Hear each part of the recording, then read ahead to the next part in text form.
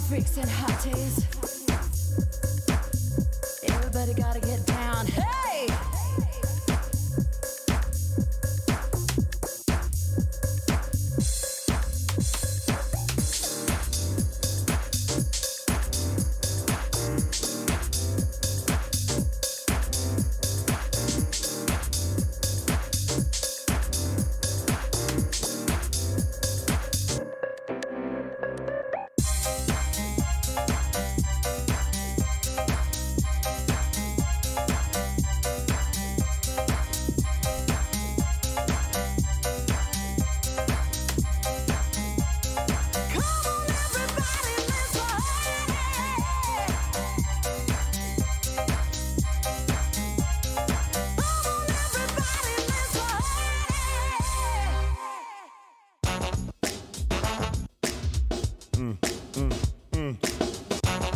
Yeah.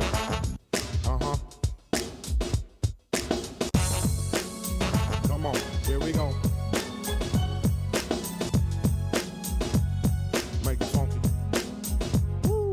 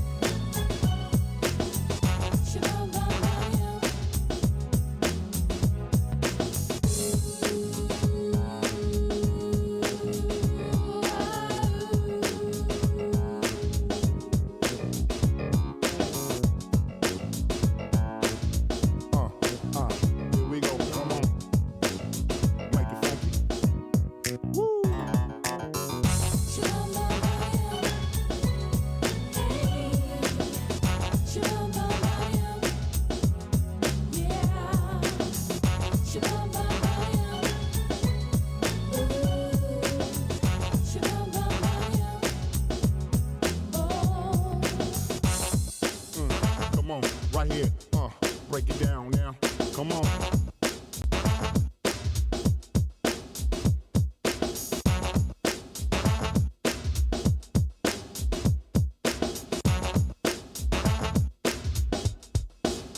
Make it funky.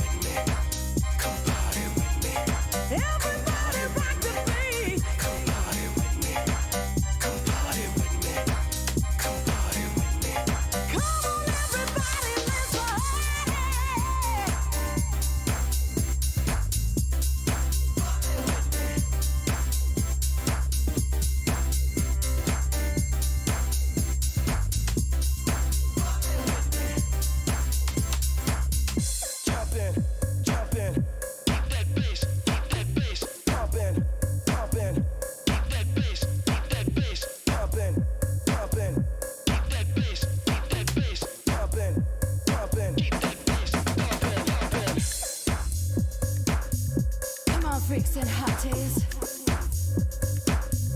Everybody gotta get down. Hey!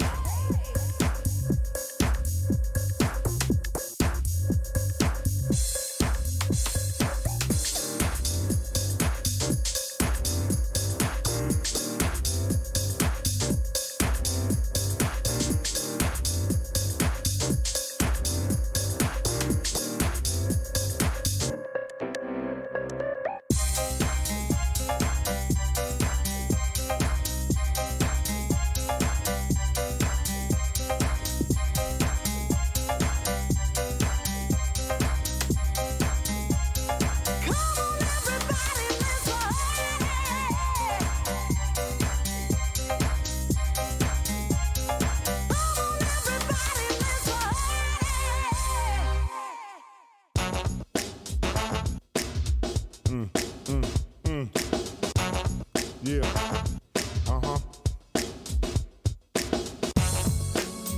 Come on, here we go. Make it funky. Woo.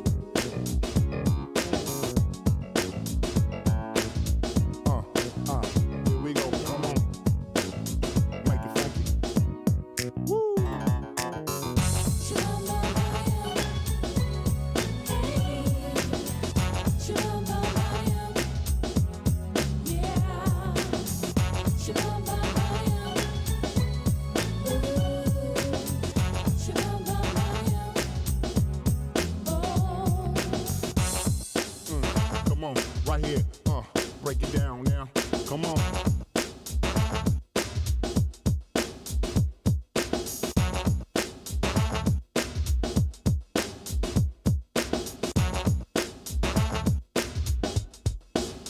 Make it funky.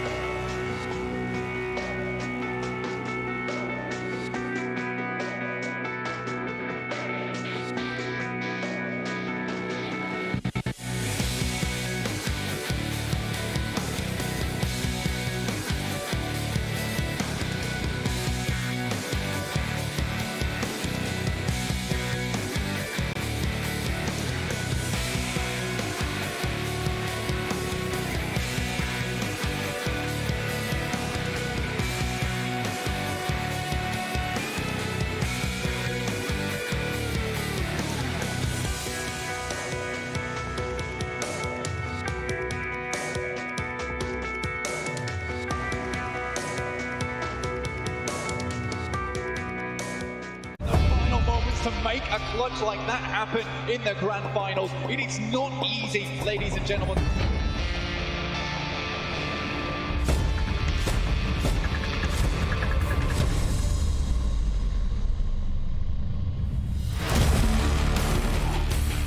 Popping their head up. Whoa, look at that, the double. Can we get another one? Something! Here they go. They're going to send in one of their McLarens right on over with the run.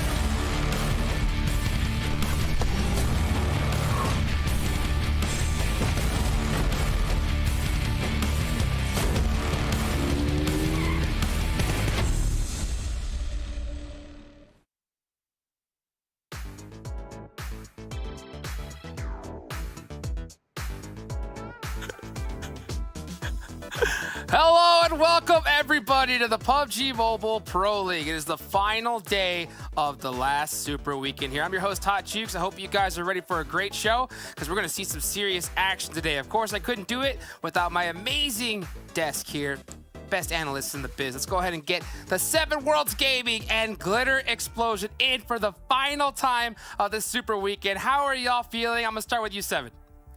Hello, Hot Jukes. It's good to be here, brother, and it's good to be on the final day of the Super Weekend before we get into finals. And boy, Glitter, is it gonna be a crazy day. Last day. Okay, I am so ready. I was ready yesterday. I thought yesterday was the last day because I was so ready to fast forward to the finale of everything that we've been paying attention to. And I mean, I think everybody's mind is going to be on K19 all day. Oh, yeah, I'm so stoked. We're going to see if any of the squads are going to actually make it into the top 16. Who's going to win the big money? Of course, you guys got to make sure that you're following all the socials so you can keep up to date on everything that's going on. The PUBG Mobile Esports, ENA, the PUBG Mobile Esports on YouTube. Join the Discord. And always make sure you use that hashtag PMPL whenever you're talking about it. So that way we can keep up to date on all the things that y'all are saying. And there's a lot to say. There's a lot to say when it comes to this tournament because we're finally here towards the end. We've seen some huge performances from the top. We're seeing some teams at the bottom have to fight their way to try and make it in here. But of course, let's take a look at the prize pool here, right? What is at stake for all of these squads? And you can see right here at the top, first place, $8,000 here, 7. Yep. $8,000 is gonna be taking that first place. Second to 20th is gonna be taking $4,000, and then we're gonna be moving on to the finals, Glitter, because then we get to see first place take $15,000. Yeah, finals should be real spicy. You'll see that we've got MVPs for both the league stage and final portion. And then, of course, the added additional boosts of the first 4, which team has the most elims, which team has the most chicken dinners. They'll get some extra cash in the bag as well. Listen, I'm just gonna say it. You know that Knights has to be excited about that. Oh, man. 100%. I think I saw them yesterday adding some things to their cart and putting it on layaway.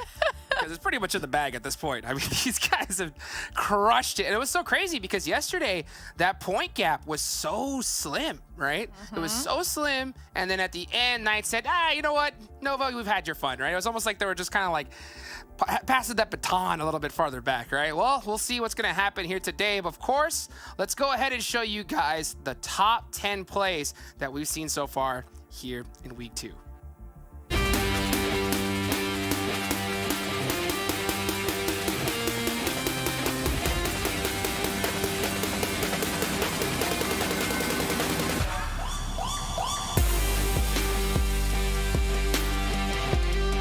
utility use out of Polar Ace on another level right now.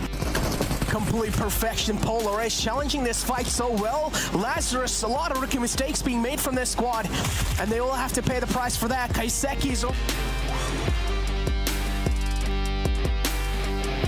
trying to hold down the warehouses. Doesn't look like they'll get contested too hard. Might just only be the Panthers as fights are raining out everywhere. Mezexis, what? Oh man, Coops with that MG3, and just like that, Mezexis.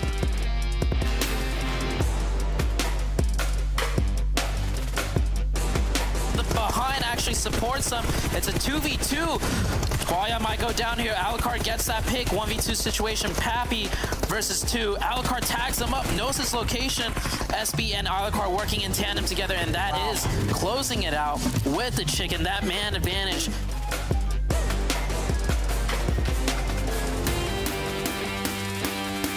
Now Koi's pushing in, 1v2. He gets one on the knock, 1v1 situation. Both players down to 1 HP. The drop shot with the DP. Both players so scared to peek out. The pre-fire goes through, and the jumping hip fire DP.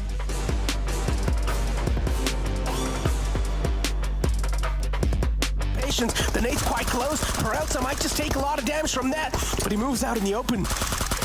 And I'm pretty sure this fight is going to take a little bit more time. Frady, he moves out in the open. He's going for his frag. That's a great flashbang, but it's not going to work out as Mezexis, they put the final nail in the coffin. There's still a chance of Burn Critical, or the Knights could take this just based off of basic numbers. Xenox has taken low, but here comes out the smokes. They're trying to provide themselves some cover to take this fight. Oh, they've made a scratch, and now they're trying to rub the salt on top of that scratch. But Knights, oh, they're being denied heavily. It's all down to Chico now, a spec. Wow. Oh, there we go. He's trying his best to hold on, but is he going to be able to do so for as long as possible? That's what I want to know. He's trying his best to fight back, but QZZ's movement is too quick. Now it's all down to the final man alive. It's Salt, and he's fighting back. He's replying back in style.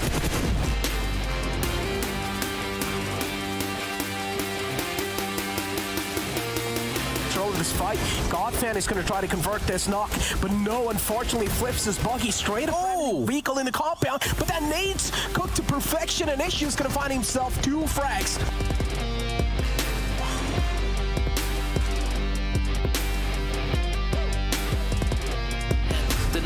The Knights deserve this win. XSET don't deserve to win this one with a mistake like that. With the 1v2 at the very end, maybe it's my cast to curse. I think I cursed that. I said the Knights got that.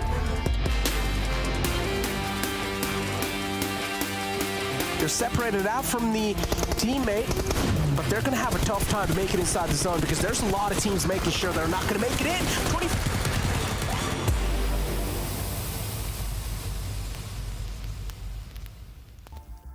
So many sick plays we've seen so far here in the Super Weekend and over this entire tournament. It's only going to be one team that's going to be taking home that big money, and the top 16 teams moving on over to the finals. So that's what we're going to keep our eyes on big time here. We need to see some big performances from these teams at the bottom if they want to make their dreams come true. So why don't we go ahead and take a look at the overall leaderboards. Let's bring them on up so you can see where everyone is standing so far. And I'm going to start with you, Seven. Knights, that gap's thick.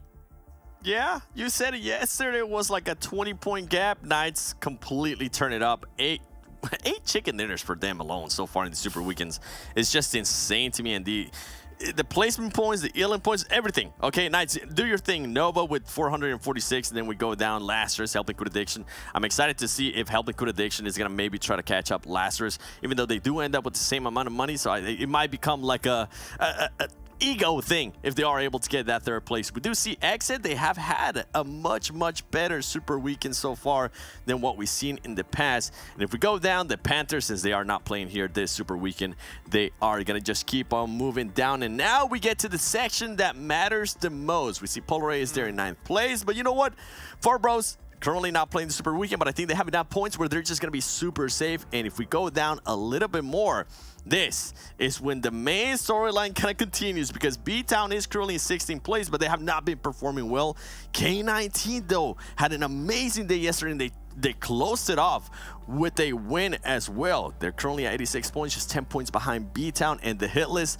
After the amazing day one performance, Glitter, they just disappeared yesterday. Yeah, I mean, we're going to have to see if they can even try to do something. And what's crazy is when we look back at these stats, and these are the squads we looked at yesterday, the ones that need to continue performing well, it was Hitlist that was at the top of all of these average stats, right? Hitlist by a decent amount, especially in the damage category, and now it is K19. They have taken over every single one. Highest average damage, elims, placement, points, survival time. I mean, this is just so neck and neck. And I don't know, after the performance that we saw out of K19 yesterday, if Hitlist can really recover from that. I mean, they're going to have their work cut out for them here today. It's going to be a tough, tough road. All the while, Dope and BTOWN, the other teams we saw in their jukes, they're fighting just to stay above K19, because if we get the same K19 we got yesterday, they're also in trouble. Oh, they're gonna have to fight hard, because here's the one thing is that you can put in a ton of hours into this, get the squad together, all the money, investments. When you get to this stage though, there's one thing that you can't teach, and that's clutch, right? K19, winning that chicken dinner right there in the last game yesterday, that was clutch, but they're gonna have to continue it here today, because literally all BTOWN and Dope have to do is match the amount of points that K19 does. Literally, like if they get the same amount of points, they are done for. So K19 has to outperform BTOWN, especially here, 7. Yeah, right now it's for BTOWN outperforming K19, it's not looking like it. Okay, K19 is currently out-fragging them, as you're able to see right there. The eliminations are just so much higher for K19. In regards to placement points, they're being able to outplace BTOWN too. And I think once we show the total points here, it's the crazier part, because then you actually get a chance to see how much of an amazing day K19 had yesterday compared to BTOWN. It's going to be interesting how this first match is going to start between these two teams, because if I go look at their averages, I mean, K19 yesterday alone, if you were to add up all those points that you just saw there on your screen, they ended up with 63 points to BTOWN only getting 13 points. That's an average of 2.6. And K19 was averaging 12.6. So if we go by those numbers, right, if nothing changes here after the first game, K19 can actually tie BTOWN in regards to the 16th place. And since they do have a chicken dinner, if I'm not mistaken on this, they will end up getting that 16th place. And BTOWN will end up moving down due to the tiebreaker, because K19 got a chicken dinner and BTOWN has not able to. So it's going to be an insane first match. I'm really excited to see what kind of BTOWN we're going to be getting here, or what kind of K19 we're going to be getting here, because Glitter, who knows? Honestly, with these two teams, who knows which team is going to come out?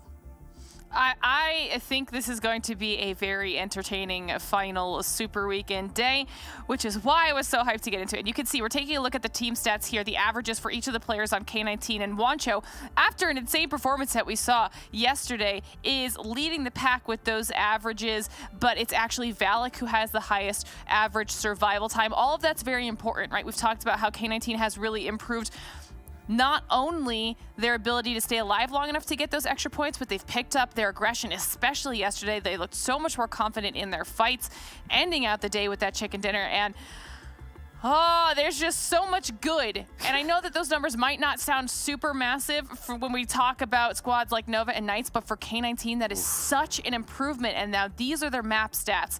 And what's actually impressive here, 7, and we said this when we were looking at just the general map stats over the first 2 days of the Super Weekend, that we thought Erangel might actually be the hardest map for them, because the monster squads that were doing the really, really well on Erangel, and it's their best map right now. They have the most damage. Obviously, they play it more, but still, like, they have the highest average survival time. If you want to ignore all of the other stats because of the frequency of those Erangel matches, it's the survival time yet again.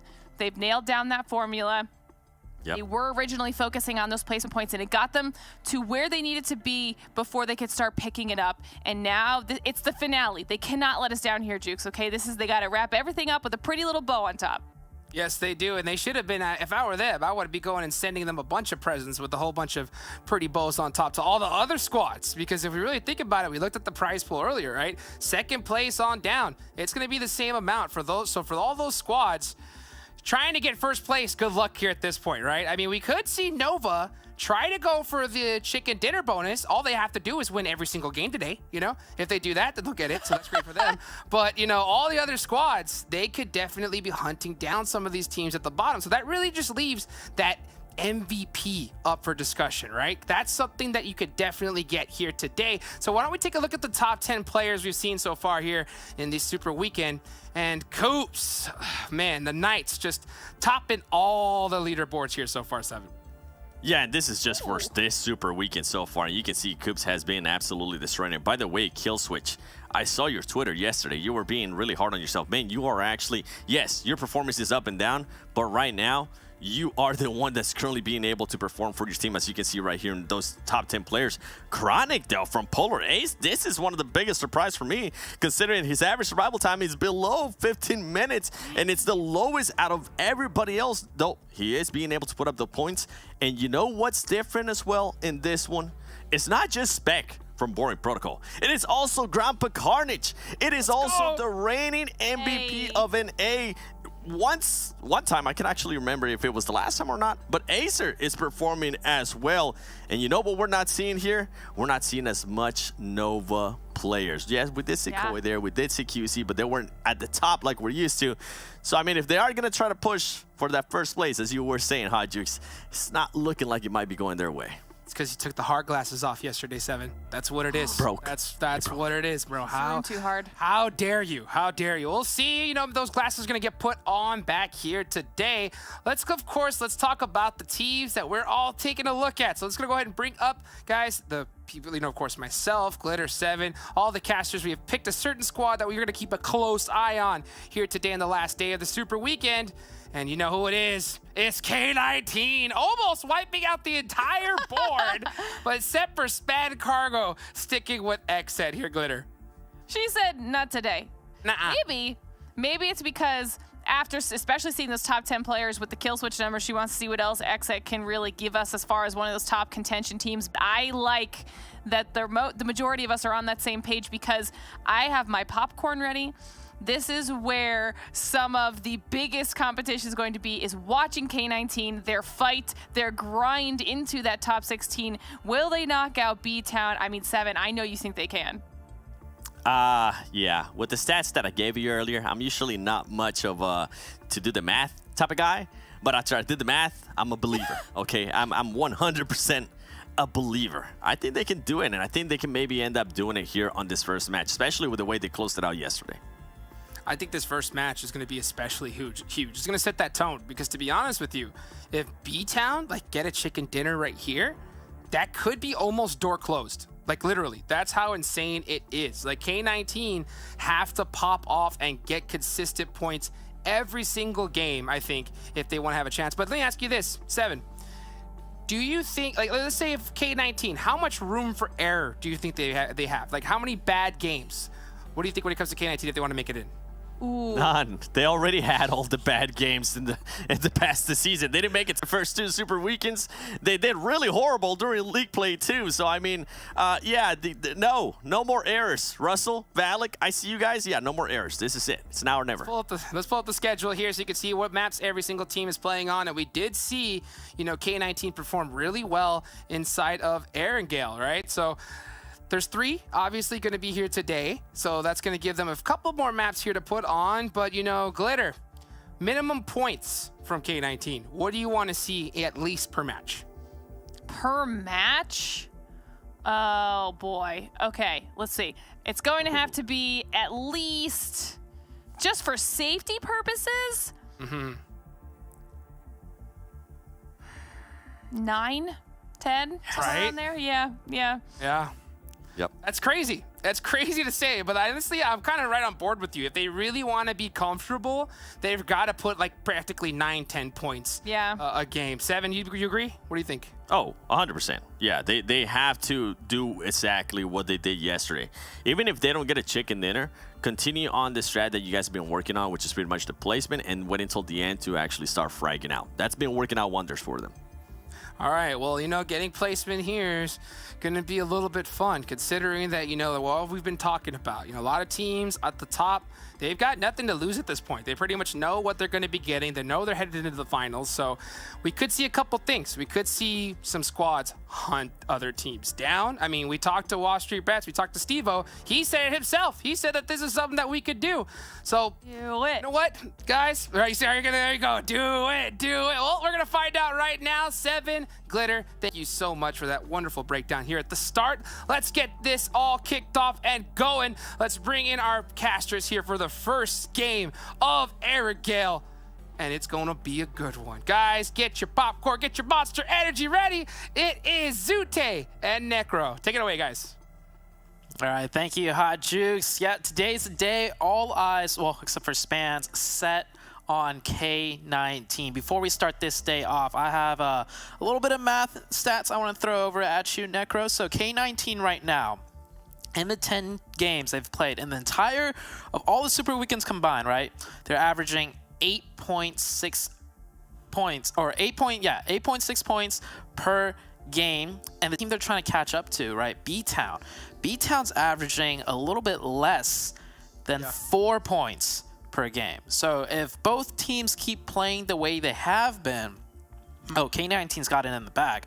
But it being the last day, things always change up. Teams usually either play way better or way worse when the pressure is on. So we're going to see which team comes out on top for that.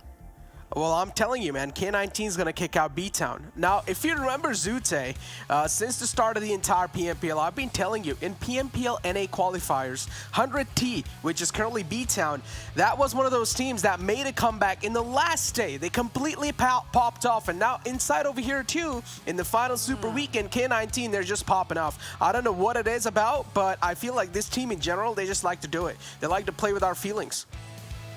I see. I love the fact that you brought that up. They did actually, pop off on the very final day to qualify into the PMPL to begin with.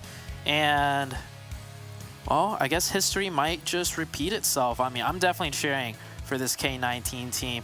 Not that I have anything against the other team. It's just that, the K19 players I personally know pretty well. Like, they've been in the scene, I think, like, since the very beginning. Like, maybe they came in like one tournament later, but they were right there like from the beginning. So want to see what they could do. And, well, first game's out on your guys' screen. Playing path definitely really skewed. Now, usually Erangel skewed playing path, we don't worry about it much, but this being the last day with potential targeting, with potential, all of this other stuff, any deviation in playing path could raise a question mark for concern. Oh, it can. Indeed, it can. Especially now we know it's all about the hit list, K19. At this point, might as well just count the hit list out, because yesterday, the performance they put, and if you compare it to today, if they keep on playing the way they played yesterday, and if there's not going to be any sort of improvements, then we might as well just count the hit list out. At this point in time, I would just say it's next to impossible, so the hit list, they're completely out. That's what I would say. But now, taking my eyes back to K19, as I said, in the PMPL NA qualifiers, I still remember 2 days passed away, K19 was nowhere near in the top squads. And I was like, all right, well, 100T, if they're not going to be able to make it today, they're pretty much out, right? Because if I'm not wrong, they were kind of in like the bottom 3 teams. And then in the final day, they just start absolutely popping off. They start throwing like throwing like 15+ kill games. They start like just 10+ kill games and all out, and insane consistency too in the game. And I was like, all right, what? This is the biggest comeback ever. And then K19, which was 100T back in the day, that's how they were able to qualify inside this Super Weekend, or inside the PMPL North America. And now inside the final Super Weekend, it's the story of comeback repeating itself. And I feel like K19, they've got it in the back. All right, well, we'll see K19 taking their usual drop all the way in the northeast side of the map, doing a Stolberg Kameshki drop. And the other team we're really keeping an eye out is BTOWN. BTOWN dropping down in the southwest. So completely opposite from each other. I don't think we'll see a fight between these two teams in this match. To put it simply, both of these teams don't really tend to make it too far into the late game. And Acer. RIP Acer. That is... Yeah. You don't want to start off the game like that. So 19E picking up first blood for the very last day of the Super Weekend. Yeah. I mean, again, at this point in time, all the teams like Boring Protocol that are currently in the mid-pack, they're not going to be aiming for that top spot or even the top 3. All they're going to try to do is just go full on aggro, practice for the grand finals that are coming in the future. And that's what I feel like BOP, they currently have the mentality. So BOP, we saw yesterday too, they're just out for blood. That means the majority of the team in lobby, they're going to have a lot of threat, including K19. We talked about this yesterday too. So K19 today, I feel like we might just see K19 struggle a bit, but I'm telling you, K19, they've got it in the bag, because BTOWN currently, they're doing horrible if you look at how they've been playing in the entire Super Weekend 3. Yeah, and we have another potential fight here. Oh, 19E getting some more eliminations right there onto Vamp in the kill feed. And Drago, okay. That got a little bit scary. Yeah. Doing the classic not make a sound technique, but honestly, that was TC's fault. He should have seen this player fly in on a parachute or had some type of awareness that there could be a player camping. So Drago gets the better end of that one. And yeah, we're starting off with already 4 casualties. TC lost 1. Vamp actually lost 2. 19E doing some type of drive-by just like they did on Acer and picked up 2 more eliminations. 19E right now with 3 elimination points already to start off the game. Ooh, and they're looking pretty good too. All 4 players up for them. Just a little damage, but it's okay. Vamp, this is how things really went south for them in this game. And Mayo got taken out the vehicle, instantly confirmed too. So yeah, as I said, teams are going to be out for blood. 19 Esports 2 currently is one of those teams that is in the mid-pack. Now, taking a look at Dope, they also have a little bit of threat lingering on their head. As I said, if BTOWN, they do good today, then Dope will be pushed down to 16th spot if Dope are not doing good. And then there will be a potential threat that K19 might as well or try to overtake Dope to get themselves solidified in the 16th spot. So there are these 3 teams that are absolutely not safe, and they're going to have a lot of pressure today. Yeah. Whole lot of pressure coming out for a lot of these teams. I feel like even the teams near the top, right? Because this is like the last day to prep for that finals. Like, let's say, take example for the Knights, right? They're absolutely killing it. But this is, you know, league stage where you get multiple days to prove you can be #1 and hold that top spot. But once we head into the finals, right, everything resets, and you don't get nearly as many games to prove that consistency. So even I feel like for the teams near the top, it's like once the points reset, they got to reprove themselves all over again. So this being their last few like competitive matches to practice in, so to say, even they must be feeling some sort of pressure. I mean, talk about the pressure, man. Currently, as I said, the teams that are going to be at the top and even in the mid-pack, they're just going to be chilling. Now, this is where, if we take a look at the map currently, we have teams like Nova, Boring Protocol, XSET 2 slowly and steadily trying to center on up. That means Boring Protocol, they won't really have to move a lot. The circle is kind of centralized near Pachinki. And this time in the game, every single team is just going to wait and try to at least find out where the next circle shift's going to be going towards. If it does center down, though, then that's when we'll probably see a lot of fights occurring in the center of the map. Yeah. This is very center of the zone, like you mentioned. Boring Protocol not going too much further. I think they wanted this position that Nova was in, but they saw Nova was already here. Might be a different story if Boring Protocol still had 4. They might be, you know, poking their heads out a little more, looking to be a little more aggressive. But Nova, does Nova know Boring Protocol? Not with the way Kindness kind of drove up there. I don't think they knew, but now they knew. Now they know Sam L taking some shots. But the thing is, Nova knows Boring Protocol's down to 3. There's only one other team that could be here, which would be Boring Protocol, because it's right next to Pachinki. So Nova's going to take this fight and go extremely aggressive. Ren gets the opening onto Carnage and gets the finish. Now it's a 4v2. Spec and Samel kind of have Nova surrounded in a sense, but they could easily just isolate one member and then just, you know, take out the next one. Ooh. And then Bop right here. 2 players already down. Now they're just down to Spec and Samuel. Currently these 2 players, the happy and the pop-off player indeed. But oh no, Samuel gets picked off by the players of Nova. And that's something that Bop is not going to be happy about. So maybe the final man of Bop will try to take a revenge, or at least just get away from this fight. Because again, as I said, even if they do go for the fight, it's not really going to matter quite a lot. They will just have a bad game, which probably Bop won't really care about. And there you go. Samuel as well gets picked off. Bop, that's not really going to hurt them quite a lot. Yeah. Bop eliminated extremely early. Couldn't even make it outside their home doorstep of Pachinki. XSET coming in, hearing the fighting. Now, between Nova and Bop fighting, I think every team on the map knows exactly where this fight's happening. Boring Protocol and Pachinki, center of circle, just right there in Pachinki. We know Nova likes taking those center positions. They're a heavy rotational focused team. You see them fighting? Well, put the 2 and 2 together. They're fighting in Pachinki. So XSET already close by, seeing if they could set some sort of third party up, but that fight in too cleanly for the Nova side, so I don't think we might see anything right now. Next circle has shifted. It goes a little bit further towards the eastern side, putting that school zone into play potential. We see a lot of those zones and things just right south of school, right along Potato Hill and that giant sloping hillside. Ooh. And now, yeah, as you just see, every single team in the outskirts currently, they're just sitting in their vehicles and straight up booking it. I mean, the circle did kind of center up, a little bit shifted to the north, but it's okay, not really that hard of a shift. So team, they'll just try to center up around the school areas. We do see WallStreetBets near Rozhawk too. Currently in the lobby, nothing really critical happening just yet, as we do see one of the players of Polar Ace, or Dope. Oh, it's actually Dope getting picked off. So Dope, again, we talked about this, Dope as well. They're currently in the red spot, and if Dope are not going to be able to have a good game this time, then BTOWN will get a nice head start for themselves. 100%. You see Nova already rotating even more center right there. I think they might be right on top of some TC members. Either that, they're just right next to each other. XSET and HQA, oh man, these 2 teams just always seem to be running into each other somehow, some way.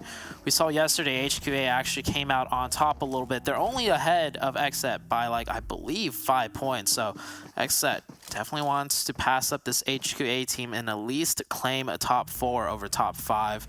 Will they engage into a fight, though? That's yet to be seen.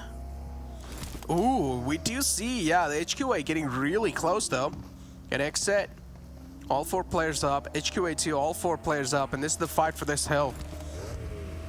But I honestly feel like taking this hill control is not going to be that rewarding. So maybe challenging this fight is not going to be that good of a decision unless these teams just want to go for some practice, I guess. Then maybe. Yeah, it makes a lot of sense. But HQA, again, they're in one of those teams. They're one of those teams that can actually go for the bragging rights and that can try to end the day on a top 3 finish in the overall rankings.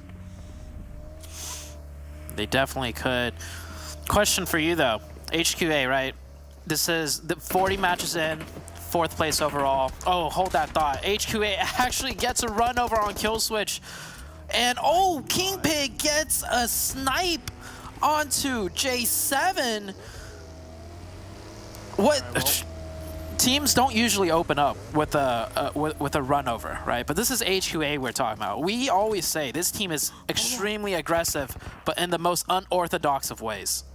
Well, I feel like Polo is just having a little too much off and trigger discipline here and there. We go. Finally gets spotted out. Now Polo will need to expose himself. Missing a lot of shots onto King Pig too. Polo has no cover to play around with. And there we go. Finally will be taken out. The trigger discipline was a hold on a little bit too much right there.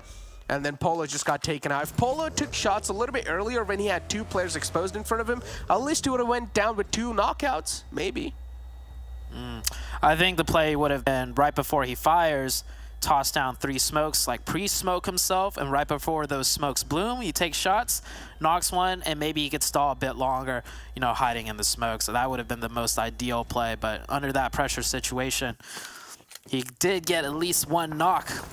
The Hitlist getting into a fight right here. Oh man, so much fighting, and we're going into the next circle shift, and it's going straight towards that area of the zone that I was talking about. The school area with Potato Hill involved and that giant sloping hillside just south of school. Oh, and this time it's going to be Hitlist against the players of BTOWN, and BTOWN, oh, they cannot afford this. Hitlist too needs all sort of points possible. And they've already found a great opening against the players of BTOWN. Bolty taken out from the game now. Jimmy's trying to close on in, but is he going to be able to? Jazz is just ready for Hitlist to make any sort of mistakes, and they will straight up just step into the trap of BTOWN.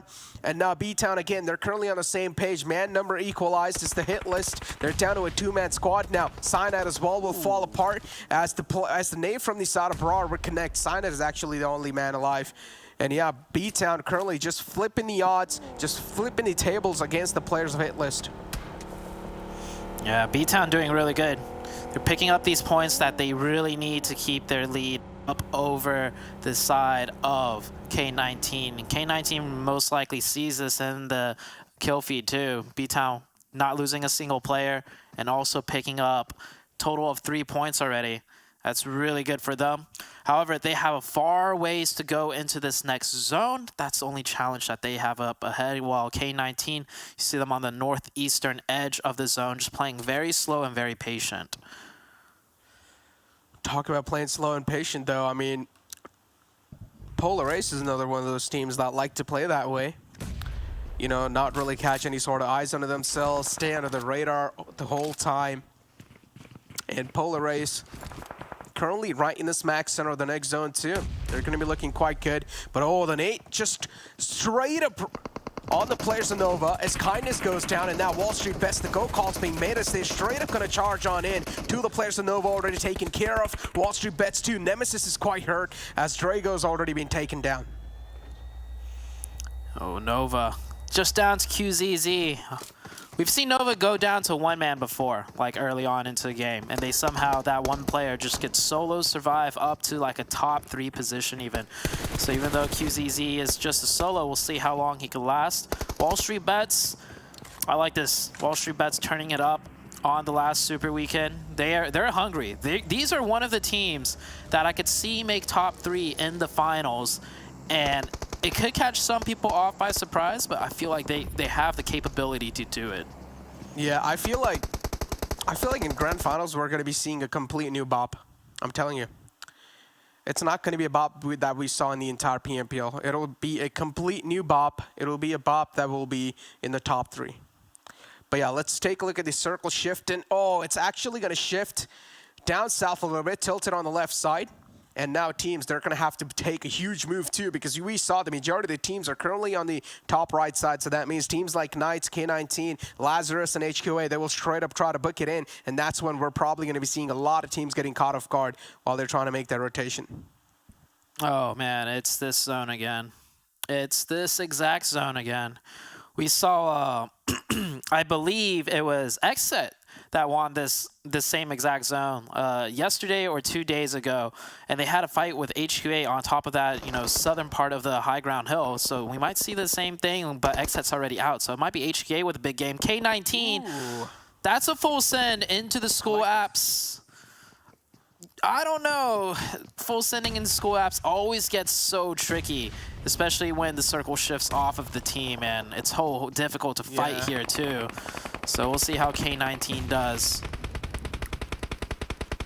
Yeah, there we go. I mean, K19 currently the floor that they found themselves in, which is the ground floor, it's uncontested, so Polar Ace, they're going to have a lot of pressure on their heads for sure. As Knights, too, they're going to do the same thing against the players of BTOWN. BTOWN now in a huge trouble. BTOWN really needs this game in their court, but if they're not going to be able to, if Knights, they're going to be spoiling their dreams right here, then BTOWN, they would be in huge trouble. As Knights, yep, they're just picking off the players of BTOWN one after the other, and now it's all down to Brar. Final man alive. He's the star player, too. But this time, I don't feel like he's going to be able to make any sort of star plays against Knights. No, yeah, BTOWN is pretty much done for. Just only one player up. That's good news for K19. Problem is, the team that took down BTOWN is right next to K19, and it's the Knights of all teams. So if the Knights will get a little bit aggressive here, and for whatever reason wants to push on over, K19 has a work cut out for them. Polar Ace in the same building, just a couple floors above. And man, there's just so much space left open on the southern half of the circle, but everyone's just full sended into the school apartments, making it so messy and tricky for these teams to navigate on the next circle shift. Ooh, talk about making it tricky. Chico, unfortunately, from the side of Knights, gets knocked out, and he's barely surviving too. Knights, they're going to go for a res onto Chico. Nothing really much to worry about, nice. but K19 this time, they're going to charge up on the players of Polar Ace as one of the players from K19 too falls down in the reply back from the side of Polar Ace, and unfortunately K19, now they're challenging this fight one after the other. Guancho too trying to flip the ops, and there we go. He will flip the table. Guancho from the hell is able to just save his team. Very good save by Wancho. Problem is they lost 2 of their players. 2-man stuck in the school apps.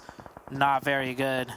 The Knights, meanwhile, on the other end, looks like they did the push on to BTOWN, and that single player of BTOWN was able to knock 2 of the Knights.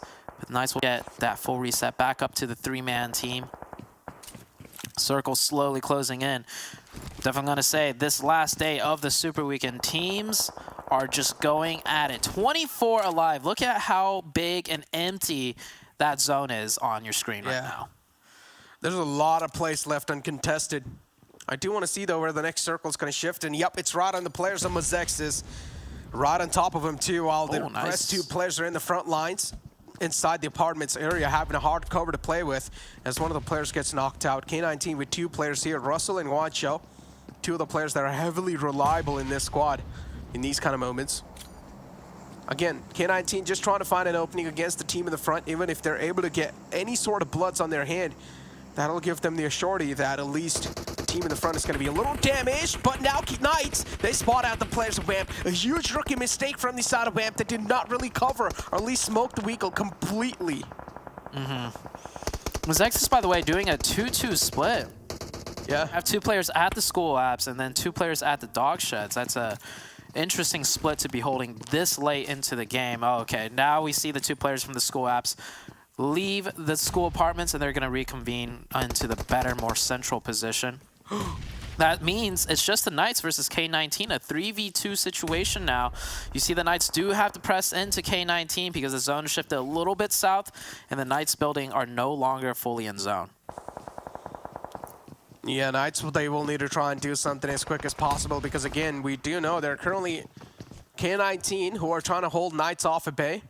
But Knights, too. Knights know that the ground floor is not going to be contested by K19, so it's going to be up for grabs, and that's what they go for. Found themselves a little footing in this building. Guancho now is just trying to find a sneaky opening. If he does, the Knights, they're going to be quite unsettled, and that's going to put them in a state of discomfort. As Knights, too. Just trying to use any sort of utilities. They do not really want to go for a head-on-head collision because they know if they do go for it, there's probably going to be trades happening back and forth. But what Knights don't know is K19, they only have 2 players up. The longer they share this building together, though, I think the Knights will slowly start to figure out. They probably already know for sure this is not a 4-man team just from audio cues alone. But now they're probably trying to decipher if it's a 2-man or a 3-man team. And the Knights with players so experienced, they could probably piece it together that there's only around 2. You see the Knights trying to utilize their grenades here. Juancho hiding behind the door, just trying to set up a crossfire between Russell and Juancho. Problem is, though, I think it's going to end up with the Knights coming out on top simply due to the numbers and just player caliber-wise, the Knights are just a bit better. Yeah, talk about the raw mechanics, and yeah, as you said, Knights, they've definitely got a little upper edge. As Xenox now from the side of Knights against the players of Lazarus, and what? Even though Knights, they're looking such in trouble, they're still able to find some opening against the players of Lazarus. And all this time, the circle's actually going to shift all the way up north, shifting away from the players of Lazarus, Dope, and even WallStreetBets. Now that means all these teams will need to try and breach inside, where Mezexis are going to be the guardian angels on the edge lines. Oh, yeah, that opening that WallStreetBets had earlier, this is going to play in huge as they go for this push onto Mezexis. They get one knock back, though.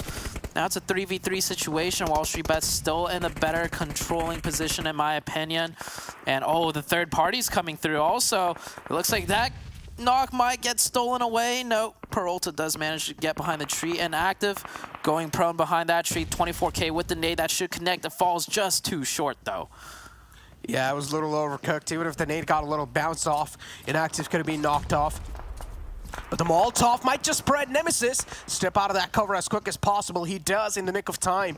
Mezexis, again, 3 players are up. Inactive's quite hurt. Another nade tossed in. This time it's going to chip out quite a lot of damage. And now it's all down to the final 2 men of Mezexis as WallStreetBets. They're just inflicting pain and hurt. These 2 players, they're not really able to withstand any sort of damage anymore.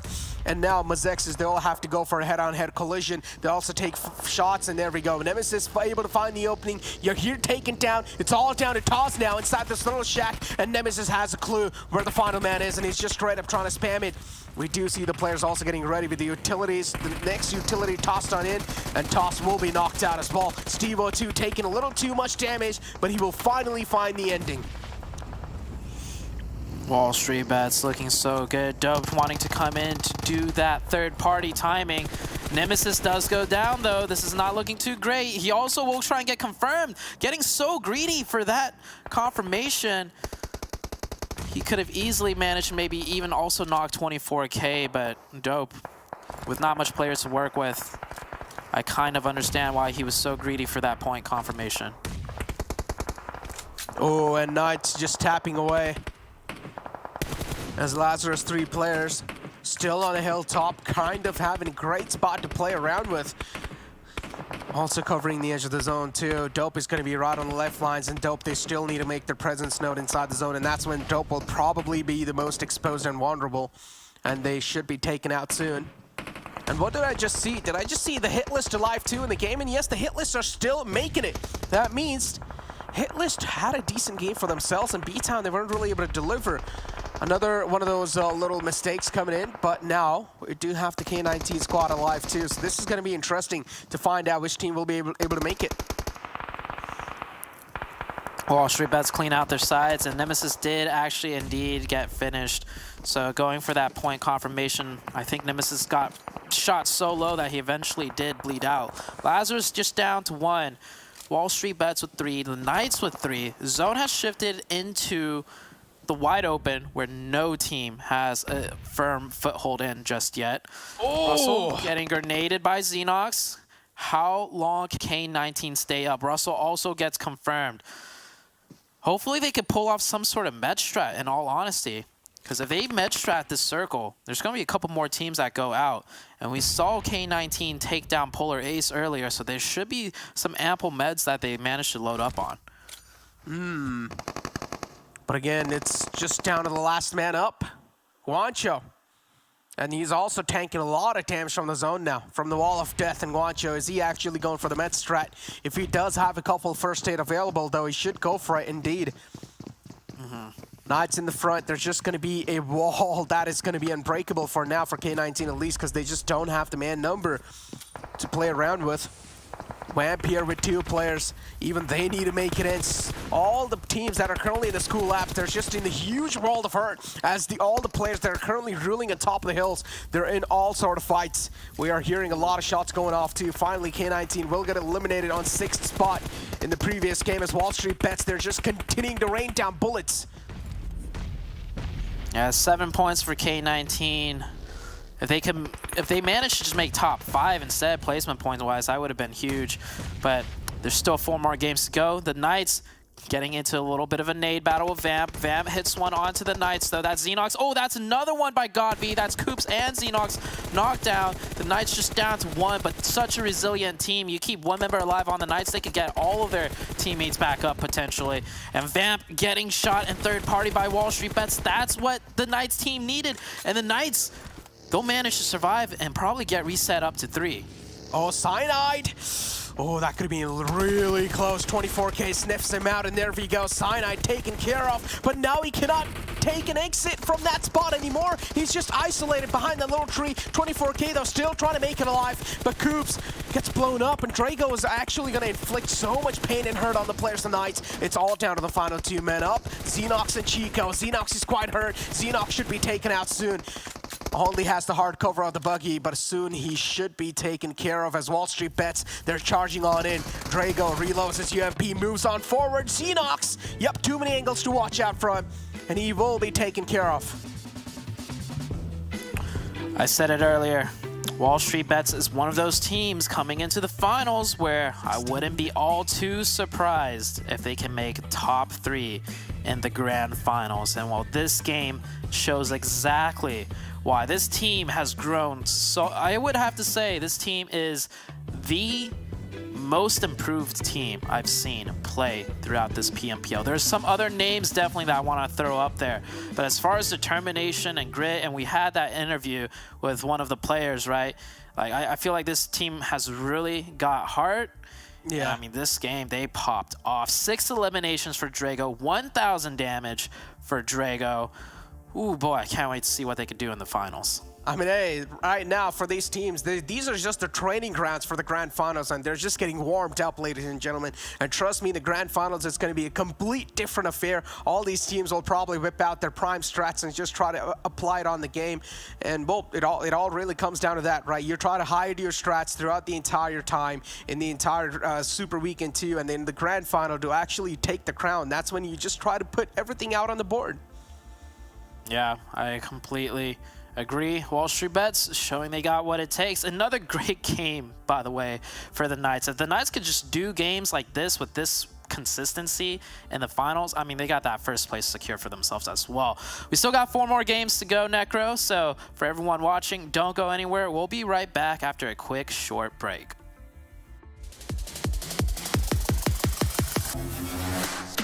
Choosing the right grips in PUBG Mobile. There are a total of 6 grips in the game, each with its own pros and cons. Let's start with the vertical grip. As the name suggests, it helps you control the recoil of the gun by reducing its upward kick. We have the angled foregrip for you, which reduces the left-right movement whilst shooting. Then again, it won't be of any help to control the vertical recoil. Thus, players who use gyroscopes to control recoil, they receive significant benefits from it. Now, half grip is the one that functions like an all-rounder by reducing both the vertical and horizontal recoil up to an extent. It doesn't equal a vertical or an angled grip combined, but as the name suggests, it brings down the overall recoil by a small factor. Although the half grip may sound perfect, it also comes with the downside of reducing the overall stability of the gun. Light grip, on the other hand, is the counterpart of half grip, which doesn't help with recoil control, but greatly increases the stability of the gun. It means that light grip lets you be more accurate with your shots when you have already mastered recoil control. Thumb grip is one of the most common grips found on the battleground that helps you aim faster when you tap the ADS button. This is best for SMGs and close quarter fights where you need fast reflexes over accuracy.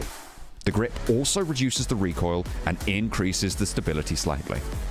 The last one in today's lesson is the laser grip, which is only helpful for hip firefights. This grip reduces the bullet spread while you move and shoot using the crosshair.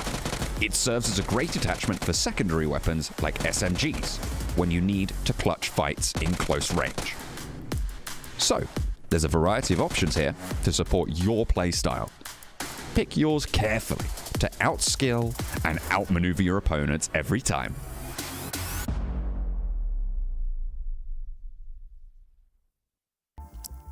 Whoo, you got goosebumps on your skin already? Are you sitting on the edge of your seat? Because I know I am. That's how you start off this tournament, this last day here. Of course, we couldn't do it at all without Monster Energy, our official energy drink partner here for the PMPL. 7, Glitter, come back on in. Juancho with that last elim there, keeping K19 alive. I mean, this one was a big time nail biter here, 7. It really was. We were hoping that Juancho will be able to clutch it there against Polar Ace. He was able to do that, and then, I mean, at the end, we saw just that one player being able to heal a little bit. And you know what? Let's go to the match ranking. We have WallStreetBets. After they have been awfully quiet, guess what? They're back, putting up 16 elims for themselves, 31 points. Knights as well, still being the Knights that we know and love to see with 19 points. The Hitlist, too, surprisingly, after having an awful performance yesterday. Maybe they want to join the party there with K19. They still want to tell us, hey, we are here. We can still maybe somehow make it to the top 16. We'll see. But you know what else I see? I see K19 Esports being above BTOWN Esports by just 2 points. Ooh. But hey, it's something, okay? Those points are definitely going to add up, and they are able to shorten that gap that they had with BTOWN, Glitter.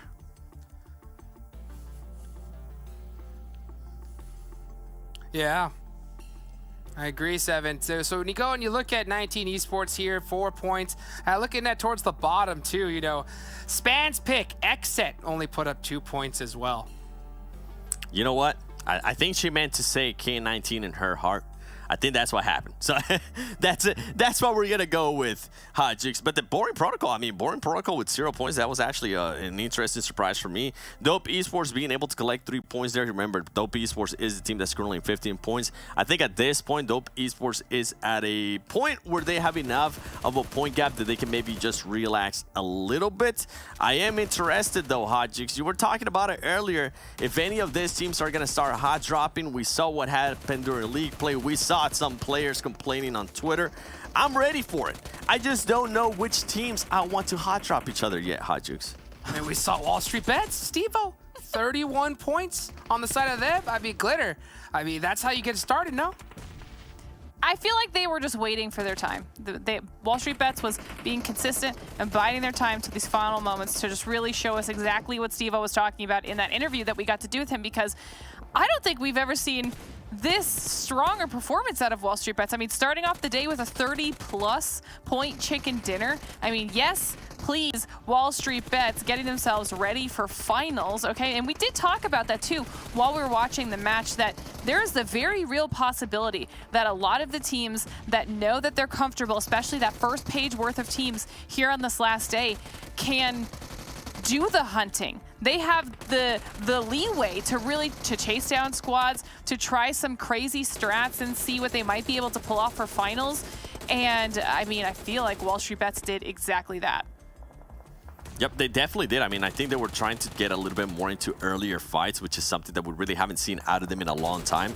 So I'm with you in regards to that, Glitter. I want to see them get into more early fights. I want to see them get into positions that they might not be getting used to throughout this whole tournament, because once we get to finals, remember, all these points are going to be reset. The top 16 that qualify are going to start off at 0, and they're going to have, I think it is, let me do the math real quick, 18 matches, if I'm not mistaken, to just battle it out and become the champion, which is going to be insane. But right now, going back to this Super Weekend, I mean, I'm just impressed of how close that top 16 is as we currently look here at the top damage, Glitter.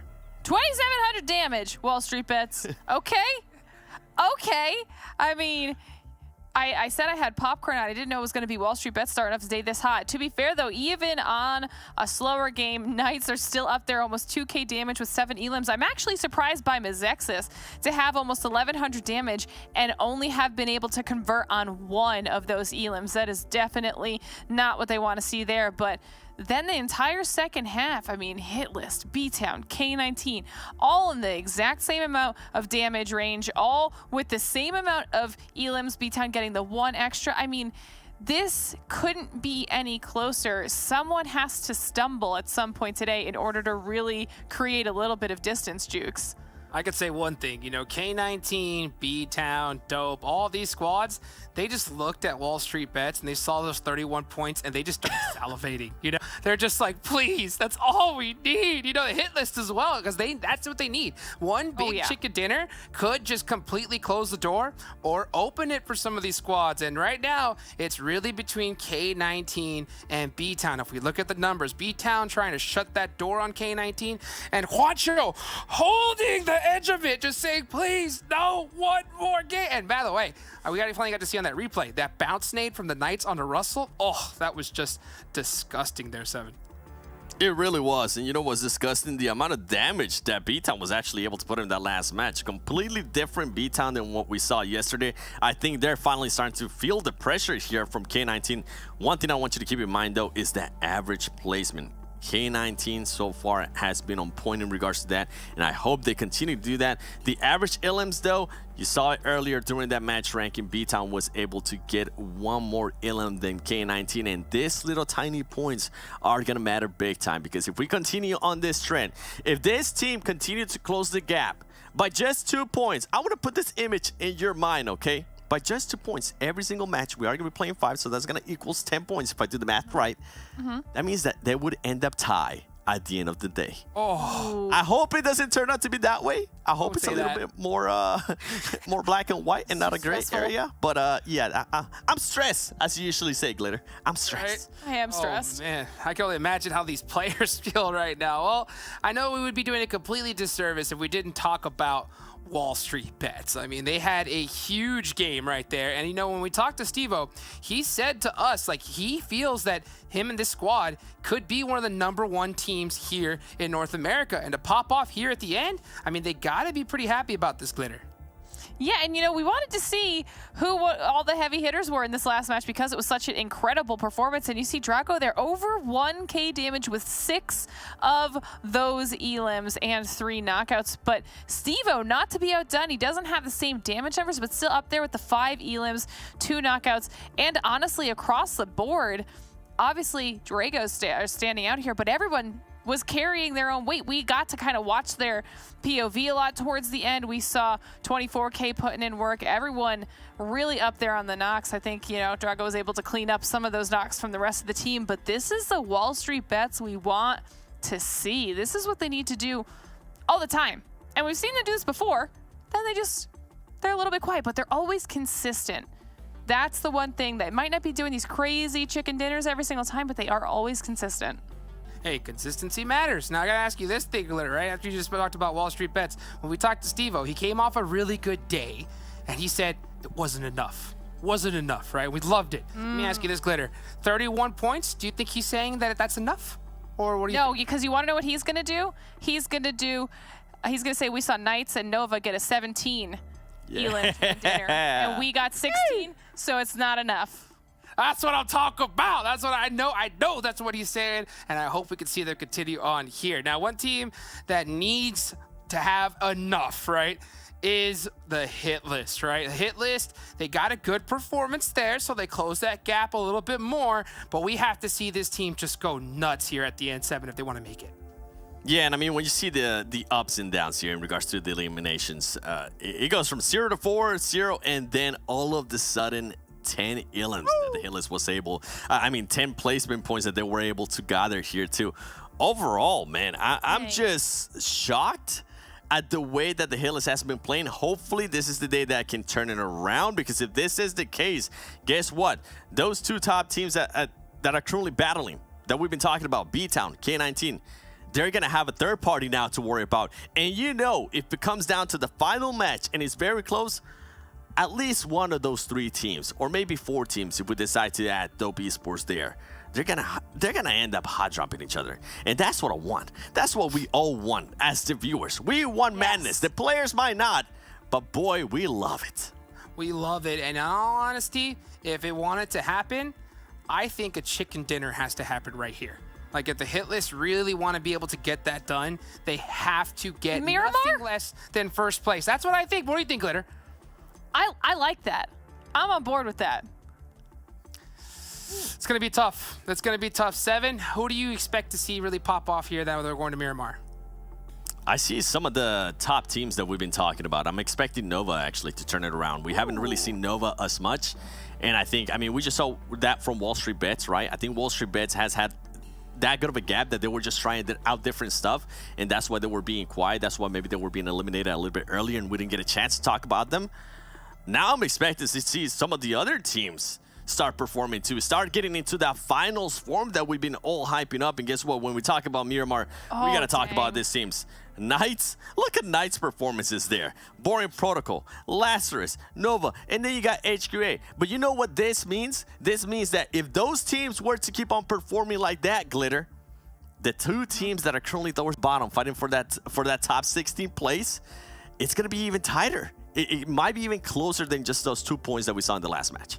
Yeah, these are some rough teams to be the top performers on this map and have to go up against. This is essentially like the whole first page is just here, and this is the map that they're going to be doing well on. So I think that Hitlist and K19, BTOWN, Dope, they all have this match. It's going to be rough for them, but I still have a good feeling about those teams.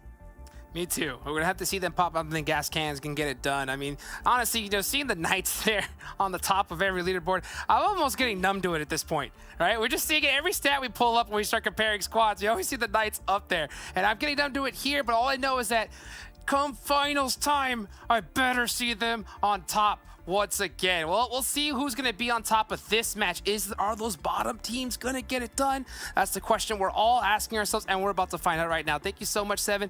Thank you so much, Glitter. We're going to go ahead and catch you back right after this match is done and finished. Of course, starting off this wonderful Miramar match as we get popping in the desert, we got our wonderful casters here, and that's going to be none other than Zute and Necro. Take it away, guys. All right, thank you, Hot Jukes. That's one game down. We only got 4 more. It's getting close to that crunch time, and it is I'm going to say this now, Necro. I feel like it is 100% going to come down to the last and final game to determine the last place team in that top 16th spot. I want to see some hunt down. I want to see some teams getting hunt down now. I want to see some targeting here. I mean, we already know teams that are in the mid pack, they're doing good. They know anyways, they're going to be qualifying in the grand finals. Come on, guys, just put on a show a little bit here. Target some of the teams that you guys don't really like, that you guys hate, or that you guys don't really want to see in the grand finals, because I feel like now is the right time to do so. Yeah, they could definitely take advantage of that. But after, you know, seeing so many, you know, years of competitions and playing in it myself, honestly, the competitive mindset is really more or less just like trying to figure out what your team needs to do to be better prepared for the next stage. Targeting, it does happen, True. but only in like very dire situations. Like, my teams, we've been targeted once, and it was on the very last match of the very final day, and that's when, you know, the desperation really comes out. But before then, it's like teams just want to play their own game to try and get as many points as they can. And then once they reach a certain point and they realize, okay, now it's pretty much impossible unless we do this, then the targeting might happen. So I'm saying like second to last game and the last game is where we'll see targeting. For this game in particular and the next one, well, I want to say I'll lay off it for now, but you never know with Sanhok. So we'll see how it goes. But this plane path Necro, very fair for all the teams, especially for a map like Miramar. Ooh, as you said, yeah, this plane path right here. It's going to be very fair. Teams are not going to be having any sort of troubles, and this means the Hitlist and K19 are also going to be quite happy that they won't really have to struggle quite a lot to make it to their designated drop spot. But again, talking about the Hitlist and K19, man, and talking about a little bit of targeting in the game, I completely understand where you're coming from, you know. At this point, teams too that are currently in the mid-pack, they know also they have a lot of pressure in the grand finals, because from what I've seen in the league stage, even if a team is dominating, currently Nova is dominating or Knights is dominating, nothing taken away from those teams, without a doubt there's phenomenal teams. But in the grand finals, you just see something else sometimes, you know. Might as well just see Boring Protocol dominating on the first spot. I've seen these kind of just stats happen in some other region too. So you never know, man. Tables might just be flipped. Yeah, we'll see. So the Hitlist has a really nice zone to start off with, and Hot Jukes mentioned it. They need a chicken dinner right here, right now, for them to have a chance at like keeping up in pace to maybe get top 16 for the next games afterwards. And well, Miramar, extremely difficult, the most difficult map in my opinion to get a chicken dinner on. At least the Hitlist start off with a very nice circle. I see K19 all the way towards that eastern side, right below BTOWN of all teams. So both of these teams very likely to rotate into each other at some point in the game, if not the very first rotation. So we will see a potential clash between K19 and BTOWN, the 16th and 17th place team, respectively. Oh, we probably will, because both these teams do want to make it to El Azhar. And once they do, or at least while they're trying to make it to El Azhar, we're probably going to be seeing a little clash between these teams. As BTOWN, they find themselves weak goal, they will sit inside it. Do want to see, though, where they're going to be booking it towards. Because currently, as I'm looking at inside the map, K19, if I'm not wrong, 2 of the players are in the high ground, and then 2 of the players are in the lower ground. So that means BTOWN here, if they want, they can try and also be the Overwatch and just spoil the game for K19. And yep, there we go. Russell's on the receiving side this time, and Russell's taken down a bit low. Doesn't really have a lot of HP supporting him, and he does not have meds too. So that means if he does step out of this cover, he will be instantly taken out. And that's why Russell is so paranoid to even just peek out. Oh, yeah, Jimmy's got that M4 too. That's a gun you do not want a chance of risk in the open running with. Oh, no. Oh, no. Russell. Yep, Russell's going to be taken down. And that is K19. Down a player, but even worse, it's BTOWN picking up the point. And even worse than that, BTOWN knows it's K19 now. And they might want to... Oh, okay. Juancho with the VSS and the Winchester, though. So it's an even trade. A 1-for-1 trade. Both teams will get 1 point. We'll see how the rest of this fight progresses. Will BTOWN commit to this? Will K19... Oh, BTOWN is committing to... Oh, this is what we wanted to see. This is great. Oh, this is indeed great. And this is what we wanted to see, as you said. 3 players for BTOWN, so for now it's an equal trade, as you mentioned. But currently, it's just the 2 of the players from the side of K19 that are visible on the minimap. They're at least in the closer vicinity, but Brar now getting shot at from the back. This is where Valak is too, and Valak just inflicting a lot of hurt on the players of BTOWN, making sure they're also going to back off from his teammates. Will not even try to challenge a fight against him. And the man's got a Scarrail and a UMP to play with. A great loadout to start things off early. And K19. I feel like... Yeah. I feel like Valak could have maybe waited a little bit longer. We saw Brar trying to do something, right? Running back and forth on the open hills. So maybe if he waited a little bit longer, Brar might have, set up on a position to focus on the 2 other members. But now this fight has really come down to a stalemate. And the biggest thing is there's no vehicles for the side of K19. So even if they wanted to make some maneuvers to take this fight, it'd be difficult for them to move around, and it's kind of just up to BTOWN to make the first play, but now BTOWN's kind of stuck with his buggy up there and him not wanting to move out of the tree cover. As you said, it just came down to a complete stalemate. Wasting a lot of time in the initial zones, and that's something teams do not really want to do. Especially if you're on 16 and 17 spot, then you do not want to do that at all. Because this is the Miramar game, and you want to make it inside the circle as quickly as possible.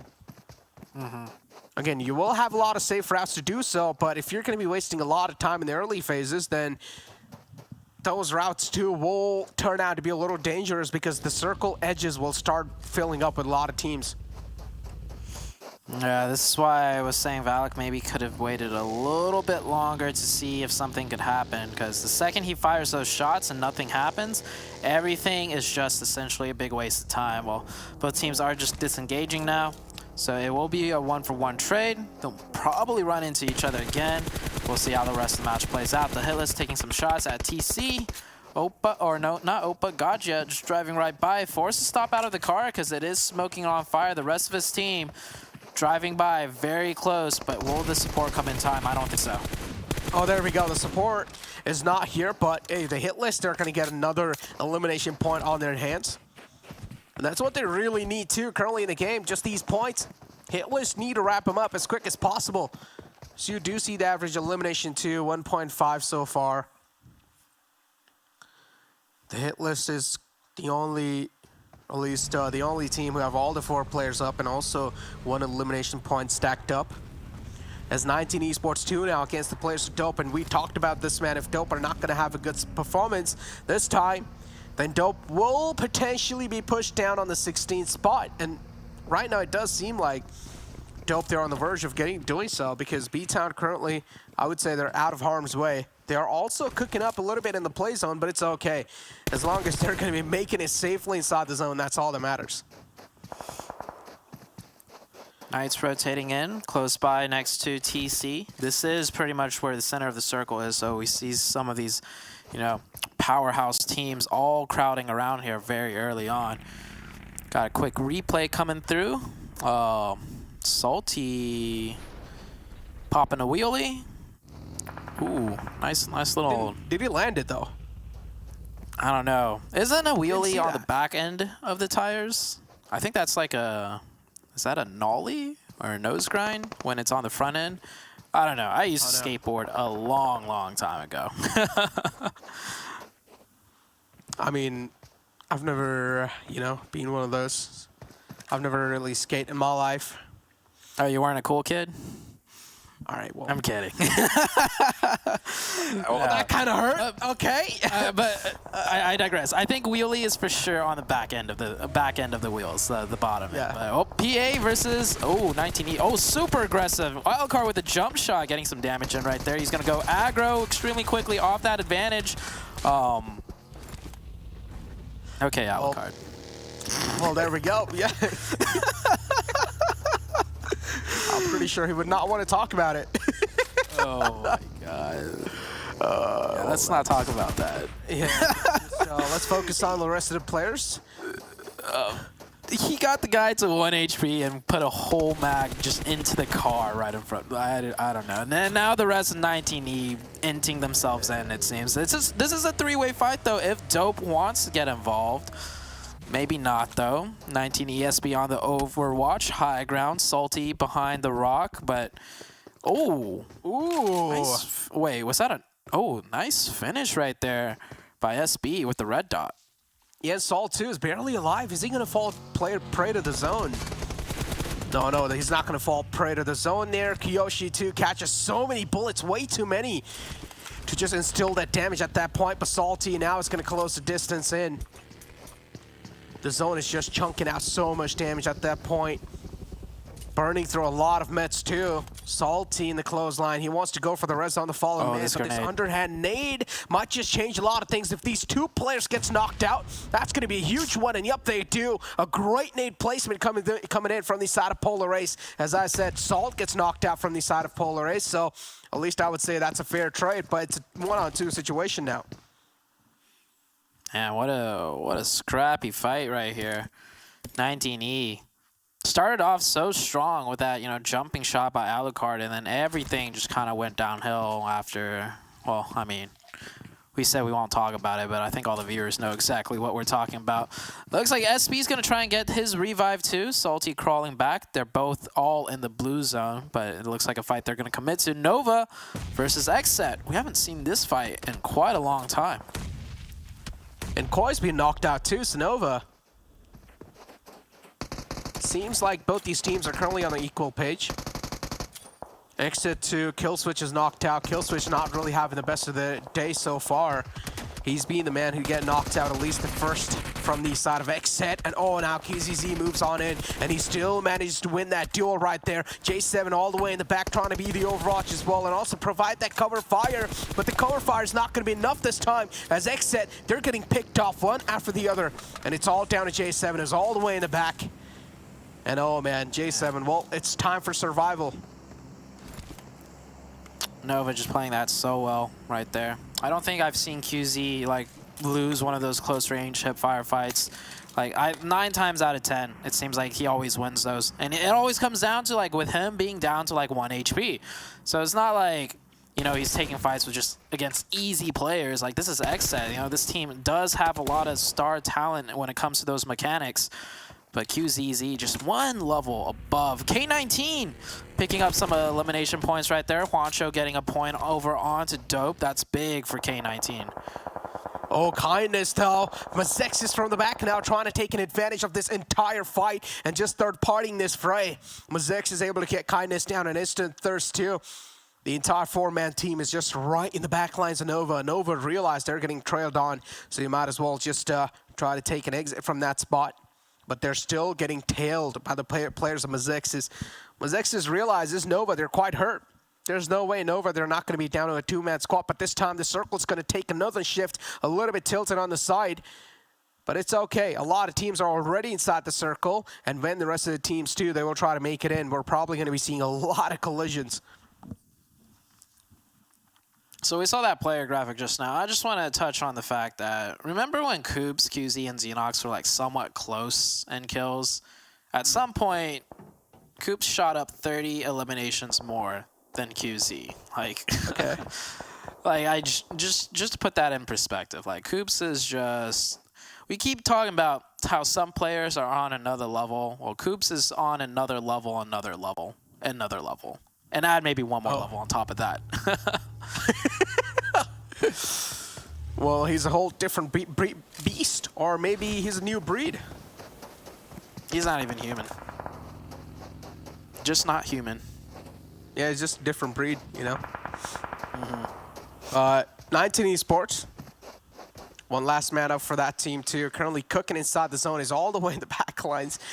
Still trying to make it in. But yeah, the next circle's already starting to fill up with a lot of teams. And every single team now is just... they just want to have a little bit of share with that high ground on the hilltop. Where currently Nova and Knights, they've found themselves in. And they have to be currently in the center, too, as K19. A nice knockout from Wancho. With a laser sight too on an M4. What are your thoughts on that? I mean, laser sight helps you with a lot of hipfire accuracy, but I'm gonna hold on to that as Knights. There we go. Ten's able to find the opening. Now also wants to deliver with another one too, but unfortunately inactive from the back is gonna stop that. Tensa getting swarmed very quickly there. The support from the Knights was very close by. Their setup was fine, but Mezexis just came in so quickly. Tensa was only able to get one. They're going to engage in this fight, though. Chico in the long range. TC third-partying Xenox, so Xenox not fully aware of which angles he was exposed to. That Xenox knocked down. Chico on the support line. Coops is going to go for that revive reset. Does Mezexis realize, though, that Xenox got knocked from a different team? It doesn't seem like it, because Mezexis was playing this a little bit more cautiously and slower. God, Salt. So if you look at Salt, he's all the way on the right lines and has a huge high ground to play too.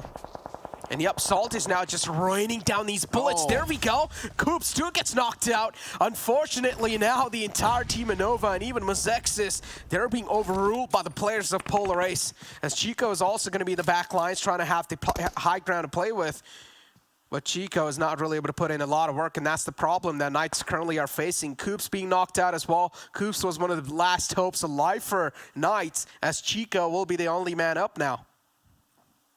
We'll see what Chico can do here in this situation, but I think the Knights learning a valuable lesson. Yeah, I think the Knights learned a valuable lesson, though, playing that position. That position right there, a little bit too hard to hold split. So many different, like, just hills and just areas where another team can slide in and just get multiple angles. But yeah, talk about the circle shift. Lazarus controlling the north half of that giant mountain, and HQA looking pretty. Two of their players on top of the southern half, and everything else is just low ground. We got one compound in the mix, and that's pretty much it. Yeah, I don't know how WallStreetBets are trying to play this one, because if they do try and just compromise with the lower ground, they're not going to have a lot of cover to play with. But just staying on the edge so far, not even making their entry inside the zone. Polar Ace, they're actually going for a complete wraparound from the southern side, hugging the blue zone. K19 here with 3 players up. Boring Protocol are trying to hold them off at bay. Boring Protocol are the biggest threat for K19. And Bob, too, realizes there's a huge threat in the front line, so they cannot just straight up try to rotate and step out of their cover. And now here we go. Samuel finds a nice opening. Oh, he could have been able to, but he missed a couple of shots, but it's okay. And now he's going to retaliate back and redeem himself as he finds another one on Valak. Wancho, too, against a fight with another player, Boring Protocol. And Acer will win that duel. And now K19 Esports, they are completely dismantled. Over here, they cannot do anything else. That was just bad by K19. Like, he's pushing this player, Sam L, by driving in a straight line. In a straight line into him. That's a huge, like, just... No, that's just not how you push a player when you're driving into them. You don't drive straight... Okay, yeah. Anyways, K19 eliminated. Unfortunately for them, BTOWN still in the game, and BTOWN still has a few players up. Inactive. I don't know. I like that dance move. That dance, I don't like that. That dance move. Why? I don't know. It's cringe. What's wrong with it? Why? I feel like it's cringe. Why, man? I just said it looks cringe. Hey, how about this? If you like it so much, Necro, after this game ends, you do that on screen for me. All right? No, I'm good. Yeah, that's what I thought. That's what I thought. I thought you liked it, huh? All right, well then tell me what's your favorite dance move in PUBG Mobile. I don't know. I'd have to see some more emotes before I could pick one out. I can't think of one off the top of my head. But hey, you said you liked that one, so go for it, man. Hitlist as well. Oh, they're currently alive in the game with all the players up, so that's something that Hitlist would be proud of. Boring Protocol now trying to make it inside the zone. The Chosen might be a team that they will have to breeze through. The Chosen's defense for now is looking pretty strong, and to breeze through the defense, it's going to be quite tough. Acer just lobbing in some smokes, hoping that the smokes will provide some enough cover, but that's not the case so far. Godfan as well with some incredible tracking. Samo taken down barely on an HP, and their first Frost nade was just sealed the deal. Salmon taken down now.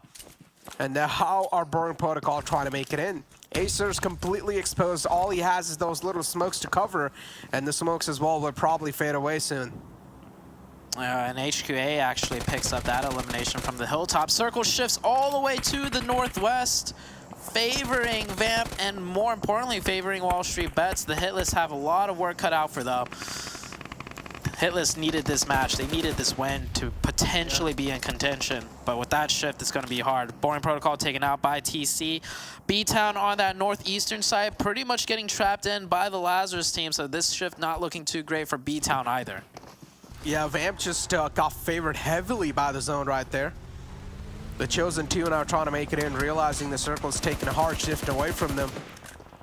It's going to be a little tough to make it in because then they will have to cross through so many teams. HQA, the Hitlist as well. I like what Hitlist are trying to do here, sending Jachi all the way inside, booking that slot for themselves, and the rest of the players are now trying to make it into on behalf of Jachi as Joey finds a nice knockout on the players of BTOWN. BTOWN is another one of those teams that cannot really afford these sort of casualties onto themselves. HQA is the team that has the highest eliminations in the lobby.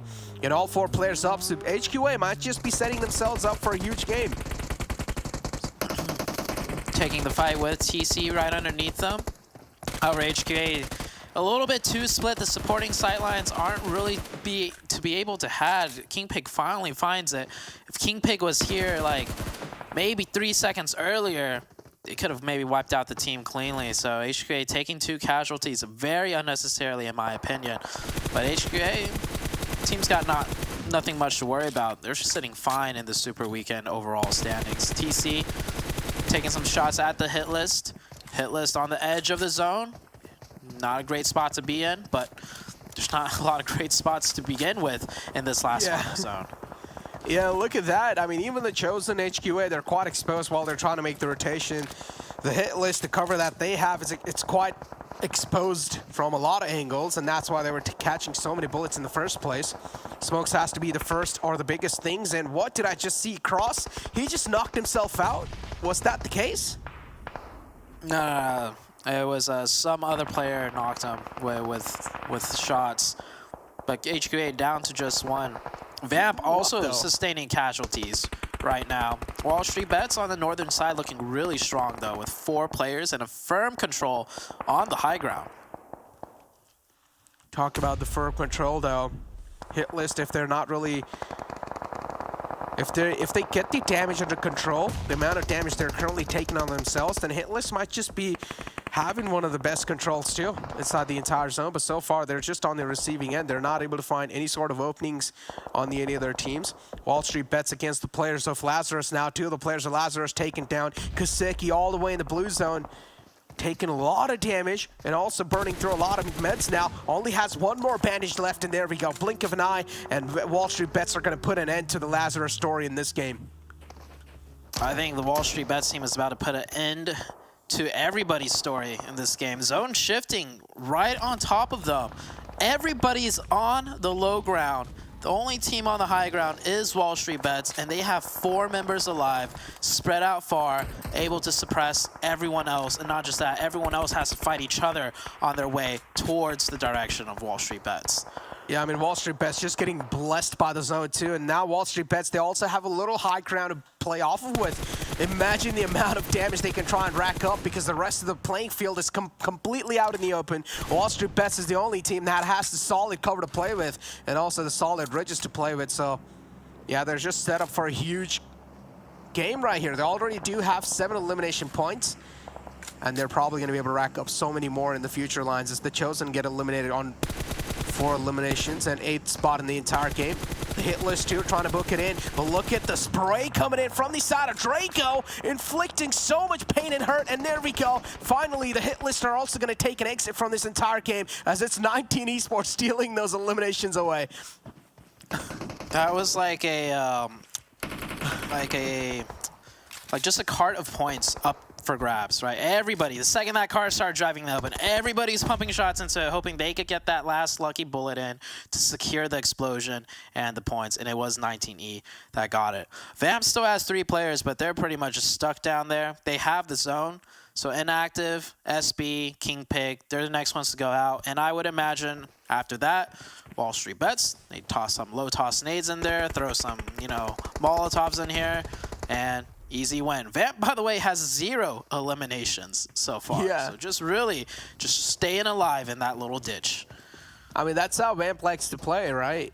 And if we try to like take a little bit more in-depth analysis in how Vamps like to play, from what I've noticed, Vamp, they've never won a fight where they will either try and chase down the zone or, well, they will try and make an entry inside the zone. And they usually just wait for the zone to somehow favor them, and that's how they just end up winning those games, because that's what I've noticed about Vamp. They're not really good at taking those gunfights in itself, and there we go. Now they're just getting absolutely decimated by the players of WallStreetBets, and 24K is going to put the final nail in the coffin as WallStreetBets, so many elimination points up for grabs, and a huge game again from their side with 12 eliminations and 28 points in total. WallStreetBets, goddamn. Goddamn indeed. Hotchicks asked the question earlier. Back to back. Do you think that was enough for WallStreetBets? Hotchicks was like, probably not. So, I mean, WallStreetBets, they'll just take another chicken dinner for themselves. This is WallStreetBets team. I said it last game. I could say it again, man. This team is looking really strong. Can't wait to see what they do in the finals, though. Well, I mean, let's take a look at the round report. As you said, Drago can't wait again. to see what they're going to be able to pull off in the grand finals. And Drago again found himself in the most elimination points, 8 elimination. Godfan 2 with the highest damage, 946. The Chosen, man, I'm not going to lie, in the final Super Weekend, the Chosen are also looking like a whole nother beast. I mean, correct me if I'm wrong. I mean, they're looking a lot better than, you know, the Chosen, from which, you know, Zute kept picking them and they kept ending up 16th place. I think so. I wouldn't say picking them up. That's yeah. I wouldn't say they're a whole nother beast like the way WallStreetBets are playing, but they've improved a lot. Don't get me wrong. But we still got 3 more games left. The race for top 16 still neck and neck. So don't go anywhere, guys. We'll be right back after a quick break.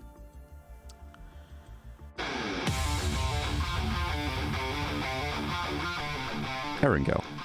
The fictional island, brewed around the Cold War era, has become a second home for all the survivors who have stepped on the battlegrounds. Erangel is synonymous to PUBG Mobile, and it's the oldest and most played map of the game. This 8x8 map features a uniquely familiar landscape, including everything from lush rolling hills, rocky mountains, farmlands to urban sprawls, and industrial outposts.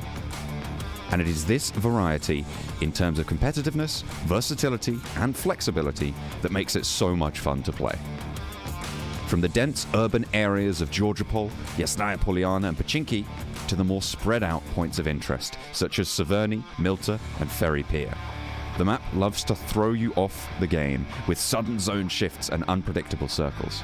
This slow yet tense gameplay throughout the match makes it a heaven for the fans of the original Battleground experience. CQC, it is Xenox, one of the best CQC players in the game, secures the point. He's an MVP, he's going, he's hungry, and he gets the squad wipe!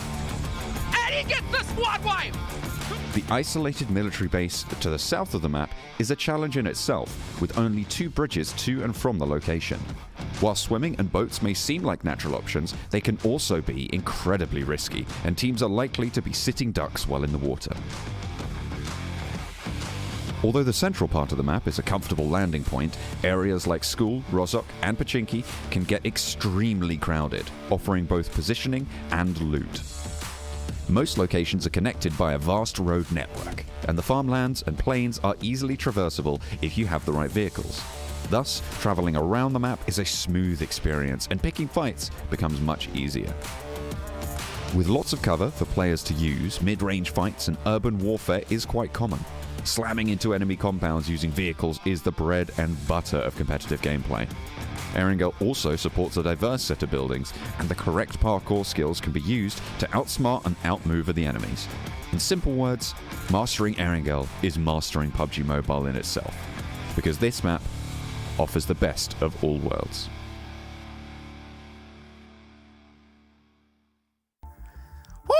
WallStreetBets with the back-to-back chicken dinners. That's how you get it done right there. And of course, when you want to get it done, you got to, of course, give a big thank you to Monster Energy, our official energy drink partner here for the PMPL.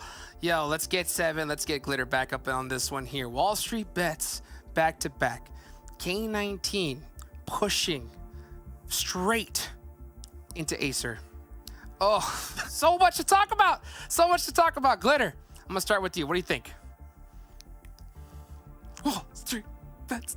That's right. That's right. I can hear the chant for Glitter. Just saying WallStreetBets in my ear. 7. You know, look at this. 28 points from 31 to 28. I mean, these guys are just popping off. I'll continue the chant. WallStreetBets. 28 points.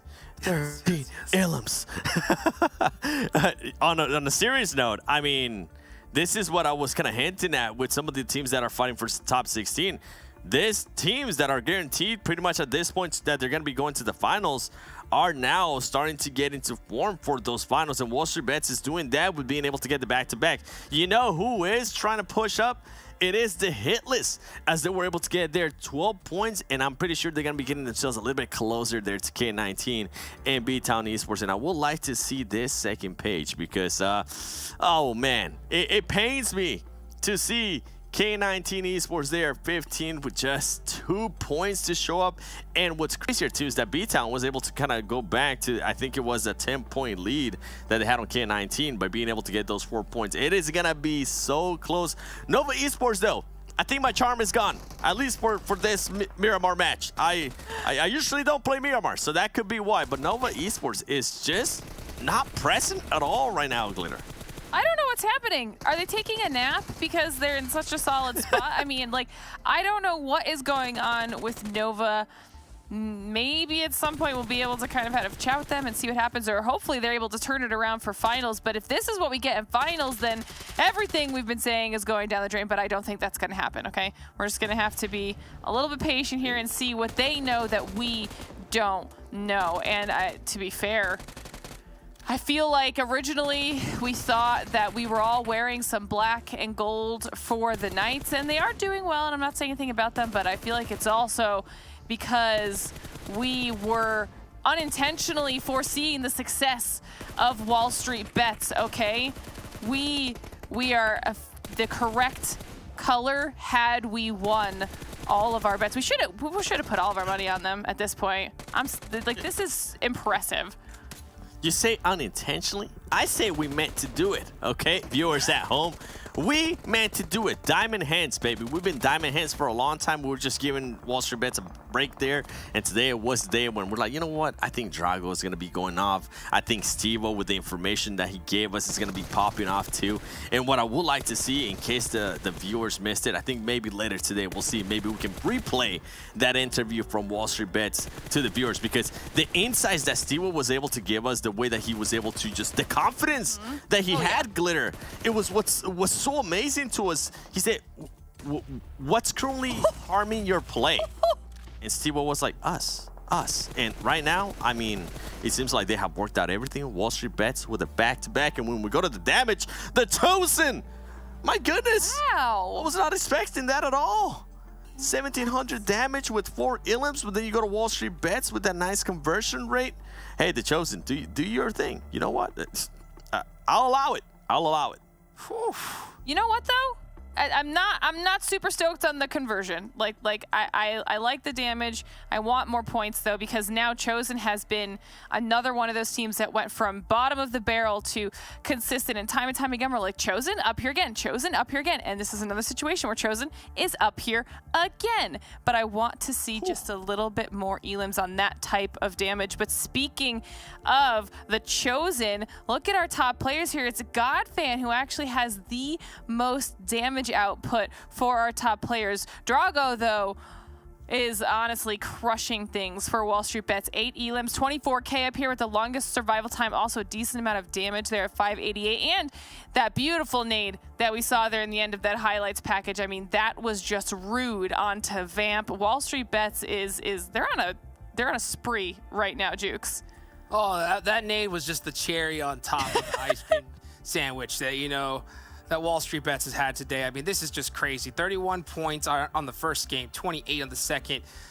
What are they going to do in the next one? I mean, it's just so crazy. I mean, can we see a crazy streak here? It's totally possible. I mean, yeah. I was going to say it's a 20 elim time. Just start breaking records. Just start breaking records, please, WallStreetBets. Get it done as we pull up their stats here so far. 7. You said it yourself. 20 elims. Are we going to see it? You know what? With the way they're currently performing, I'm gonna hold it off to Sanhok. Because if there's ever a match that's gonna happen, it might be in Sanhok. But I mean, look at the eliminations here from WallStreetBets. This is what we're talking about. This team usually tends to be consistent, and that's why I was leading to the maybe they were trying out different stuff. Going from 2 elims, 0, 6, 16, and then 13. Like, that is a big jump, but I would like to see some of the other stats from then. Look at the placement points. I mean, Dang. I don't know what you can say in regards to that, guys. Oh my goodness. A tabletop. I would like to see I would like to see a back-to-back from then. I think that'll be interesting. And then you mentioned it too earlier, Hajix. 31 points in the first match and then 28 points in this last one. I mean, I think this team might be trying to send a message before going to the finals, Glitter. You know what? I hope they are. And if they're not, they're doing it unintentionally just through their phenomenal gameplay. But I hope that they're trying to let everyone know that's on that top page with them, guys. Like, we are not to be slept on, okay? We are coming for you when it's finals time. When all that money is on the line, they want to take home first place. They want the pride points. We've heard them talk about it. So I think that they are positioning themselves well to do that. They're making a name for themselves, without a doubt. I mean, you saw the confidence in Steve-O. He has been putting in a lot of work with the squad. I mean, they had to go and swap certain players out, put some new ones in to really get that vision for what he felt. And at the end of the day, I mean, numbers don't lie, you know? And when you go ahead and you start performing like the way they are here, they obviously are doing something right. So it's good to see WallStreetBets, you know, keeping up with what they've been saying. Let's go ahead and take a look at this beautiful fight that we have here, Seven. I know this is something that you really kind of wanted to highlight, so why don't we go ahead and take a look at it? It definitely is, and I mean, it comes to, in regards to K19 against Boring Protocol. Valak. I mean, you heard Sute say it. It was just such a bad play. He decided to go up against Sam L in a straight line. I'm speechless. I don't know what to say in regards to that. Like, at least try to maybe throw down a smoke, try to do something different. Please, K19. We're all pulling for you here. Something that did happen earlier, too, as we're seeing the progression of this fight. At the beginning of the match, K19 and BTOWN actually ended up fighting. And that's the dance that we will be seeing from Necro at some point here. I'm waiting for it. We'll end up seeing it, hopefully. I don't know. But I was saying, we did see K19 and BTOWN fight at the beginning. They did end up trading players, and then they just kind of spread out. So it's interesting to see if they're going to fight again early in the match. Yeah, let's see it. Let's see it. Whoever wins that one is going to be really in a good position here for the rest of this tournament. Thank you so much, Seven. Thank you so much, Glitter. I could hear the playing getting started. I could hear the pitter-patter of some pro players' feet. We're going to get this next one going, all right? Let's get this Erangel started. And, of course, we couldn't do it without our wonderful casters here. Let's go ahead and bring them on in. Spad Cargo and Necro. Guys, take it away. Hey, thank you, Hot Jukes. Okay, now I've been bullied a little bit. I am finally here, so now I can defend myself. I did not know everybody else was choosing K19. I chose XSET because of what Glitter said, actually, at the beginning of the show. I decided to kind of pull a Zute from yesterday, kind of focus on somebody else towards the top of the leaderboard, because I feel like in that 5th place position overall, I want to see them just get a little bit higher before going into finals. K19, though, I think that's on everybody's minds. And from their last couple games' performances, these last 3 that they're going to be playing out, they're going to have to make it big, honestly, right, Necro? Yeah, I mean, they will have to. They're not really that far away, too, because if you compare the performances that BTOWN and Dope they've been able to put up so far, and these teams as well, they're having a horrible day so far. So K19, they will have a huge still moving inside, but we're currently going to be moving inside the 3rd game. That means after this game, they will only have 2 more games. And this 3rd game, they will need to try and at least do something. They will need to establish something in this game. Try to get some decent points, right? Just try to rack up some 9 or 10 elimination points or something like that. K19, go all guns blazing, baby. Well, last Erangel, the Knights ended up running into K19, and I mean, we heard how upset you and Zute were about that. I was even sitting back in the green room listening to the analysts. They were super upset that K19 was being found out by the Knights in those apartments. So coming into this one, we just gotta hope that K19 doesn't have the Knights roll up on them. Honestly, the Knights, Nova, Lazarus, just as long as the K19 kind of stays away from those teams, I think they'll be good, right? Yeah, I think so. They will be indeed good because, again, as you said, some of the big teams, they're out for blood without a doubt, and they're just searching for these victims. And K19, the hit list, currently the teams that are in the bottom lines, BTOWN and Dope as well, they're going to be the biggest victims possible. And if these teams, they're able to get any sort of bloods from these teams that they're on their hands, then I know, I mean, the top teams are already doing quite good, and it won't really even matter to them that even if they are just crushing these teams over. Yeah, at this point, it's just you guys are hoping that the top teams are getting the points or the people at the very bottom. Everybody in between, they don't want those guys getting those points. But let's go ahead and take a look at an interview before we start the next match.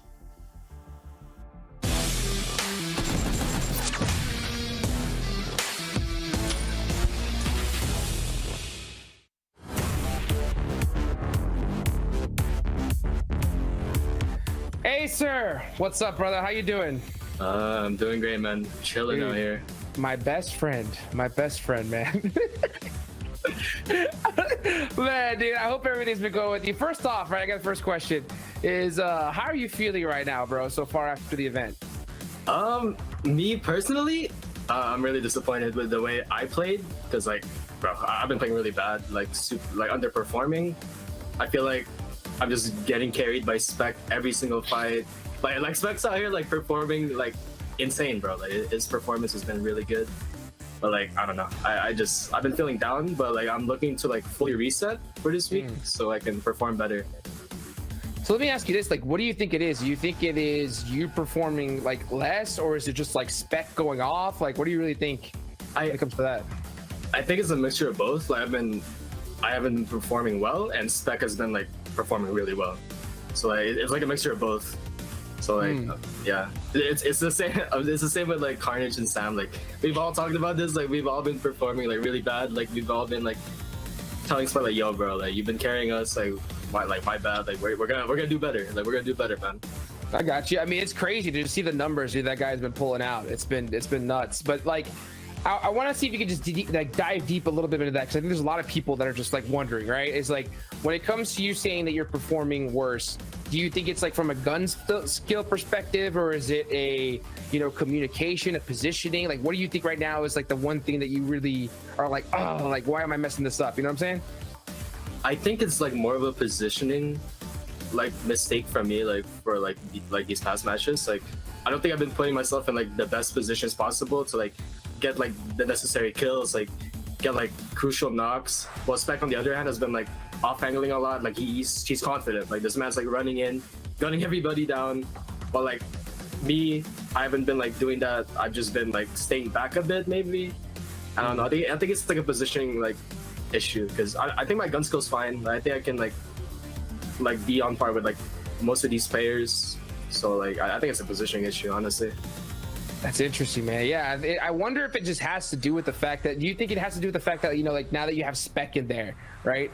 Maybe you want to let him kind of like shine a little bit, because before you were like the main fragger, right? Like it was all Acer up in front. So now you got Spec with that kind of confidence. You know, do you think that just adjusting to that kind of like supporting role, but at the same time, like doing it the same, I don't know, like if you could, this is just like a theory. Like, what do you think about that? I don't know, like, I mean, he's just going in there, so like I kind of put myself back to like support him more, like let him, like just let him do his thing. So I guess at the same time, like kind of like what's the word, like limiting myself maybe, so, like my capabilities. Like I don't want to use that like as an excuse. Obviously, like Spec on his own, like he can do whatever he wants. Like he's insane. But I don't know. Maybe that's like the reason for it. Like I couldn't really tell you.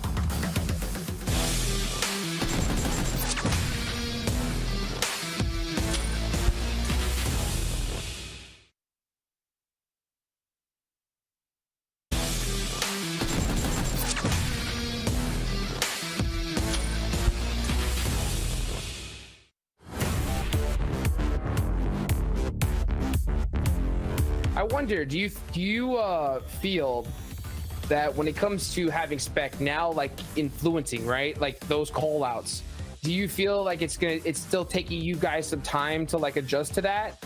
Or is it kind of like, does Sam always get like the automatic answer? You know what I'm saying? Like if it comes to like, if Spec and Sam are colliding when it comes to a certain play call, like how do you guys navigate through that? At the end of the day, like Sam, he has like the final say, right? He's the IGL, so we're just throwing in suggestions that what we think is like might work. Like we're always throwing in suggestions, and if Sam thinks that, oh, like I think we should do this, and he has the final say. So there's not really like any colliding like things like that. We just leave it up to Sam to like be the final say. And we just throw in suggestions, so he has more options to pick out of, you know. Heck yeah, dude. I mean, giving that intel, right? Giving that intel to your IGL to make the decision is huge. It's huge, man. Yeah, for sure. Okay, all right. Next question that I have up here is, what kind of preparations did you guys go through before coming here? Like, for a lot of people that don't know, like, you know, obviously we're talking about, you know, the pickup of Spec. Like, how long has that been? What have y'all been doing when it comes to training with Spec now on your squad? I mean, we just been playing a bunch of scrims, playing tourneys, like trying to like get adjusted. Like we played a bunch, and we were so motivated when we got Spec on the team. I was like, it's Spec, man. Let's go, right? Like, yeah, we were so motivated, man. So yeah, we just played a lot of scrims. We've been playing like a bunch of 2v2s before PMPL to like get warmed up, and like individual practice, you know, because I mean you don't want to be like 2v2ing all day, because I don't know, it gets stale, right? So like just individual practice, 2v2, lots of scrims, tourneys and stuff to just get the team like adjusted. Next question, it says here, what are your expectations heading into the finals? Heading to the finals, just I don't know, man. Like there's so many things. Like we obviously we want to like get rid of like most of these like simple mistakes that we're making. We want to play more together as a team. Like we definitely want that. So like my expectation getting to the final is like I think we're gonna do pretty well. Like as long as we play together as a team, as long as like there's no arguments in between games, or like in the middle of the game, obviously, like definitely in the middle of games. Yeah. And I think we're gonna do well. We just gotta play with like full confidence, like no like getting demotivated after like a really bad game. So yeah, that's it. That's a hard one. That's a hard one right there. I noticed like after talking to so many different players and teams, I noticed that some guys, what they do is like some teams like have like real strict rules when it comes to like having a bad game, when it comes to giving another player feedback, right? Saying, hey, you know what, you should have did this or do that. I noticed that some teams and some players are like, we don't even talk about that stuff until after the whole day is done, right? Yeah. Is that kind of like a rule you guys abide by, or are you guys like after a bad game, like walk us through like kind of like what's that like? Well, so after a bad game, we definitely do not want to like start up arguments, because if you start up an argument with another player, like you get emotional, they get emotional, so like the mood just goes down, like everybody just feels like down. So we definitely like want to keep that until after the game. Like we talk with our coach, like we VOD review for a bit, like 30 minutes maybe to an hour, and then like we talk about it like after the game, like not in between games, because in between games then you think about that like before the game starts, like before the next game starts. I mean, so like yeah, that's the rule that we have. Like we talk about it after the game. Like no arguments, nothing like that until after all the matches are done.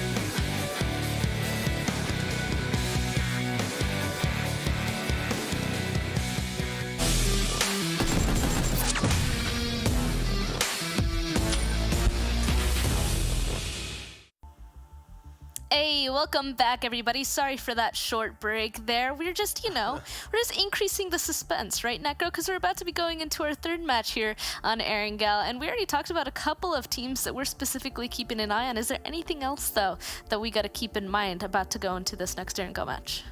Back-to-back 3 chicken dinners by WallStreetBets. Is that possible? I mean, they can't pull it off currently the way they're playing. And if they do keep on playing the way they're playing, then of course WallStreetBets will be able to pull off. But again, nothing taken away from WallStreetBets, but the final zone kind of shifted right on top of the players of WallStreetBets. But they still had to fight their way inside before in the initial zone. So still WallStreetBets, they got back-to-back 2 chicken dinners. Are they going to be able to pull it off? Or are they going to be able to replicate it in the Erangel game? Again, let's find it out as the plane fly path is going to be starting all the way from Sanhok military base to Severny. Yeah, a nice plane path for this one, it seems. And I mean, everybody's probably going to be going to their same areas, just like last Erangel. Everybody's going to be able to go to their usual drop spots, be able to loot on up. And then it's really down to the first circle where we can start guessing kind of the altercations that are going to be coming upon everybody, because that's really where, the main rotations and just all those crazy things kind of come into play. As of right now, we don't have the information just yet, of course. We're having to wait just a little bit longer. And even kind of early on last Erangel match, there's a couple of teams that did kind of get close to each other, I will say. So that's another thing that we need to start really keeping an eye out now that we're down to our last 3 matches. Yeah, just waiting for the map feed here and to find out how things are really going to be traversing around. But again, the plane fly path was something that was right from the center side, so I don't feel like teams are going to be having that much of a struggle to try and make it into their drop spots. Again, it should be free for them. It should be up for grabs without a doubt.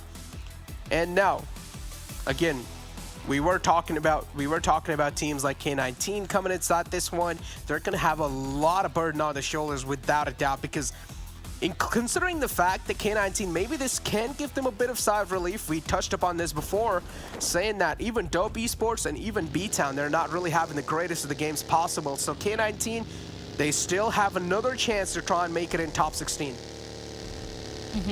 Yeah, because of that, it's just getting closer and closer. I mean, just any small little mess up from these other teams, right, can go ahead and open the door for teams like K19 to just kind of like slip on in. Of course, it's not going to be that easy. K19 still needs to go ahead, stay alive, get as many points as possible. Got to get those placement points, those elimination points, just all of it. And it does look like our first circle is going to reveal itself. We can see it up there in that mini-map, top right corner here. It's kind of centering around that Pachinki area, just off center there. So that means the only people that really have to make some sort of big rotation is just the teams kind of on Military Island, I'll say. HQA, Mezexis. Yeah. Actually, K19 is all the way up on Stalber as of right now. That also could be a little bit of a difficult rotation further inside of this zone. Still a standard circle though, right? Nothing really much to worry about. Teams, they're not going to have that much trouble to try and make it inside the first zone. But again, it'll come down to the second and third one. Where do those shift? If they're going to be taking a hard shift, if the second circle is going to be a hard shift, then we might just see a couple of problems knocking on these players' doors, as we do have Boring Protocols in front of us. And there we go. Boring Protocols, talk about them. Another one of those teams that's currently out for blood. And right now, I even talked about this with Zute, saying that right now, for all these teams that know they're on the safer side of things, these are just going to be the training grounds for the grand finals. Oh, yeah, for sure. I mean, everybody should be playing their games the way that they're going to be playing it in finals. Almost, to an extent. I do think that we did kind of have conversations on whether or not some teams are kind of practicing, trying different things to prepare for the finals as well. That's another thing that could go ahead and be happening at this point, right? It's just kind of figuring out who exactly you're going to be playing against in finals, just getting ready for that.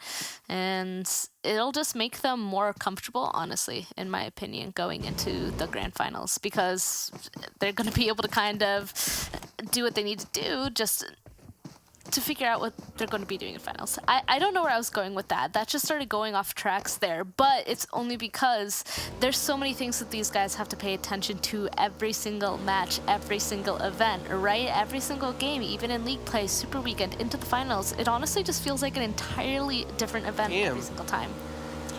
Happy family. Look at it in front of us. Yeah, the 3-seater bike filled. Still do remember, man. Back in the days, used to have those kind of bikes.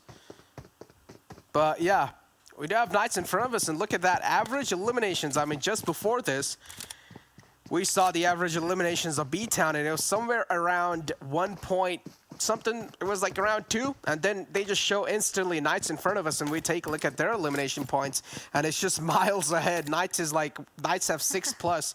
So, boy, I mean, these two are nowhere near to be compared.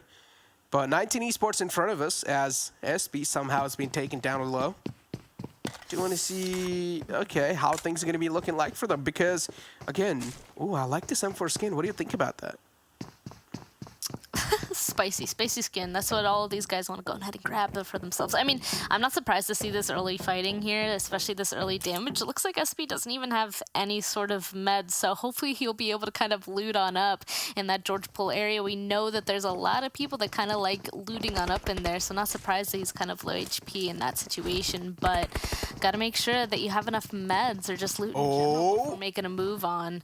And oh, I mean, Boring Protocol, the Chosen, getting kind of close to each other. We even heard on the analyst desk, the Chosen, they're no longer that team that's like, oh, it's the Chosen, we feel bad for them, right? They're starting to become consistent. They're starting to actually be contenders and actually fight in this situation. So them versus Boring Pro could be an interesting fight to see. Of course, they're just in the compounds right beside each other. I don't think it's going to go any further than that unless for some reason one of these guys just really is thirsty and out for blood. Oh, I'm pretty sure at this point, every single team is just thirsty for blood. In those mid packs, though, that I know they're on the safer side, then all those teams are just thirsty for bloods. Over here, they're just trying to set some records. The highest kill games, possibly. You know, that can be a nice content.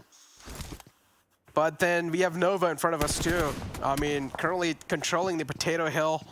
Looking really good, but oh, I'm going to hold on to my words because Spec caught a little bullets from that little angle that the players of the Chosen are trying to create. It's Opa. Great shooting from his side. I was going to say, I actually like that the Chosen has another person not inside of the compound, but a little bit further out, like inside of the field there. Just give them a little bit more territory for themselves, a little bit more angles to look towards Boring Protocol with as well. I don't know if any of them would kind of expect somebody to be standing that far out in the field, so that angle could be huge for the Chosen later on if Gaji, see him over there, decides to kind of take some shots in this direction. It looks like Boring Protocol kind of realized that not peeking anymore, and Coops is going to start off a fight with Lazarus, getting a knock onto Joey. The rest of the Knights already in their vehicles, ready to go, just driving it up the side of the hill. Looks like Lazarus, though, kind of disengaging off of this. All of them inside their buggies just trying to leave at this point. Fears, though, he's kind of in a scary position. Same with Purge, actually, trying to go for that res onto Joey. Knights, they're already pushing on up all here already. Nova, kind of behind on Potato Hill, might also get involved in this as well. I have to keep an eye on that mini-map here. Of course, Purge, it looks like his teammate unfortunately did go down, but he so far successfully getting away from here. Lazarus might be able to survive with 3 up.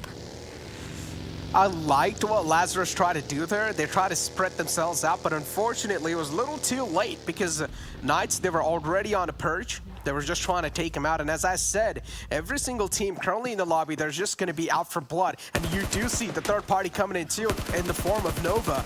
And the top teams, man, they're indeed just going to try to get those elimination points wrapped up. Some sharp shooting from the side of Xenox, and now he'll need to try and take care of his backlines too, as it's going to be Kaseki. It's quite a panicky situation without a doubt. Kaseki's also catching a lot of bullets on himself, but unfortunately, he's also going to retaliate back in style as Knights, another player, Chico, should be able to seal the deal on Kaseki. And Lazarus now, they're in a huge state of discomfort. I mean, at this point, the Knights, they're just all driving towards where enemies are because they know that Nova is getting closer, so they're just going to go ahead and secure those eliminations out of Lazarus. The last one, he is out of there, driving as far away over to the eastern side as possible. Look at Purge just driving straight towards Mansion. He just wants to get out of that situation, try to survive for the rest of his team, maybe grab some placement points, but that is not an ideal situation. For a bit there, I really thought that Lazarus might be able to get out of there, but the Knights, they're persistent in chasing that down. and getting those eliminations. Looks like a couple other teams finding themselves right next to each other here as well. We got the Hitlist right next to XSET. The Hitlist, I had chosen them yesterday. This is another team that I was kind of debating whether or not to kind of be picking on them, because I chose them yesterday in the hopes that they'd also be able to make it, because they had a huge day, first day of the Super Weekend. But unfortunately, yesterday just didn't get enough points. I still want to see them kind of go out with a bang, though. I want to see WallStreetBets having that 3 chicken dinners back-to-back. I mean, can be a record set. And why not, you know? WallStreetBets, yeah, get the hat trick for themselves, you know? Just back-to-back 3 games. Would be feeling themselves too.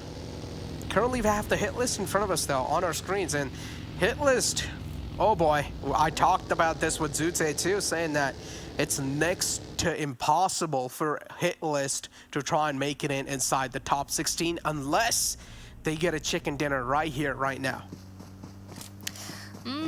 Yeah, definitely feel like it's might be just a little bit too late at this point, but I still want them to go on ahead and play as best as they can. Like I said, go out with a bang kind of situation. Does look like they're being a little bit safe, making a rotation down on the southern side. XSET is going to be in their way, and 19 Esports, they actually are hugely split right now. You can see 3 of them about to be crashing into Boring Protocol's building. SB super far away, but it looks like they're actually taking this, crashing into Boring Protocol here. Looks like Acer is going to be able to do a lot of damage to at least one of them in this situation. Nobody has been knocked just yet, but it's only a matter of time as Alucard pushes on in once again. Unfortunately, he does in fact go down. The rest of 19 Esports, they didn't continue on with their rotation to make the crash happen. Rad, he's standing up on top of the hill above, and the rest of his teammates, they're crashing in a different part of Boring Protocol. I feel like it might just be a little bit too late. Oh, a huge nade from Carnage. SB goes down too.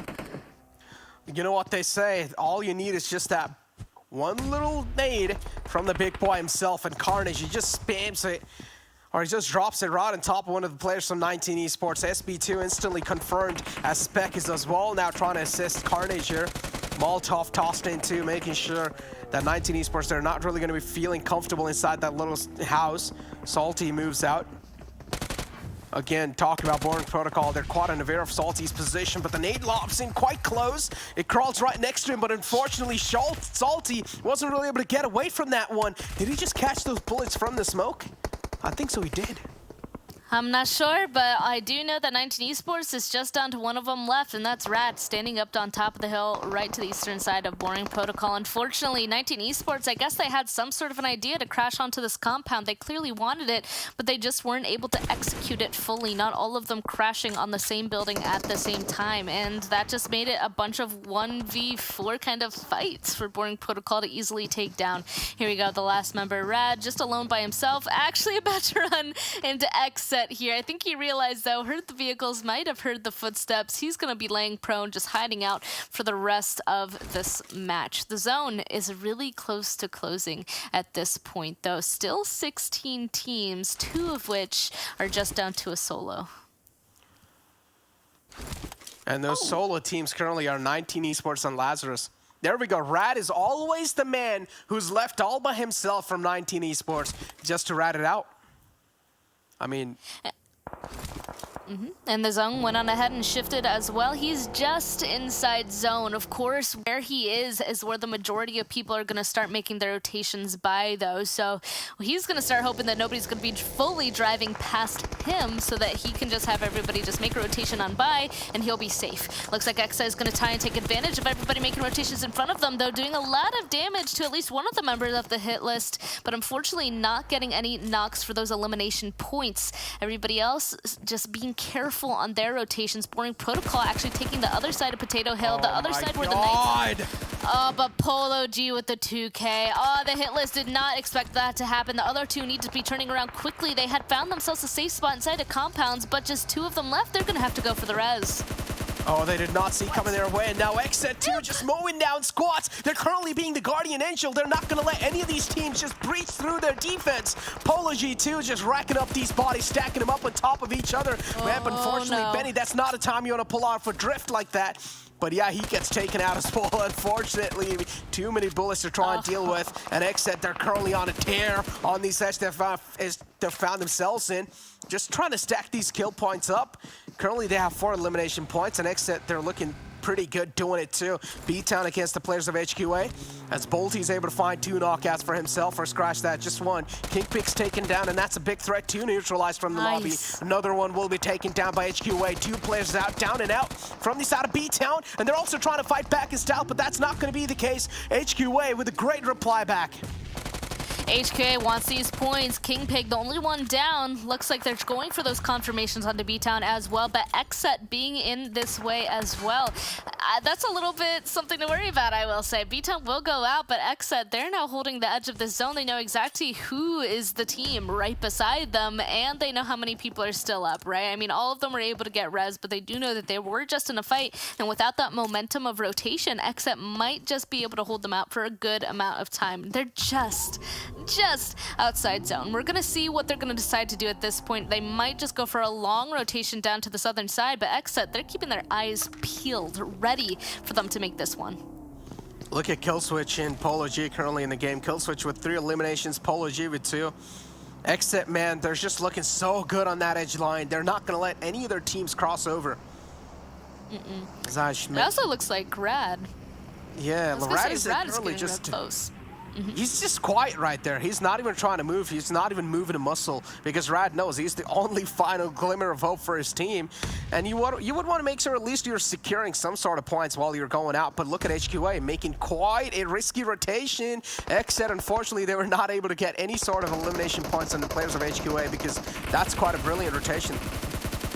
Yep, just far down to the southern side if possible. Unfortunately, Suppig's vehicle just a little bit too damaged. They will be getting at least 1 elimination onto HQA, and the rest of their vehicles, unfortunately, they didn't park it in the safest of spots. XSET is able to do a little bit more damage to the rest of the vehicles. Of course, XSET themselves, they have to focus on trying to get their rotation going. Looks like they need a little bit more loot, so they're going to kind of go back to where they heard that fighting, potentially drop people off at those vehicles, and now they're kind of have to make their way into the next zone. Looks like Boring Protocol Knights finally finding themselves in a fight up on top of the big hill as well. Boring Protocol, as of right now, still has all 4 members up. Same with the Knights. It looks like Boring Protocol has a little bit of the high ground, but of course, Coops with the huge nade getting a couple of knocks onto Boring Protocol. That means it's going to be a 3v1. Some trades do come through, though. Coops finding himself knocked. And at this point, the Knights and Boring Protocol, they're just kind of trading their advantages on top of this ridge here. Let's see what Spec is going to be able to do. Only a couple members of the Knights left. Only Chico, actually, is left trying to get the res behind the vehicle. Boring Protocol, we'll see if they'll be able to kind of sniff him out in this one. Boring Protocol, currently the odds are stacked with them. So Knights, Chico is going to go for the res back up onto Tensa. Tensa back on his feet. Chico left all by himself to flip the tables against the players of Boring Protocol. And if he's able to pull this one off, that'll be quite insane. I mean, a lot of fingers are being raised against Chico. And if he does manage to do something here, but unfortunately, it seems like Boring Protocol, they're getting third party by the players of Nova too. So we do have a little bit of an invited guest in this party here. Boring Protocol, you guys will need to try and secure your players up because one of the players did get knocked out tonight. They're also getting a little bit of unintentional help. Oof, okay, well, the Knights, they do have a little bit of a shelf here, right? It looks like Tenza, they also have at least 2 vehicles to start trying to make this rotation happen. Make sure that Nova can't hit them anymore and to try and get into this zone. As a 2-man might be a little bit easier to kind of find a spot that they can play inside of the zone, but of course will be harder to participate in any fights that they need to find themselves in. And oh no, especially because Chico is now the last one alive. Unfortunately, his teammate being caught out on that rotation. HQA will be eliminated as well at this point. 13 teams are now left, and we can see that this zone is kind of centering around that snake kind of compound area. Everybody kind of on top of each other at this point, and that just means that XSET is going to be taking out the hit list next, and 12 teams are now left. At this point, wherever this zone shifts, whoever is found in that center compound is going to be quite happy because all of these compounds are pretty strong in terms of their vantage points. They are. Vamp with only 2 players up, unfortunately. If the compound does get straight up pushed on by any of their teams, I'm pretty sure Vamp, they're not going to have the manpower to try and stop the push. WallStreetBets straight up ramming their vehicles in the Shack of Boring Protocol. And now, Bob, they're going to be in the world of trouble as the final man is right inside the Shack too. Nemesis whips out quite a lot of damage on the man right there. Spec tried his best. He gave it all he had, but he eventually falls down. A great push, a calculated aggression taken from the side of WallStreetBets, but they still need to clean their way inside the next zone. It looks like Nova is finally itching for those fights. I mean, they keep third-partying. They're always that team that's kind of in the distance, doing damage from afar, and now it looks like this is their time to fight. Love the rotation now, right in front of WallStreetBets, taking that ridge right below them, basically ensuring that WallStreetBets has nowhere to go except straight into them. Huge nade getting a knock on the Nemesis. That means only 2 of WallStreetBets are left. Nova realizing that situation, huge push coming through, get another knock. It does look like he will be able to get a trade onto at least 1, but they should get that res before the blue zone is upon them. So WallStreetBets find themselves out. Nova still alive, taking control of the northern side of the zone. XSET though, with 8 eliminations, they're looking so hot right now in this lobby. And it's going to be tough to cool them down without a doubt, because XSET, they're just spotting these players out, making those crucial rotations. And XSET, they're always able to situate themselves on the edge of the zone, on the prime spot too, to eliminate all these players. Koi steps out in the open, did not really realize the players of XSET had a clear line of sight on him. Koi will be confirmed, and now Nova, they're just down to a 3-man squad. QCZ spotted out too with the buggy. A lot of shots to try and hold. And there we go. The buggy will eventually blow up too. Nova, they did not really expect this coming their way.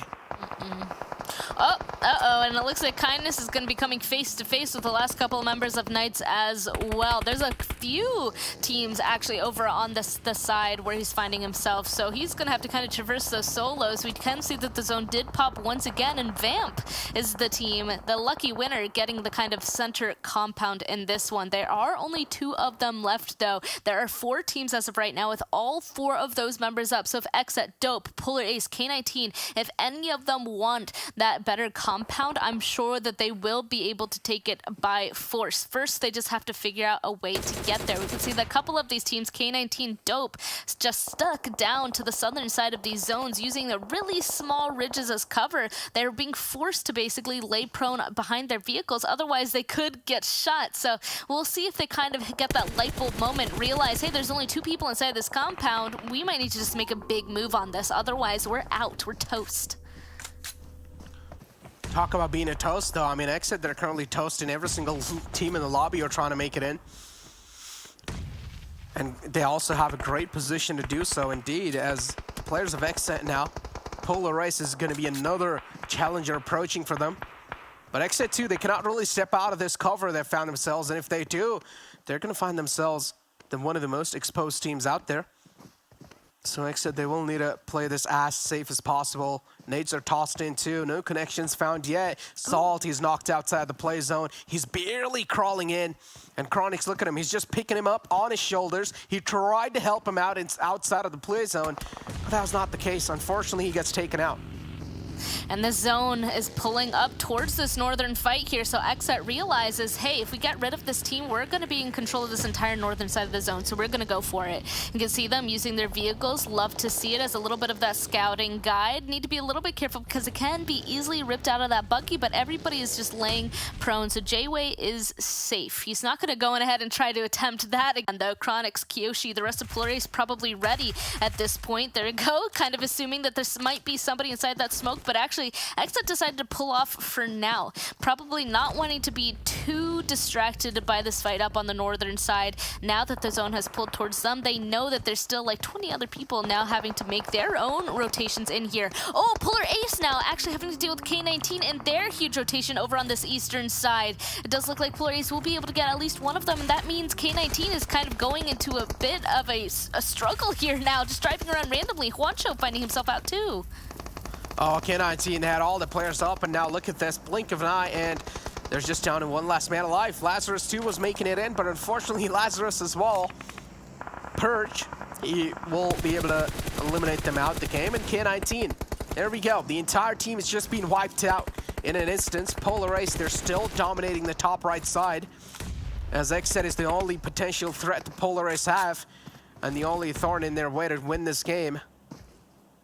I wanted to see WallStreetBets back-to-back three-game chicken dinner, but they got wiped out by the third party from the side of Nova, and then Nova got wiped out by the players of XSET with a great defense, and Killswitch and J-Way finding some nice opening against the players of Polar Ace. And look at this, the go calls now being made as XSET, they're also trying to get as much as land control as possible.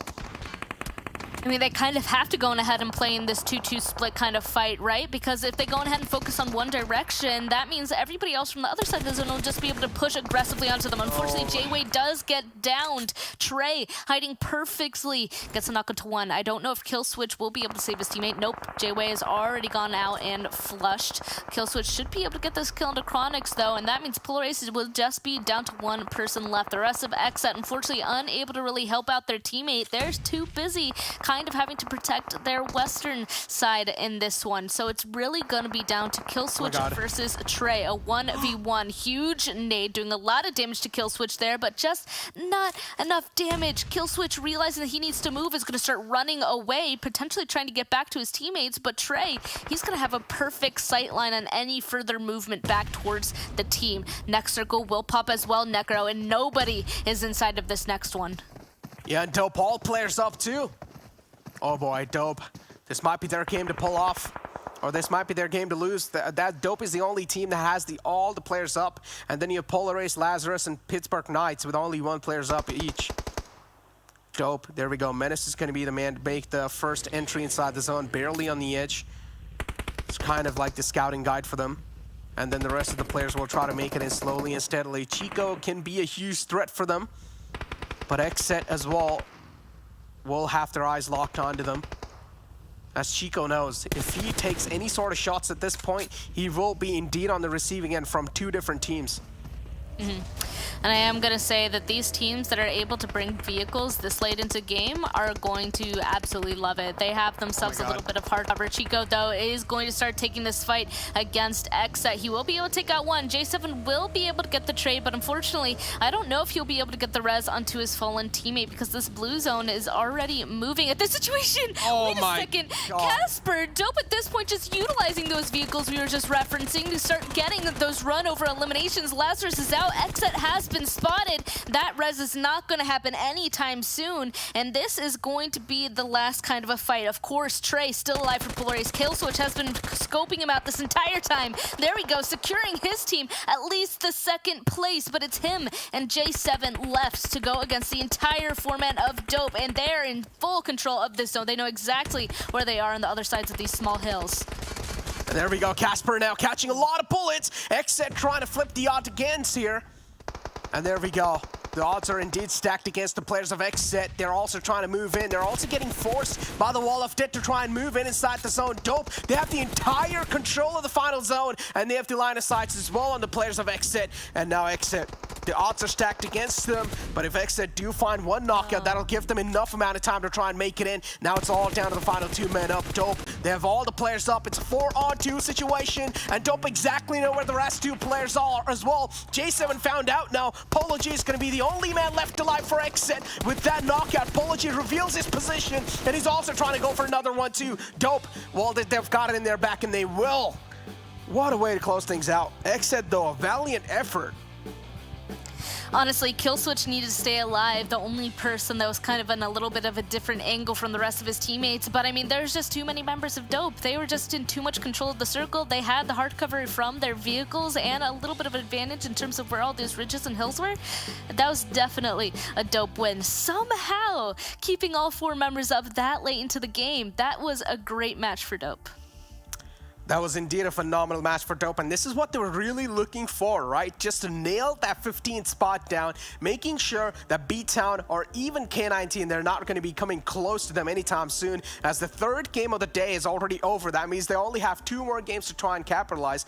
BTOWN, they still haven't nailed that 16th spot down. I actually want to find out, has K19 crossed over BTOWN in the overall rankings? Because it was pretty close on that 16th and 17th spot. In K19, even if they haven't, then they will still have 2 more games to go. But BTOWN as well, they will have 2 more games to try and redeem themselves. That's very true. That's very true. But we saw that round report. We saw a lot of members of XSET up on that board. Unfortunately, just fell short getting that second place. Dope clearly playing that a little bit safer until they were full on aggression at the end. We'll, of course, break a little bit more into detail after this break.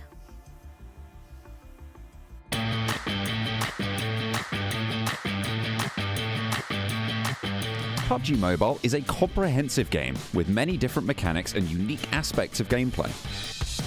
The different training modes are perfect to focus on each individual aspect and sharpen your skills. The most popular gameplay modes are Arena Training and TDM that pits players in a 4 vs 4 gunfight on a small map. These modes serve as a close-range training to sharpen your gun skills and build your reflexes. To improve on-point ADSing and recoil control, players can try out the War mode, which launches you in a fairly large space on Erangel map against 19 other enemies. Here, you can improve your AR and SMG sprays as well as train yourself for bolt action mastery.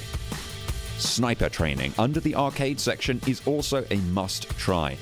Your sniping skills are put to test here, when both you and your opponent are trying to one-tap each other. You can also try quick matches in arcade mode, which basically is a mini battle royale. Everything that you have learned, you can put to the test in its 8-minute matches.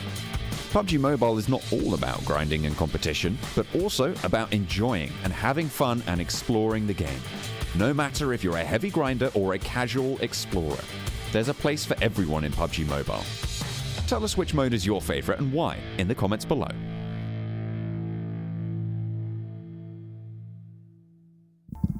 And it's Dope Esports pulling out the massive chicken dinner right here. That, ladies and gentlemen, is how you get it done. Before I go any further, of course, I have to give a big thank you to Monster Energy, our official energy drink partner here for the PMPL. I'll tell you what, Dope Esports had to have a whole bunch of Monster Energy in their system right there because that chicken dinner was essential. I think that right there, I think that closes the door on all the rest of the squads. I think Dope is safe after this one, Seven. What do you think?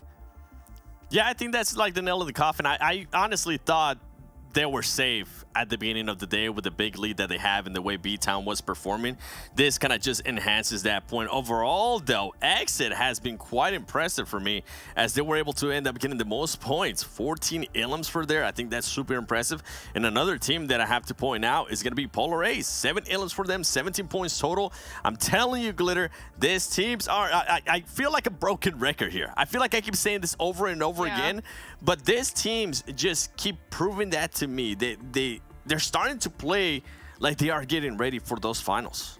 Finals are gonna be a big deal, and you know that once these points reset and there's that clean slate, so many squads are gunning for that first place spot. So it should be very, very interesting as we see where the rest of those squads shook out. And all the way down at the bottom, the 3 teams we literally do not want to see at the bottom: K19, Hitlist, and BTOWN. 0, 0, 1. I mean, that is so the opposite of what we want and what they need to be happening if they wanted to have any fraction of a chance. And, you know, we'll see what that is looking like in a little bit when we take a look at the overall. But for me, I think that Hitlist has just had that goose egg one too many times. There's no recovery at this point, and it's just going to be is it even a battle anymore, Seven? Or is it just kind of like a soft smacking match between K19 and BTOWN because no one's really doing a whole lot? I'm gonna take that second one. I feel like they're just giving each other chances. BTOWN, on this last match, we saw them go out super early, being the first team out, and I was like, okay, K19, this is your chance, right? But then they were just so focused on those placement points that they forgot to actually get any elims. They ended up with 0 elims and just 1 placement point. So K19, you missed your chance to capitalize there with what BTOWN was giving you.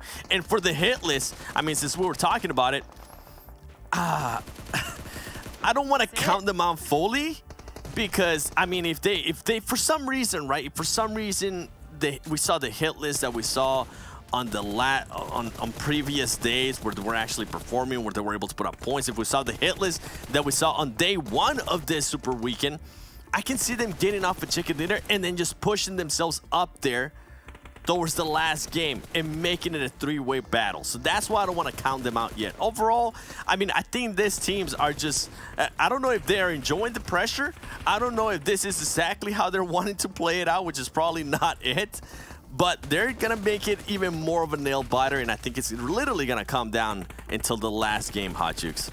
Well, they're making it like that, that's for sure. I mean, it's so crazy to see where we're at here. I mean, BTOWN going out first, you know that the rest of the squads had to be having like laser focus on the kill feed. They had to know BTOWN was out, and for them to not get the chance to really capitalize on that has to hurt. Because you know what?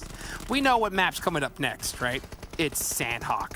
And you said that they've been waiting on it, right? Glitter, I can hear you just getting hyped for it. Are we going to be able to see that crazy chicken dinner in Sanhok? It's going to be so risky, right? I feel like it's the last opportunity for it because that final Erangel, you know that even just to close out the day, all of the heavy hitters at this point, because it's not even just Knights and Nova. I mean, Nova did get more elims this match, but still wildly quiet from what we've expected out of Nova. Knights started off the day pretty well, but they're a little bit quiet as well. XSET stepped up. Lazarus we're seeing a lot. I mean, Boring Protocol hasn't done a whole lot today, but they still can. You've got the back-to-backs out of WallStreetBets. I mean, there's too many squads at this point that are good, that the last Erangel cannot be what they're relying on. It's only the chaos of Sanhok that can really play in their favor, as we're able to see how the damage has now worked out here. XSET with a 2,514 elim game for themselves, and that's really solid. But what Dope just did in this match, that 1,600 damage, 9 elim game, that's what we were hoping to see out of the 3 teams at the bottom, and it is not looking like that. And this is what I'm talking about. When you've got Boring Protocol, when you've got the Polar Aces, when even on a bad game, you still get the back-to-back WallStreetBets up here. I mean, there's too many good teams, Seven. There is, and when you talk about good teams, my boy Killswitch, man, I got so much love for this kid. Look at those stats, 999 damage for this match. By the way, these stats are for this match. 7 elims. Then you go to Polo G, 5 elims. It's good to see Polo G up here too. Him being able to put up numbers, I feel like that is huge. And then you got Jayway, 293 points with 2 elims. And then you know what? I feel like it would be unfair for me to call out Chico when he's doing bad. I feel like it would be unfair for me if I don't call out J7. And J7, brother, I've been saying it for a long time. You have been the player that, in a way, and I'm sorry that I'm going to have to say this, but stats don't lie. You have just been dragging down this team. Whenever the team does perform, you're always the one that's just not putting up numbers. Whether it's in regards to support, I want to see more damage. If you're going to be able to convert that into elims, that's good. And the reason why I'm saying this is because this team is going to be going to the finals. This team is the defending champions. We have you on a different category as well. We're not gonna baby you like we're babying you, like we're babying those teams at the bottom. We want to see better, and we know you can do better. So hopefully that starts happening now before we get to finals. A little tough love there from Seven, you know, and you know what? It is what it is. I mean, we want to see that J7 that hunted down Cloud9 at the end and ended their, you know, their dreams right there. Something that we could definitely see here, and hopefully something we see here in the last 2 games here, right? Well, Dope, right? They pulled out a massive performance right there because they were still in a little scary spot. I mean, one chicken dinner from one of these other squads could have done it, but this one here from them, I think definitely sealed their position, Glitter. Yeah, and you can see that we've got days 1 and 2 versus their performance here today on the last day of this super weekend. And it is just enough to put them where they need to be. You can see they've improved their damage. They've improved their average elims. And these are the averages. So they're doing better literally game by game, especially with the survival time. And it was just that final nudge in the right direction that Dope really, really needed. Because like you're saying, they were a little bit too close for comfort to one strong performance from the teams below them, putting Dope in a rough spot. And I think now, like you were saying, Jukes, they should be good after that. That should be enough, especially when you also take into consideration the poor performances for the teams that were chasing them down, you know? Yeah, indeed, indeed. You know, and we're talking good about these teams here at the bottom is because we know that's the main storyline. Now, getting to the top 16 is going to be huge. At the same time, I mean, we're going to be tough on all these squads no matter what, because in the finals, bottom doesn't matter anymore. Like, literally, we're just not going to be talking about these squads at all. So, I mean, we need to see them step up now if we expect them to do anything in the finals. And the 2 teams in particular, it's BTOWN and K19. This is the real race right here because it's so dang close. One chicken dinner here on this Sanhok, and it could be just all over, Seven. Yeah, I mean, just a good performance out of any of these 2 teams could just change the last match. And I mean, if you see the decline, yes, BTOWN, now it has flipped when it goes to eliminations. BTOWN is being able to outfrag K19. When we started the day, you can see it was completely the opposite, and K19 is starting to fall off from that high that they were on, especially yesterday. I mean, placement points, 1-1-0, 1-0-4. Those are not the numbers that we expect to see out of these teams that are currently fighting for that top 16. I want to see better than that. And when you go to these numbers right here, I mean, this is why I'm saying that it might just come down to the last game, because these teams are playing literally identical. They go back and forth. One performs well one match, the other one performs well. And by the way, when I say perform well, I mean like the other one gets literally just 1 point more than the other team that they're currently battling. And yeah, I mean, with these two teams, I said it earlier, we're pretty much bringing out the Tetero. We're babying them because right now, they're the ones in 16th place. Right? It's going to be a completely different story when we go to finals. If you thought what I said about J7 was tough love, wait until we get to finals. Boy, you guys are going to hate me. That's exactly why I said that 100%, because it's true, guys. Come on, you know. At the same time, I think it's time we just pull up those overall leaderboards so we can see exactly where everybody is standing here. I think we know who's going to get first place, right? And who's going to get that big money. You know, I know it's that second page that we're just keeping a real close eye on here, Glitter. Yeah, and it was a long time coming. Panthers will continue to drop down, but they'll be fine by the end of today. 4 Bros also in that 14th place, and you could see just how close K19 and BTOWN are. K19, you know that they do not want to go out this way. If they can just get those 9 points, they will be in the right spot, because they do have that 1 chicken dinner advantage over BTOWN. So the bare minimum would be 9 points more than BTOWN. This should be achievable, guys, and it's been a struggle. They're making us pull our hair, okay? Right? And the reason why I didn't count out the hit list is because they're only 26 points away from catching up to BTOWN. And we mentioned it with the performances. You just saw these two teams' performances in BTOWN and K19. They're not doing anything. I mean, they're getting a couple points here and there, but they're not getting like double-digit points where it actually makes a huge difference for the hit list. If the hit list can come out with a big game here in Sanhok, I'm telling you, we're going to have a 3-way finish once we get to that last game. I mean, not even high single-digit numbers here. Yeah, look at this map performance. When it comes to the hit list, in my eyes, they don't need just a big performance. They need a massive one. Like, they need a chicken dinner and insane elims, I think, Glitter, if they want to stand a chance. What do you think? Wow. Yeah, what's crazy is when we're looking at this map performance here for Sanhok, I mean, it's literally all of the bottom teams that we talked about at the beginning of the day. You've got Dope, BTOWN, K19 Hitlist all on here as top performance. Chosen barely even counts because they're in such a comfortable position for themselves right now on the overall. But that's also potentially scary for K19. If this is Dope's best map and Dope is coming off of a chicken dinner or a strong performance, I mean, this could be something that might go Dope's way, and you don't want Dope to take those points away from you. And if BTOWN's numbers were better than K19, is this the one map that BTOWN decides to perform well on and then completely puts K19 at the disadvantage? Like, this is going to be tough. It's going to be tough indeed. It's even worse when you leave it to the last matches where all the rest of the teams, they know that they are already getting paid a certain amount, so they can go and hunt down those squads and just make it hell on earth for them. Well, we're going to find out right now if it's going to happen. We're about to go in the jungle. Let's go, Seven. Let's go, Glitter. Let's get some high. Let's go. And I'll see you guys at the end of this Sanhok as we're going to go ahead and bring in our casters here for this. Well, let's go, Chad. Let's get hype. Let's get hype. Papa Blue about to lay mayhem on the field in the jungle. Sute, man, I'm so jealous of y'all. Have a wonderful game. All right, see ya, Hot Jukes. Yeah, we're into the jungle now. Second to last game. Sanhok's always been crazy off the beginning of the game start, and this one, I don't think it's going to be any different. Oh, yeah, I don't doubt it whatsoever, especially taking a look at that map performance.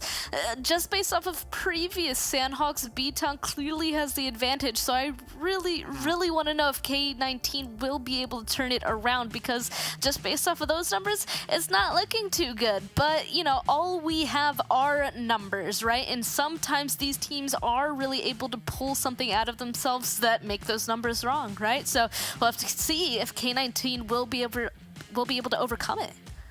Yeah, numbers are numbers, like you said, but what you can't quantify pressure.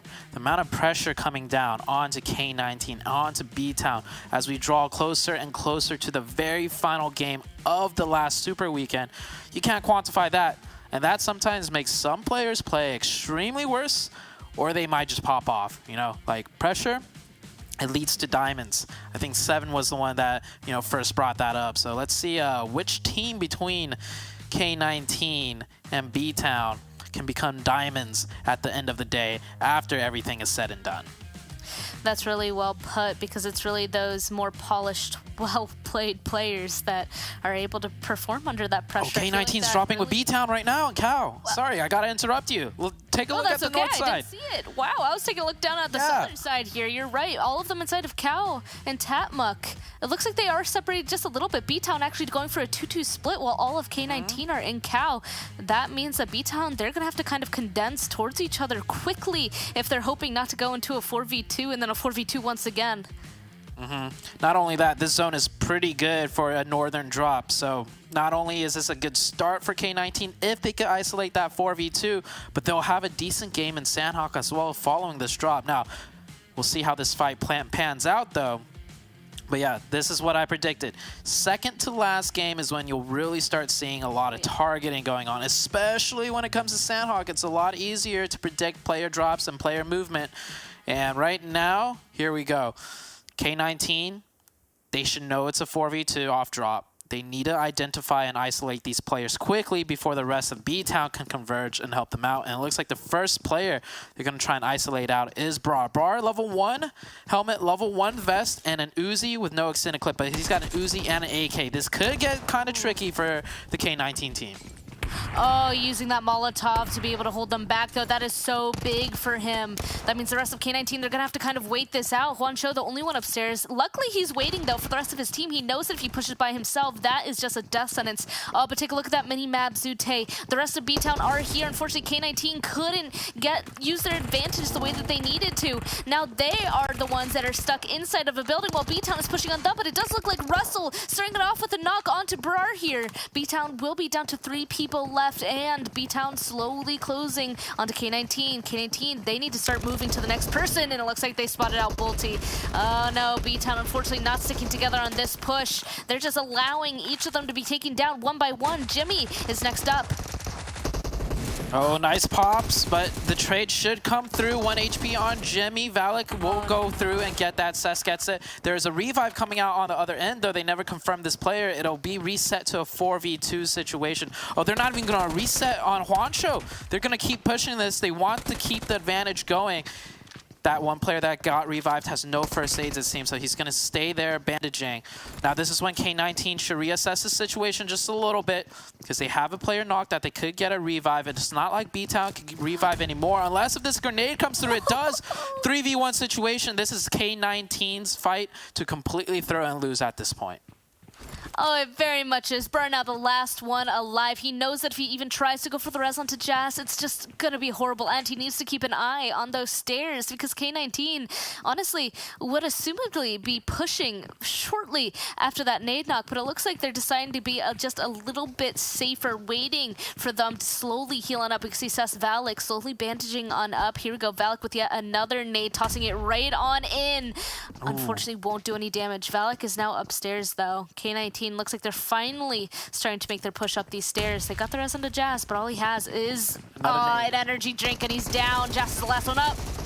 Oh. That was clean. That was extreme. Oh. I don't like these celebration shots, though, because it's like, you guys, in all honesty, have sucked all Super Weekend long. It's about time you got a little bit proactive and be a little confident, because that's the first time I've ever seen K19 just take a fight because they feel confident in themselves. So I guess they're hyped, so they're celebrating a little bit. But to be honest, man, this is the K19 we should have seen from day number 1. I mean, come on. They're still not out of it yet. This is a great victory for them. They get those 4 points. They take down the team from getting any more points, but there is still one more game after this, and they still have an entire game of Sanhok left to play. But this should, I think, put them a little bit ahead after this game ends of the other team. I am impressed that none of them did get knocked, though, in that fight. K19 were able to keep all 4 of their members up, so they knew when to pause and when to push perfectly in those fights. Those celebration shots, I do agree with you and your points, though. Maybe a bit too much, but now the big question is how are they going to perform the rest of this match? Because they got rid of their biggest threat, right? The team right above them, but it's really these other teams as well that now they have to fight against if they're hoping to gain any more points, and that just might be a little bit more difficult. Yeah. Good job to K19. BTOWN, however, they're going to set the rest of this match out, and they're going to have an entire probably 30, 40 plus minutes to think about what they're going to do in the very last game. If they need to watch out for maybe another hot drop, or maybe plan a hot drop themselves, or not even hot drop, maybe drop somewhere and cut off, you know, K19's rotations and plan a trap play. Ooh. Something to that degree, but they'll have a lot of time to think about it. K19, on the other hand, well, they got to focus on this game. They have to get as many points as they can, and, well, they had pretty good teamwork. I will say they took down BTOWN, which isn't like the strongest of teams, but hopefully that gives enough confidence to K19 to be a little bit more proactive when it comes to breaching into the circle, because we saw the last game. Oh, they focused on placement points so hard, they ended up not getting any elimination points and just kind of fizzled their way out. They need to be more proactive and confident in this match, especially on Sanhok, if they want to secure a couple more points. Oh, well, I'm concerned about J7 here for XSET for sure. Yeah, inactive, gonna spot him out. J7 didn't even have his gun out. He was just jumping around trying to get that information. XSET is gonna lose a member, and unfortunately, the rest of them are just so far away. They can't even go on ahead and potentially get revenge for J7 unless they start making the push right now. It looks like maybe they're a little bit interested in doing so. Kind of going back to K19 just for a second. Now that they got BTOWN out, they're only 5 points away from making that tie, right? Because at the beginning, they were 9 points away from each other. They cannot go out anytime soon. They need to at least get 5 They're about to fight Dope. points to make it. They are fighting Dope. They just knocked the player of Dope on the northern side. Dope was set up at the compounds. Hopefully the fight will switch over very soon to that. But yeah, they get a knock on Dope, and from what I could see, they got a knock on an isolated Dope member, so that will be a confirmed point. I don't think there's any way that Dope player will get picked up. So that is, you could pretty much say 5 points over to the K19 side. Here it is. 2 of the Dope members at the compound. The rest of K19 on the outside pushing on their way in. There we go, they confirmed that point. 5 points, getting ever so closer to tying and passing up the BTOWN team. And oh wait, did they get 2? I'm actually not sure here. No, they got 1, but Dope already lost a player earlier because Dope only has 2 members right now. I think they might have spotted, they should have spotted out that in the kill feed too, because there wasn't too much action going on in the kill feed. So they should know Dope is a 2-man team, and they might want to even press this further and pick up 2 more points. It's a 4v2 situation. I get they don't have the complete info on where the Dope players are, but it is something that they could definitely, you know, try and poke their head in and pick up 2 more points, but it looks like that's not the case. Now, I don't fully agree with this. I feel like they should try and clear the compounds together as a team in a 4v2. I mean, that's 2 more points right there. Yeah. I mean, they knew that they needed to at least eliminate 2 teams this match, plus at least 1 more person from somewhere else.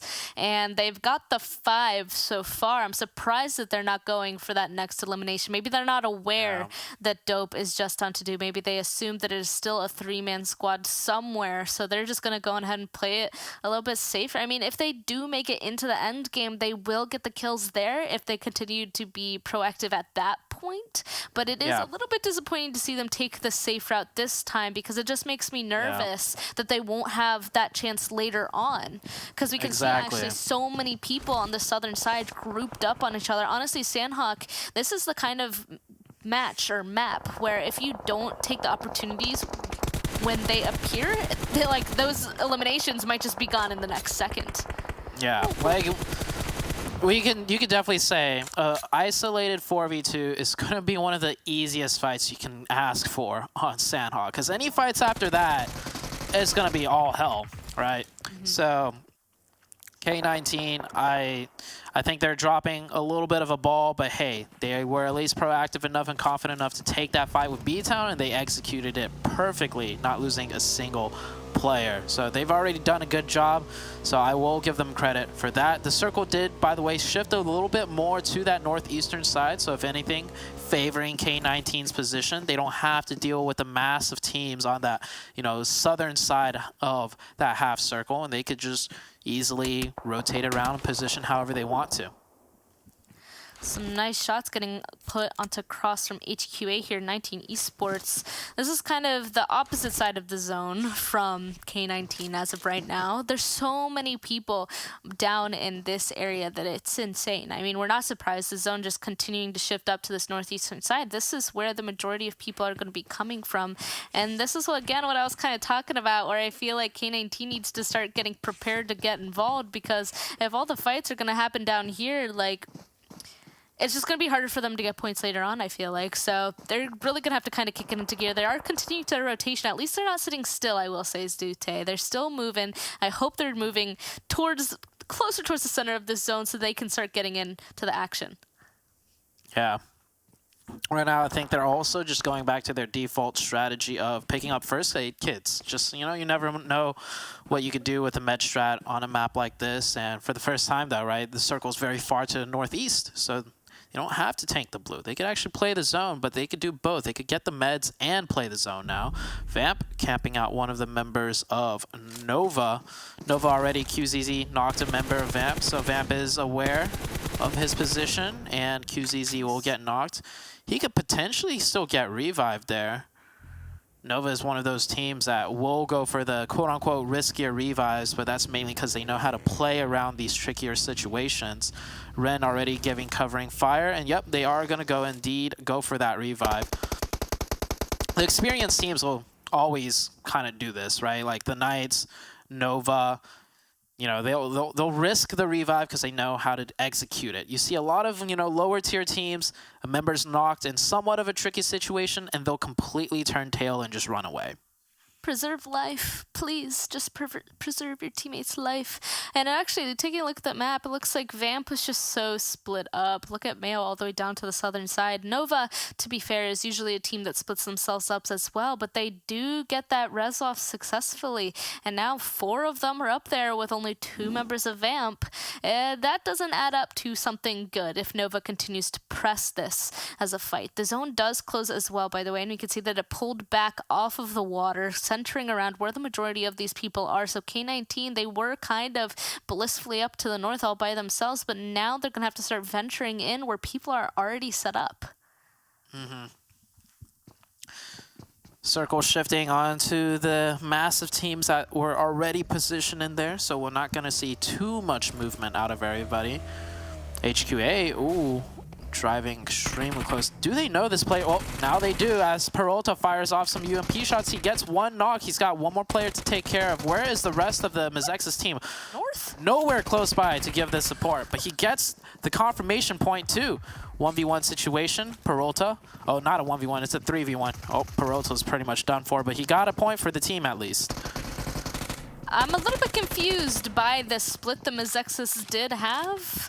I admittedly wasn't really looking at it, but yeah, Peralta was just down here at this compound all by himself, while all 3 of the rest of the members of Mezexis are at the compound up on the northern side. Maybe they were just hoping to get a little bit more information down there, but that's the risks for making that decision. If you go ahead into a split, you have a chance of a whole team crashing onto you and potentially taking you out. At least he was able to get a point, but now it's Nova versus Vamp. They're down here in the blue zone. Beautiful nade from QZ. I mean, I swear the person that we see the most in the nade eliminations on the round report is QZ.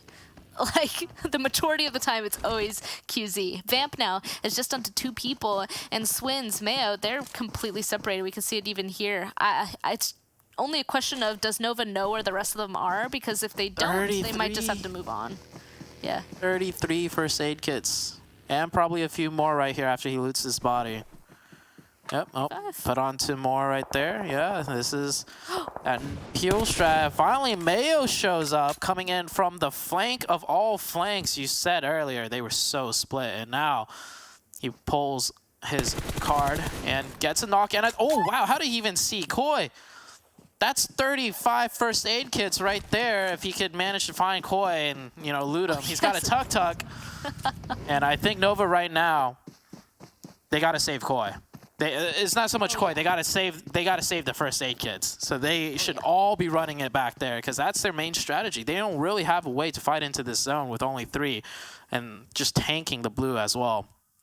So we'll see if they can make that recovery. Meanwhile, K19 has made their way into the northeastern side of the zone. Let's see if they get that zone blessed, though, because if it goes anywhere south, they don't have a lot of options, and it's going to be difficult fights all the way through. And, oh, yeah, no, that is not what K19 needed. Chances are, this Lazarus team is probably going to eliminate out K19. We might see K19 wrap around to the southeast, though, but then they're running into 19E or the Knights. Goes back to say, that 4v2 against Dope looking a lot more favorable than what position they put themselves in. The other thing is, right, they're playing slow for placement. Well, with this many teams alive, if you go out now, you get 0 placement points. So, just goes to show K19 still has a lot to learn about maximizing the point efficiency. And I think going for a quick scout job, they're going to realize everything is taken right now. Well, I was actually going to say as well that right when the zone popped, they were super quick to try getting into this next zone, which I'm pretty surprised by because at this point in Circle 4, that's when you start assuming that everything is kind of taken and you have to be very careful making your way onto this next one. It does look like they will lose out on their scout. K19 is now down to 3 people. 19 Esports, Lazarus, I mean, they heard that Bucky driving around. They now know of K19's position. They can only hope that somebody else, somewhere else inside of the zone is kind of going to be a distraction. Maybe the Hitlist making their way on inside of the zone via vehicle on the complete opposite side of the zone, taking a couple of shots towards WallStreetBets. Of course, that's not 19 Esports or Lazarus, though, which is who K19 needs to leave alone. The Hitlist still trying to make their mark. Dope. Yep, Dope gets eliminated right there. A lot of movement going into this zone as the circle's getting smaller and smaller. And luckily for K19, yeah, Dope actually ran into them, trying to edge around the map. So I guess K19 do end up picking up those 2 points after all. But that was off of pure luck and coincidence, right? K19 got a little bit blessed there, but my point still stands. That 4v2 earlier, way easier to secure those points compared to this situation. So you got to maximize your point efficiency. You have to utilize all the info being shown to you throughout the kill feed and take advantage of that. We'll see what K19 does here. Cess, I think he's just trying to prone his way in, and the other 2 members of K19 in the vehicle trying to find some sort of wrapping rotation into an open spot, but they're going to be running up onto the Knights. Yep, Valak getting knocked right there by the Knights. Carnage in a 1v1 situation. Easy pickings for him. His teammates actually on the other angle to support him.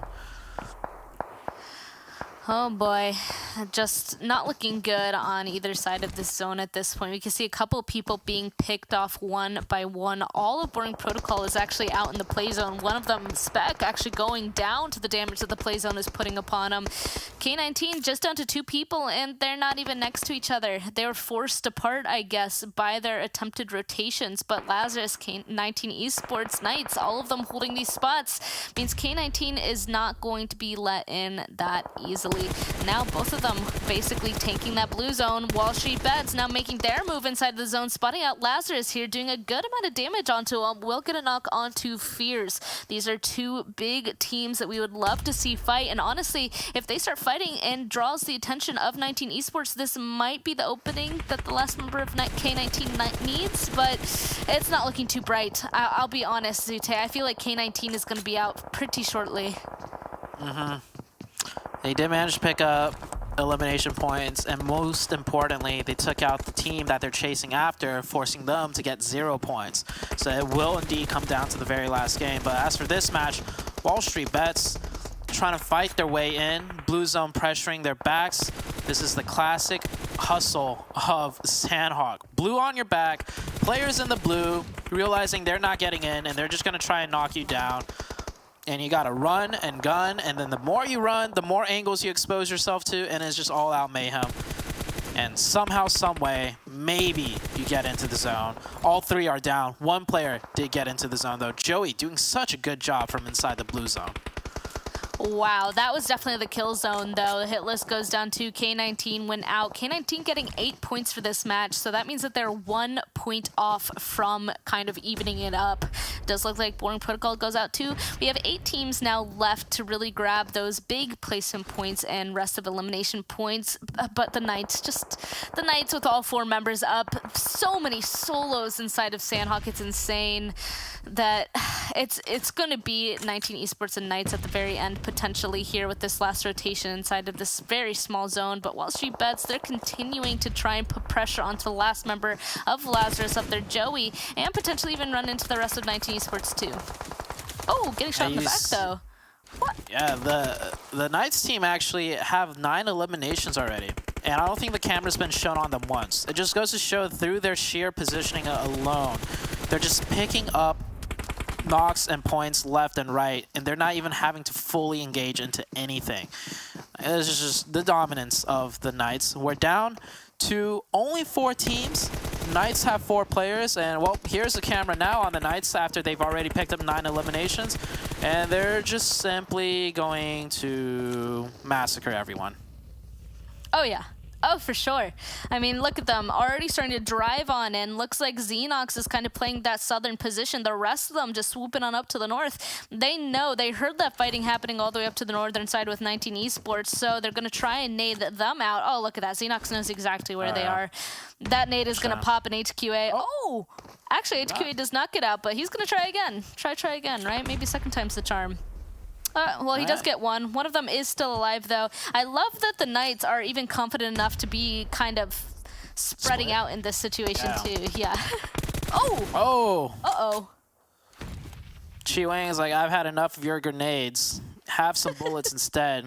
Does get the knock on Xenox, but the Knights should still be in a comfortable position to close out this game. The circle, after all, did shift back down south, meaning they're just essentially gatekeeping 19E. Now, if Chi Wang could somehow get another angle onto the backside of the Knights, that would cause them some issues. But Chi Wang having to move now, being forced out into the open by the blue zone. Same with the Knights, same with everybody else. It's going to be a 3-way fight. And Chi Wang is actually going to take the fight with 19E, making it a lot easier for the Knights. Tensa gets the knock on SB. Will he be able to confirm the point? Tensa does confirm that point. Now the Knights down to 3, but they have the zone fully in their control. And it's a 3v1 situation. Chi Wang should go down any second now. Oh, that nade. Yeah, tagging him down to 1 HP. Xenox just literally crawling up to him to call out where he is. Well, he goes out, and guess what? That wasn't a chicken dinner. There's one person still alive that is nowhere near this, and that is Koi from Nova. Are we surprised to see this? Looks like he was able to get res. Last time we saw him, he had 35 first aids, and now he has 12. Yeah. We just saw him right as the camera panned onto him. He was actually like picking something up or dropping some items. So he was so maxed on first aids that he had some more that he had found or something and had to make space for it just now, and then still hitting the first aids right after. I mean, for sure Nova has their first aid strategy down on lock. And if they don't get contested in the finals by, you know, 4 bros, they're in the clear as far as Sanhok is concerned.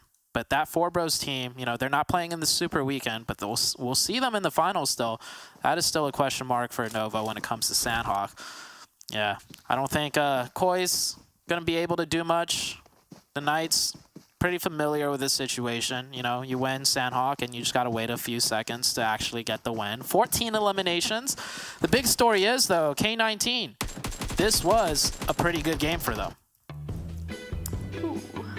There they go. Yeah, K19, this was a huge game for them. We already kind of mentioned it. They got 8 points for themselves for that. They needed 9 to kind of equal it on up to BTOWN, but meaning that they're only 1 point away, that's going to be huge coming into this last game. And the Knights, I mean, they've already secured their spot up there in that first place position, so them getting the win on the last Sanhok of the Super Weekends, it's just to kind of get the feel good for themselves one last time here.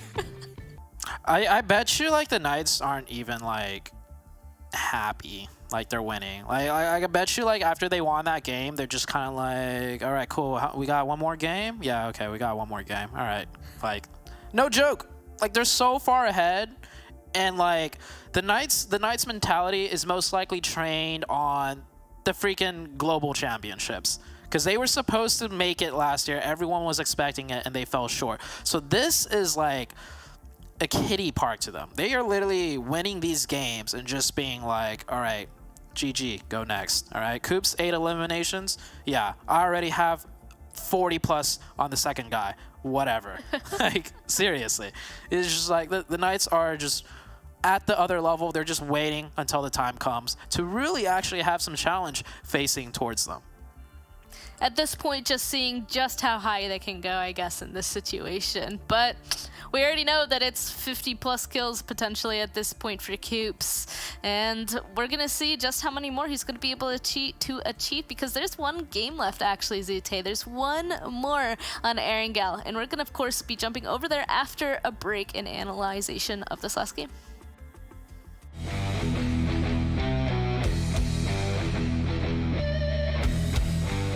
When the battle is intense and the bullets are raining down, vehicles are one of the only options that can guarantee you a fighting chance. However, each vehicle is unique, hence it pays to know the details. When hell breaks loose on Erangel, you cannot stay exposed while traveling. You can put your faith in the UAZ here for its superior durability and cover. But it's not invincible. If you blow even one of its rear tires, it goes from an asset to a liability in an instant. To stay up and running, no matter how much hit your rear takes, the Dacia indeed comes as a savior. It can storm through the fields at top speed, even with 3 of its tires blown off. The only downside here is its off-road performance. However, when you are in a race against time, the Coupe is unbeatable. With its lightning-fast acceleration, it's your ticket to a narrow escape when you are bleeding at low HP. The buggy is great for scouting, and for a driver, it offers the best possible protection from the back. But the same cannot be said for the passenger. But PUBG Mobile offers even more choices apart from the ones we covered. Which one will you choose for your next trip to the safe zone?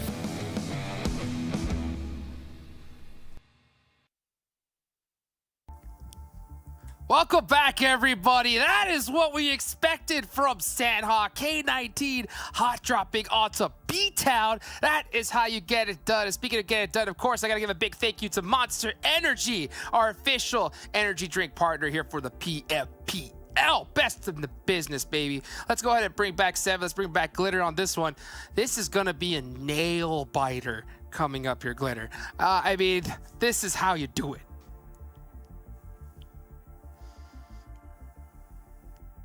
That is right. That is right. All right. So we've got the Knights here, 14 elims.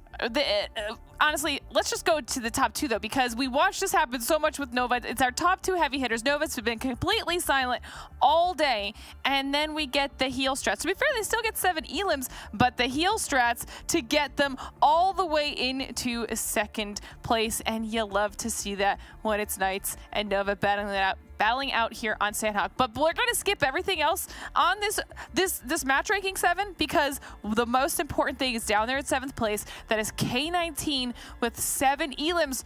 And you want to know where those elims started? Up against BTOWN. Ooh, that's right. Up against BTOWN.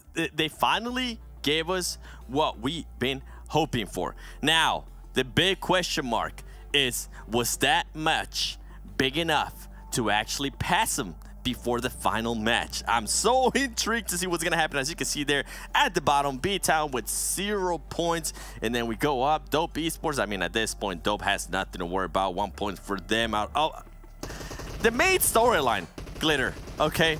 The main storyline is gonna come down to this two teams. We already know who's gonna be going to the finals from 15 to 1st place. We know who's gonna be getting those sweet 8K, if I'm not mistaken, in their pockets, being able to buy all of that kind of UC.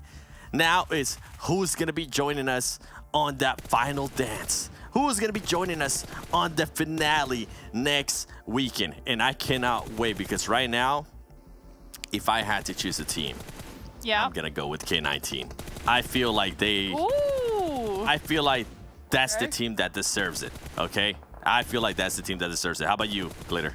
You know, I have to agree with you there. I think we have seen too infrequent of the appearance of BTOWN at this point, and moving into finals with, like we've said a few times now today, with the caliber of squads going in, because it's not just Knights and Nova anymore. We have seen so many other squads with phenomenal performances, whether that's XSET, Boring Protocol, Lazarus, Polar Ace. I mean, we have so many teams, WallStreetBets today alone, with the come up that at this point you need to be able to match that type of play, and I think the team that's coming closest to that out of those two squads right now for me is also K19 Jukes.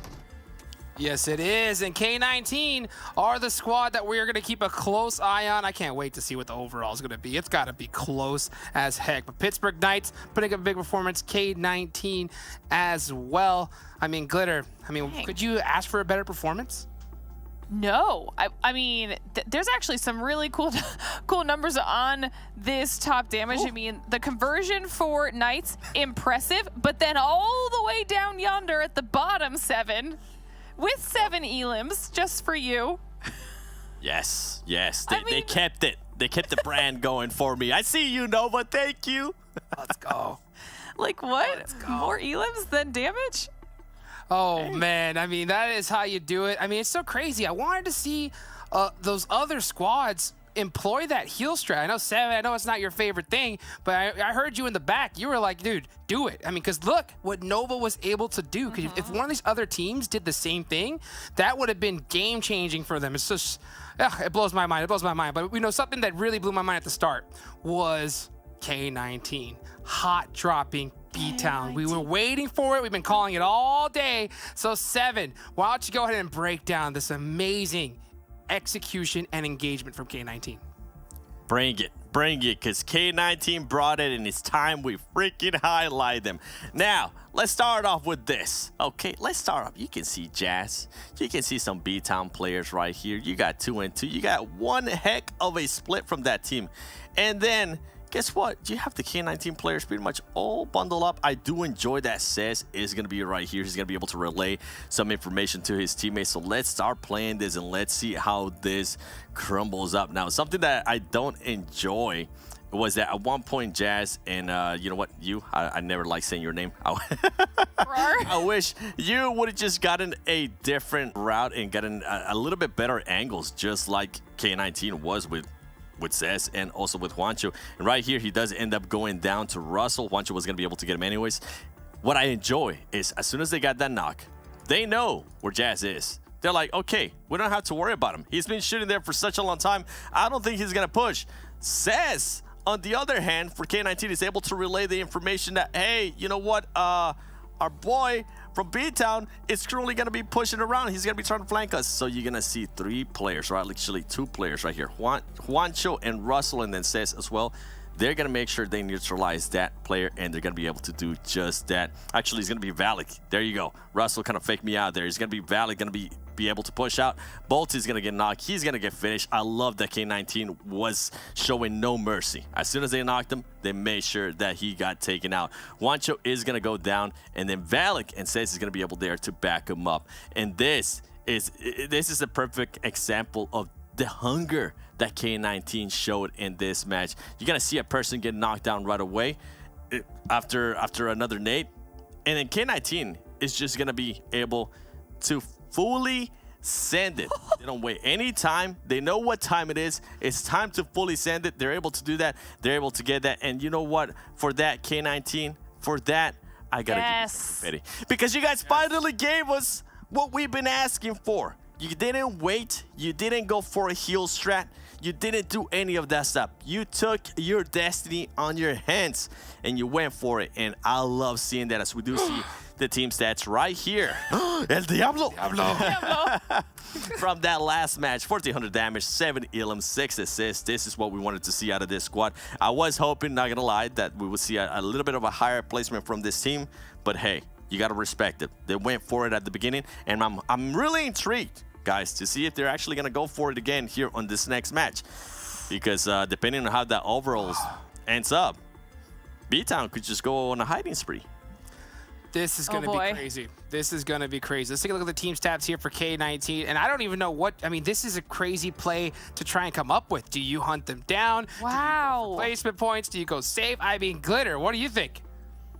I honestly, K19 did such a good job pushing BTOWN off that drop that I would almost kind of like to see them go again for it. I know it's a little bit risky and they probably won't. They're probably just going to try and play it a little bit safer. But look, with the performances coming out of Wancho today, I think they might be in a good spot because this is their individual numbers for the day so far, and he's got over 1,600 damage, 8 elims. There are only 4 other elims across the other 3 players. He has 8 on himself and 9 knocks, so he has the almost perfect conversion as well. Solitude putting up some decent numbers for himself, as well as Valak, and then Russell rounding out there with that support role. But we even saw in that telestration that you just did, Seven, how important they all were, with Russell kind of moving to relay information while the other 3 were splitting off to push the solo of BTOWN. So they have been working as a unit, and that's what we need to see more of from them. Oh, so beautiful. So beautifully executed. Personally, I would have loved to see them right after that just start hunting down for those heals, right? Get those placement points on top of those kills that you got. I'm sorry, elims. They would have been perfectly well executed, but unfortunately, it's going to be pretty close. That's what I think. I've been kind of doing the internal math in my head, but it's about time I think we find out for sure where everybody is standing on those overall leaderboards. Let's bring them on up and take a look. First page, you know. Yeah, we know. Knights doing Knights. No. Okay. Knights, Can we show the second one? Let's get to where we want to see. Come on, Seven. Break it down.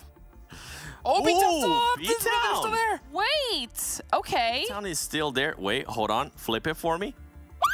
Oh, baby. 1 point. Let's go. Point. Indeed. Yo, remember, we've been hyping this up. We've been hyping this up for such a long time. We've been saying how important 1 point can be, how important knocking a player and making sure you confirm that LM can't be. And ladies and gentlemen, this is why we say it, because we have done this for a bunch of years now, and it never fails to happen. 1 point. So now, the big question mark for K19 becomes, what is the strategy going to be for this upcoming Erangel? Are you going to try to go to maybe try and hope that you can hunt down BTOWN? Because BTOWN, after what just happened, if I'm BTOWN, I'm gonna be like, yo, remember what we've been landing every single time in Erangel? You know what? Yeah, let's not do that. Let's go somewhere else, because I think that's gonna happen again today. It's gonna be interesting, and I think it's gonna be a cat and mouse game here, Glitter. I'm nervous. But I'm also excited, and I'm ready to get into the game, and I need to. There's also the option. I know we're focusing on K19 and BTOWN a lot, but we're forgetting an entire other lobby of teams that are now like safe. It could, their games could be ruined by 14 other squads. What if Knights decides, you know what? Let's just go drop on BTOWN or any of them. Yeah. It's in all the other teams' hands, Jukes.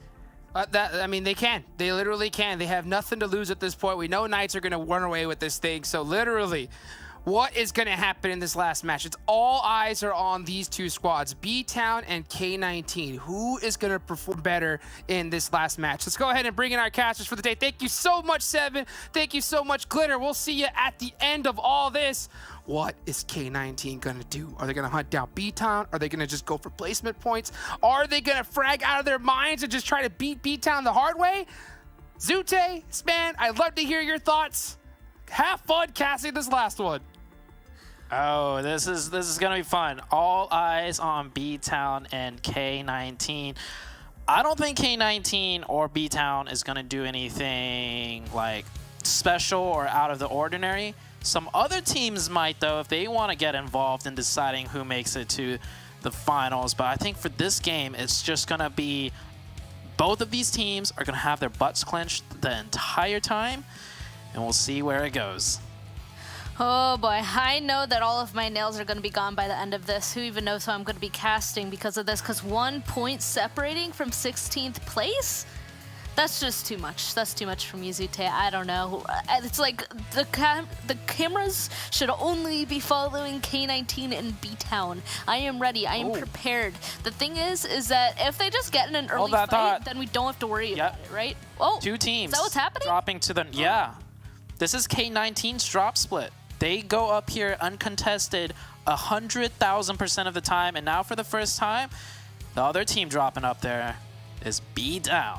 I don't think K19 was ready for this one. Like, you would think you hot drop on a team, eliminate them, and then on the very final match, I don't think you're expecting that same team to hot drop on you. So you see right here, K19 is pulling their drop short. They are usually the ones to stretch up towards that Kameshki Stalber area. But as soon as they saw those other parachutes, they're stopping their drop short, and BTOWN instead is going to take it over. However, that does mean they're not necessarily going to clash off drop. So BTOWN just throwing a small wrench into K19's original plan of just playing their game. But I don't think that's enough. I feel like K19, they'll just loot up elsewhere, and then the game will still play out. Maybe BTOWN will have to chase them down. We'll see what happens. I mean, you can already see Jimmy, he ended up stopping kind of short as well, not going all the way to Kameshki, but landing at that compound just above, where he can just look down at K19. So I'm sure that he's just grabbing himself a weapon, and then he's going to be kind of a pest, taking some shots towards K19, while potentially giving his team time to make it over to K19. I'm not quite sure. If anything, if K19 tries to leave soon, which honestly they should, I wonder if BTOWN is just going to follow right after them. Of course, our first elimination did come through. We can see it here in the replay. Coops getting a knock and the flush onto one of the Flores members. The rest of them continue to drive over to their usual drop, which is Severny. This circle also, by the way, popping, just centering around off the center of Shelter. This is once again one of those kinds of zone shifts that we've seen quite a lot, but the majority of players are already in. This circle is pretty standard. I'm just trying to think in my head what's going to happen between K19 and BTOWN. Right now, 3 of the BTOWN players are grouped up now in a vehicle driving back down towards Jimmy, definitely to scoop him up. But are they going to drive and engage into fights, though, with K19? Or is this just simply grouping up and rotating? Hopefully the cameraman will pan over to this, because, I mean, BTOWN is just driving a little bit closer and closer to K19. Yes, we know the Knights are the champions. They all look fantabulous. We love seeing the Knights on the screen. But right now, I want to be able to see every little movement between K19 and BTOWN, especially given the fact that they're so close to each other. Yeah, here we go. It looks like BTOWN did get a bit closer, and you could definitely tell they're looking for K19. They're trying to see if they can spot out any movement, but K19 has already got in their own vehicles and is starting to rotate further south into the zone, not just for a rotation, but probably for some more loot. I like that BTOWN is still being careful on their rotations, like they're trying to see if K19 is still there. We know that K19 is already out of there, right? I don't know why they wouldn't think that they would have spotted K19 by now, but K19 honestly left at the perfect time going down to the southern side. Still, again, a little bit surprised though that Jimmy in that position up above them on the compound wasn't able to see K19 make their leave. Yeah, this might just slow down BTOWN a lot if they're constantly paranoid of the fact that K19 might just be camping right in front of them. So, BTOWN trying to do something. It might also be due to the plane path too, because that plane path, you know, started from the northeast and it didn't really cut through the center of Erangel. So maybe it was a mix of the plane path and they had a set plan of, okay, if this is the plane path, we might just take the drop with K19. But pretty slow game to start. I mean, Coop's got an elimination already, so he's just going to add another one onto his insane amount of eliminations. Like, he's already had enough, but why not? Just get another one before the final game even, you know, really starts to, you know, pop off. He just picks up one for himself, just like that. Honestly, I'm wondering if we got that early action, that early fight from BTOWN and K19, I wonder if that would have just, like, no more stress, right? Like, oh, it's already over with. It's done. Actually, it might be happening right about now as we're speaking. BTOWN finally finding where K19 is. We haven't seen the fighting in the kill feed just yet, so maybe they're just preparing, but we're starting to see everybody start kind of going towards the center of this zone where people are going to start really stacking themselves up, making sure that they're at least have a good spot for this next zone shift. But Zute, I'm just holding my breath until we switch over to BTOWN and K19 because they're literally touching. I swear, look at them on They're chasing them down right next to each other. They are chasing them down. It's gonna happen. It's gonna be a fight. I don't like. Hello, camera person. Please switch over right now. They are right on top of. There's a fight. Jimmy's got a knock onto Cess. The opening is there for the side of BTOWN. I'm just gonna say nowhere. I'm just gonna say finally about time. Yeah. Okay, Valak is super low. 4v3 situation. K19's on the back foot. BTOWN getting extremely aggressive. They get another one. It looks like BTOWN might just end up winning this fight and winning their spot into the PMPL. It's a 2v4 situation. Valak's only got bandages. He needs a double knock right here. He makes a little bit too much noise. Wasn't decisive enough. Now it's a 1v4 situation for Russell. And he's 1 HP. He gets one, but that's about it. Yep. There it goes. Karma for celebrating on Sanhok. That is straight up karma. This I like to see. Spam, stay in the blue zone. The dance. Yeah, do everything. Loot all the buildings around, grab all the ammo, die to the blue zone, shooting their boxes for the rest of the game, and I could get behind that. Wow. I am. Great you're job right. to BTOWN. You're right. I am a little bit surprised by that early celebration last match, because coming into this one, looks like BTOWN, they were successfully able to chase them down. K19 is now out. BTOWN, they have 4 eliminations now, and we knew that K19, they were 1 point away, so that's it. I think that's basically our that's our top 16. But of course, there's still where people are going to be placing exactly for the rest of this. So the rest of this game isn't, you know, not worth watching, of course, or anything. I will say though, I will say, if the Hitlist wins this game with like 17 eliminations or something like extremely crazy, the Hitlist could still, you know, overtake BTOWN. But it's like, yeah, that's probably not gonna happen. But wow, yeah. I feel like K19 had it coming to them, man. Like when they celebrated shooting their boxes in Sanhok, I was definitely not happy with that one because it was like about freaking time, and you guys feel like you're like everything now, right? It's like you guys should have been doing this the whole entire game, and now you just get dumped on yourself and you're out, and it's just like RIP, man. But good job to BTOWN once again. I mean, I'm just honestly glad that they decided to go on ahead and make the drop happen in Kameshki and make that chase down actually happen, because otherwise we would have been here holding our breath this entire time. Actually, honestly, a bit surprised that K19 didn't decide to fight them on their home turf, right? If K19, if that's their drop in Kameshki and they saw BTOWN coming with them, and that's where they're used to playing out of, why wouldn't you just try and attempt to take the fight there instead of potentially dropping in a spot where you're not going to get the best loot, not going to get all the vehicles that you need, and then you're just going to be running the whole time? Yeah, I think they were not expecting that, right? They thought BTOWN would cower in fear after getting dropped on themselves, but instead they just came right back. And now, well, I mean, this being the last match of the day of the Super Weekend, everybody is just having a little bit of fun with it, driving around, drive-bys, chasing people down.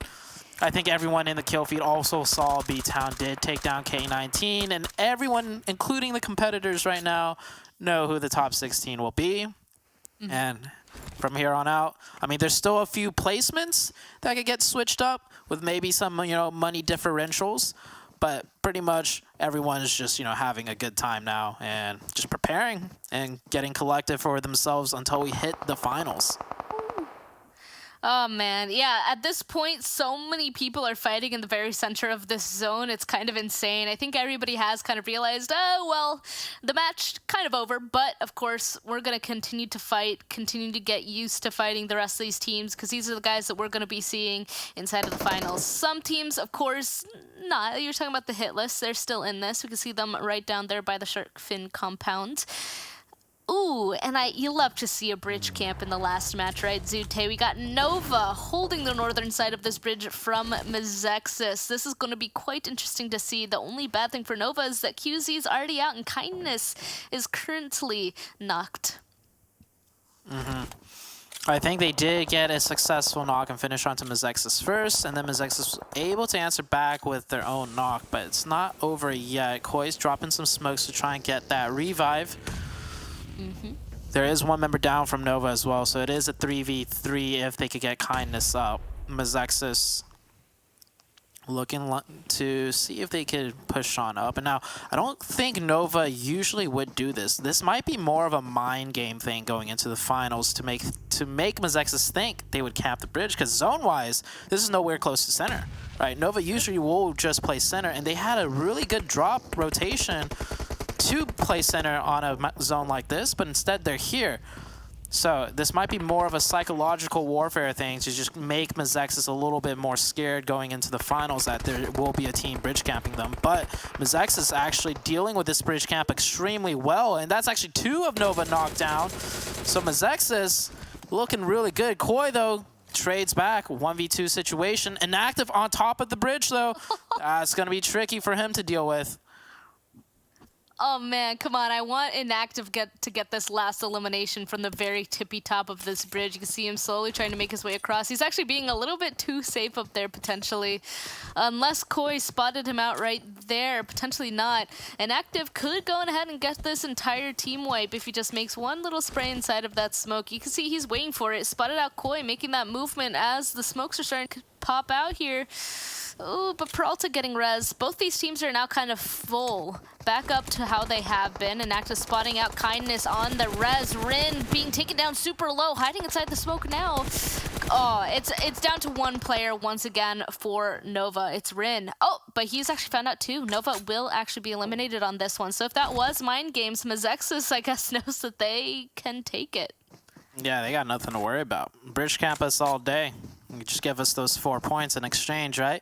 I love how when Inactive decided to shoot and who he shot at, right? He waited until one of the members ran in the opening. He knew the first knock is his, so he goes for the one at the ridge that could easily get behind cover, and he could pick up the second one too, because the other one already crossed into the open thinking they were safe. So great timing, great choice of targets by Inactive. The zone did shift up back to the north, so we'll see a lot of teams rotate up to that shelter mansion area, and we still have quite a few teams left in the game, so it's not like everybody's just going all out crazy and just getting eliminated. But 38 alive in a zone like this, that is definitely a lot less than usual. Yeah, it's like that 6-game scrims kind of vibe, you know, where people are just like, okay, yeah. I'm kind of done. I can just go on ahead and be done practicing now. They just run at each other for the very last match, get it over with, kind of a vibe here. 12 teams, 38 alive, only on Circle 3. And actually, we didn't point it out, but earlier, even XSET, before they were eliminated, they were just all across the board. A ton of people doing some crazy splits and rotations right now. They're clearly just kind of trying things out or just playing however they want right now, especially 19 Esports making some crashes onto the remainder of BTOWN in this situation. Honestly, I wouldn't even be surprised. Maybe Boring Protocol and the Knights, maybe they'll just go on ahead and take a gander on over and take those fights too. Who even knows? Alucard pushing up onto BTOWN. BTOWN still in the game too, in a really strong position. So, I mean, we already know they made it, but they may as well pick up more points just for the sake of, you know, picking up more coins. Alucard going down right there. Not the way you want to push upon this compound. Maybe he was doing some scouting, but yeah, 19E, Alucard going down for no reason. Drago from behind knocks one of the BTOWN players. Maybe that might be a full send push for WallStreetBets. WallStreetBets actually having a fantastic day today. Really good to see them, you know, start cleaning things up as we prepare and head into the finals. I'm actually really excited once we get to those finals because you were kind of touching on it earlier. The Nova versus Four Bros fight down in SME and Sanhok. There's these other teams that are going to be fighting specifically towards each other in the finals, potentially holding up those bridges, starting to play those mind games. Like the finals is going to be like a next level thing. We always talk about, oh, league play and super weekends. Like teams play it so differently. I feel like now the super weekends versus the finals, it's again just going to be yet another level of teams playing things differently. It does look like in this one, though, the zone will make a hard shift up to that northwestern side. So BTOWN, 19 Esports still happily inside the zone, except 19 Esports might be being crashed on by Mezexis right now, but so many other teams have to make their way on in here as well. There's going to be a ton of crashes. Whenever it goes up here, I swear that these couple of compounds right here are just crashed on over and over and over again. 19 Esports finally finding their demise, as actually Mezexis, they have 2 people down. If somebody did decide to make a crash onto this right now, they'd probably be able to clean this up. Yeah, the Knights getting those knocks. The Knights have firm control over this compound. If any other teams decide to crash this, if anything, the Knights are probably just watching and maintaining this area, and they'll take it for themselves once the blue zone really starts closing in. You can see right there, Peralta getting confirmed by Chico. So Mezexis down to 2. Boring Protocol taking some shots towards that direction. Also, the Hitlist wrapped around and is going to crash and breach upon this compound. Tensa gets knocked, should be able to get revived there. And there is still a giant massive, oh, never mind. The giant massive dip is already taken by, I believe that's Vamp. You might see HQA drive into that dip right now on the minimap. And they indeed are. Indeed they are, and it looks like they are actually going to be the team eliminated. So Vamp is going to succeed in that one. I'm not quite sure if Boring Protocol was able to kind of help them out there, but they are out of there. Vamp is very severely hurt, though, and so is Mezexis. They somehow were able to survive the knocks that the Knights put onto them earlier and the hit list crashing on them so far, but the nade is just going to make it so that there's only here left. Oh, gotta be careful. Look at that. The Knights still actually getting involved, making sure that the hit list knows that they are right to their southern side while they're making this push outside, that they're going to do a lot of damage to them. This isn't looking too good for the hit list either. At least they're tossing out some smokes to try and provide themselves some cover. Sooner or later, the Knights are going to come on in because the blue zone is pressing in, and the Knights know these teams are battered and bruised. A double nade by Yahir. He's about to pull out a 1v3. He does get the 1v3. I think that was a 1v3 for Yahir just now. Where's the last member of the... Oh, the last member of the hit list is actually way up in the northeast side. Just by himself, proning in the grass somewhere. Yahir doing a great job. 4 eliminations, but the Knights might be coming in here now. He's going to hide in this shack. 8 eliminations for Mezexis right now.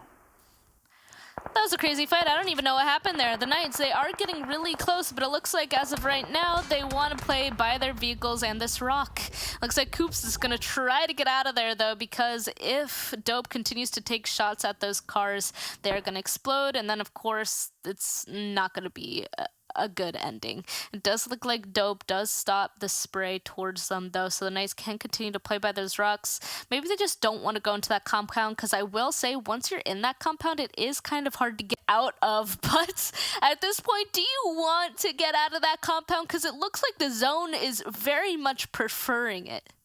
I think Boring Protocol might try and breach that compound next. With the Knights with only 3 players, I understand why they don't want to hold it down, because the same thing's going to happen, right? Get multiple teams crash on in, yeah, and it might be a little bit too much to handle. So Knights actually making a very smart tactical play to just play on the edge in a somewhat playable, safe position, right? We saw Tensa getting shot at next to that rock, but it's in a position where it's like they can manage to stay alive without too much trouble.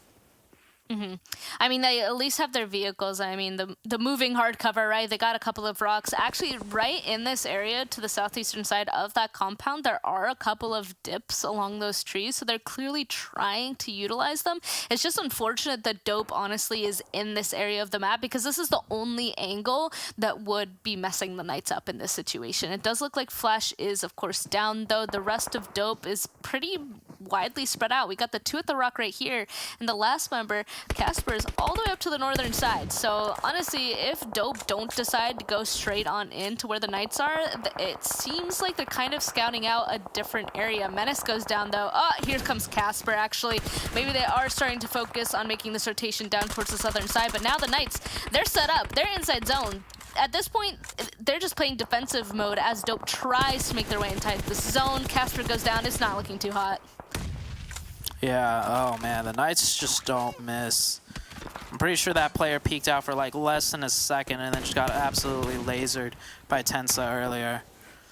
That's the other thing. When you hit shots like the way you can with the Knights, you can put yourselves in these trickier situations, and teams might, you know, take 10 shots to knock you down, but you knock them right back in your first 5, and that's the key difference right there. For sure. Oh man, I cannot wait to see Chico take on all of Boring Protocol by themselves. Well, I say that, of course, right? Then Dope does go out, so the rest of Knights should be able to kind of turn around and help out their teammate.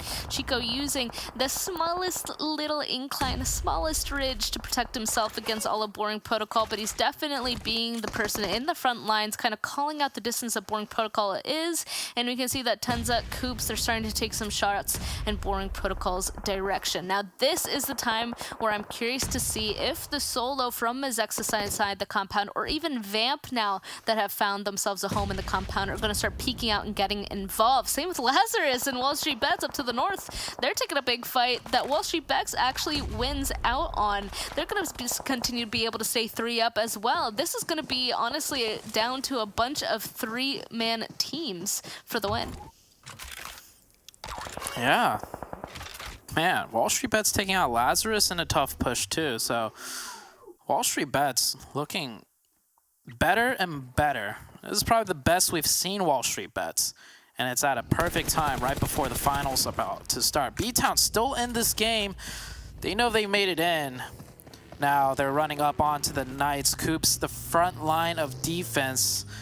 I mean, if BTOWN, I know BTOWN's running on confidence and running on hype that they qualified, but I think it's not enough to stop Coops. But just as I say that, Jazz spots out Coops, so maybe not. Maybe BTOWN's a whole different breed right now, now that they know if they punched their ticket into the finals.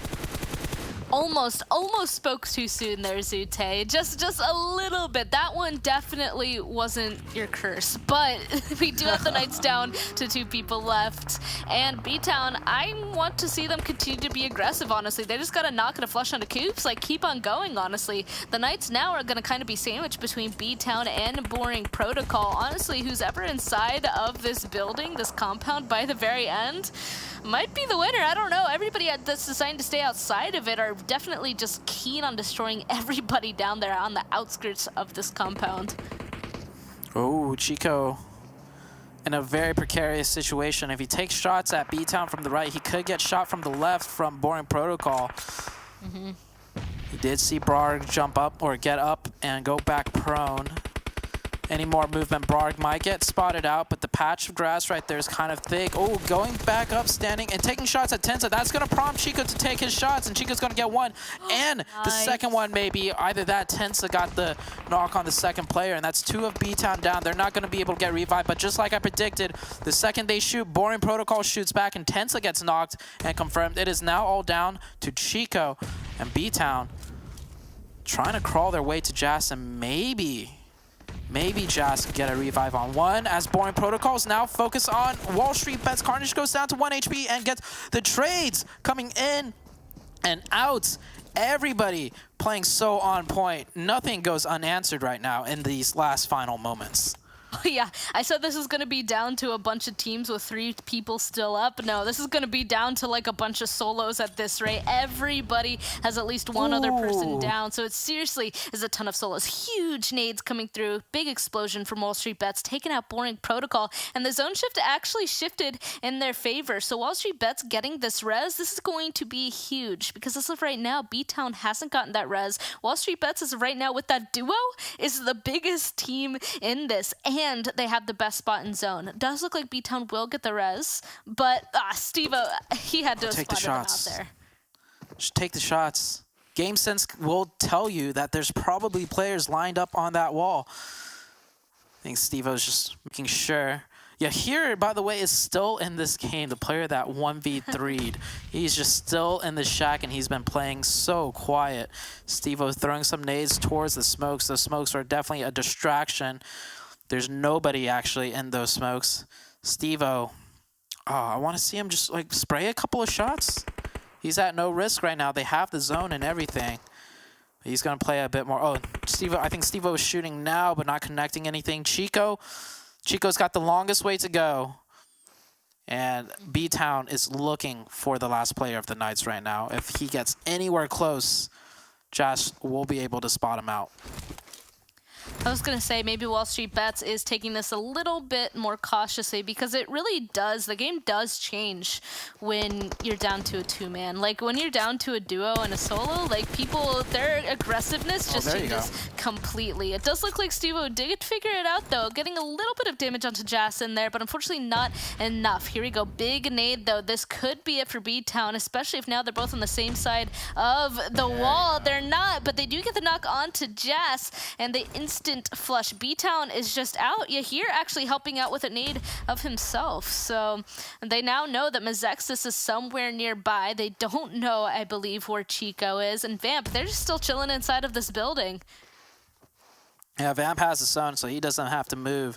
Yahir's probably going to run into somewhere close to the building, might 1v1 with Vamp. Meanwhile, Chico, I don't think he's going to take the shots, even if he sees one of WallStreetBets, as long as he could wait it out a little bit longer, because he sees there are 5 alive, meaning there's probably a few more solos with the way this map has played out. Is Chico in zone here? He is in zone. Wow. And we are going into... Oh, is this the last circle? I think this is it, the 9th and final circle. Oh, Mezexis gets taken out. So now we're down to a 3-way fight. WallStreetBets with 13 eliminations, and last I think I saw the Knights also with 10+ eliminations. Some heavy hitters, and there is one more zone. The zone is dropped squarely onto WallStreetBets. Chico, can he get the 2-piece? The super quick one. He could get one for free, but can he get the second one?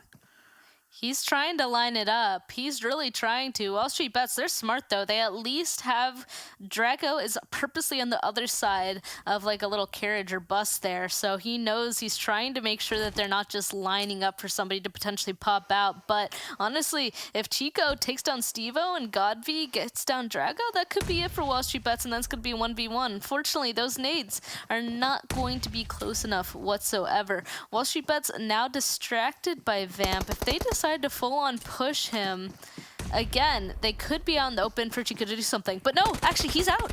Now it's just down to a 2v1. Chico is gonna take the fight. He gets a knock into one. Drago taken down to half HP. Chico is still okay when it comes to HP. Laying prone though, Drago can see exactly where he is. The first aid does come off though, so their HP is about the same. Drago doing the damage to the Knights, no! And Chico unfortunately does not hold it down for the Knights. And the winner chicken dinner actually goes to WallStreetBets. Oh, Chico hesitated for a split second there. He doubted his instincts. We saw when Chico was running down towards that truck, he had his crosshair pre-aimed and trained on the right-hand corner. But at the very last second, he whipped over to the left, thinking the player might have been on the left side, and that's when WallStreetBets peeked out. Chico did really good, though. Even on that second initial peek, he got the better of the trade, which forced the first aid. But WallStreetBets, man, 15 eliminations, I think, and the chicken. That's 3 chickens today for WallStreetBets. And, oh, once again, it's Drago. How many eliminations did this guy get today? We saw him up here with the most eliminations for 3 games. That's the 3 chicken dinners that they got. And Drago, once again, in the highest damage. WallStreetBets, man, this team is looking really spicy. And Steve-O up there as well. I mean, it looks like WallStreetBets, we were questioning whether or not they'd be able to get 3 chicken dinners today, and on the very last one, it looks like that answer is yes. So again, Zute, that just makes me really excited to see how WallStreetBets is going to play in the finals, because I feel like today we saw a different WallStreetBets than what we've been seeing this entire time. Yeah, and I mean, they were fighting the Knights at the very end too, and they won that one. But the Knights, of course, today playing consistent as ever, right? Not dropping really any games too hard. But we'll go to the analyst desk after a quick short break to tidy everything up. And, well, the finals are coming up very soon.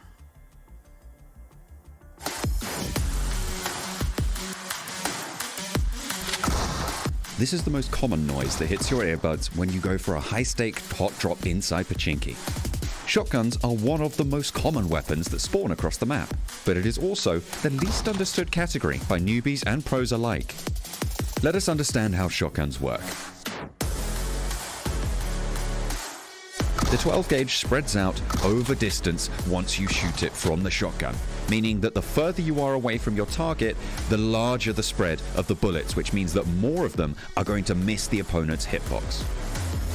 So, if the enemy is equipped with a level 2 vest, you must reduce the distance to 2 to 3 meters for a one-tap knockdown to the body. Shorter range will reduce the spread of the bullets, increasing the damage registered per shot. Furthermore, each shotgun comes with its own range. For example, the bullet spread of the DBS is much lower than the other shotguns in the game, which makes it the most dangerous shotgun in the category. Although the 1897 is the most common shotgun in the game, using it without bullet loops and a choke is not advised. These attachments are a must to increase its range and fire rate to a fairly manageable rate. The S686, on the other hand, is a favorite weapon for clutch moments in the early game. Its overpowering damage in close range has the potential to blow away 2 enemies with its 2 shells. Use the element of surprise to peek out of cover and mow down the enemy once they are closer. Unlike ARs, the spray and pray tactic doesn't work with auto shotguns like the S12K, and it's incredibly difficult to handle its continuous recoil. Most importantly, mastering shotguns is all about figuring out the timing. Especially in urban fights and situations where you are contesting drops, the shotgun can serve as a deadly secondary weapon to inflict heavy damage at close range.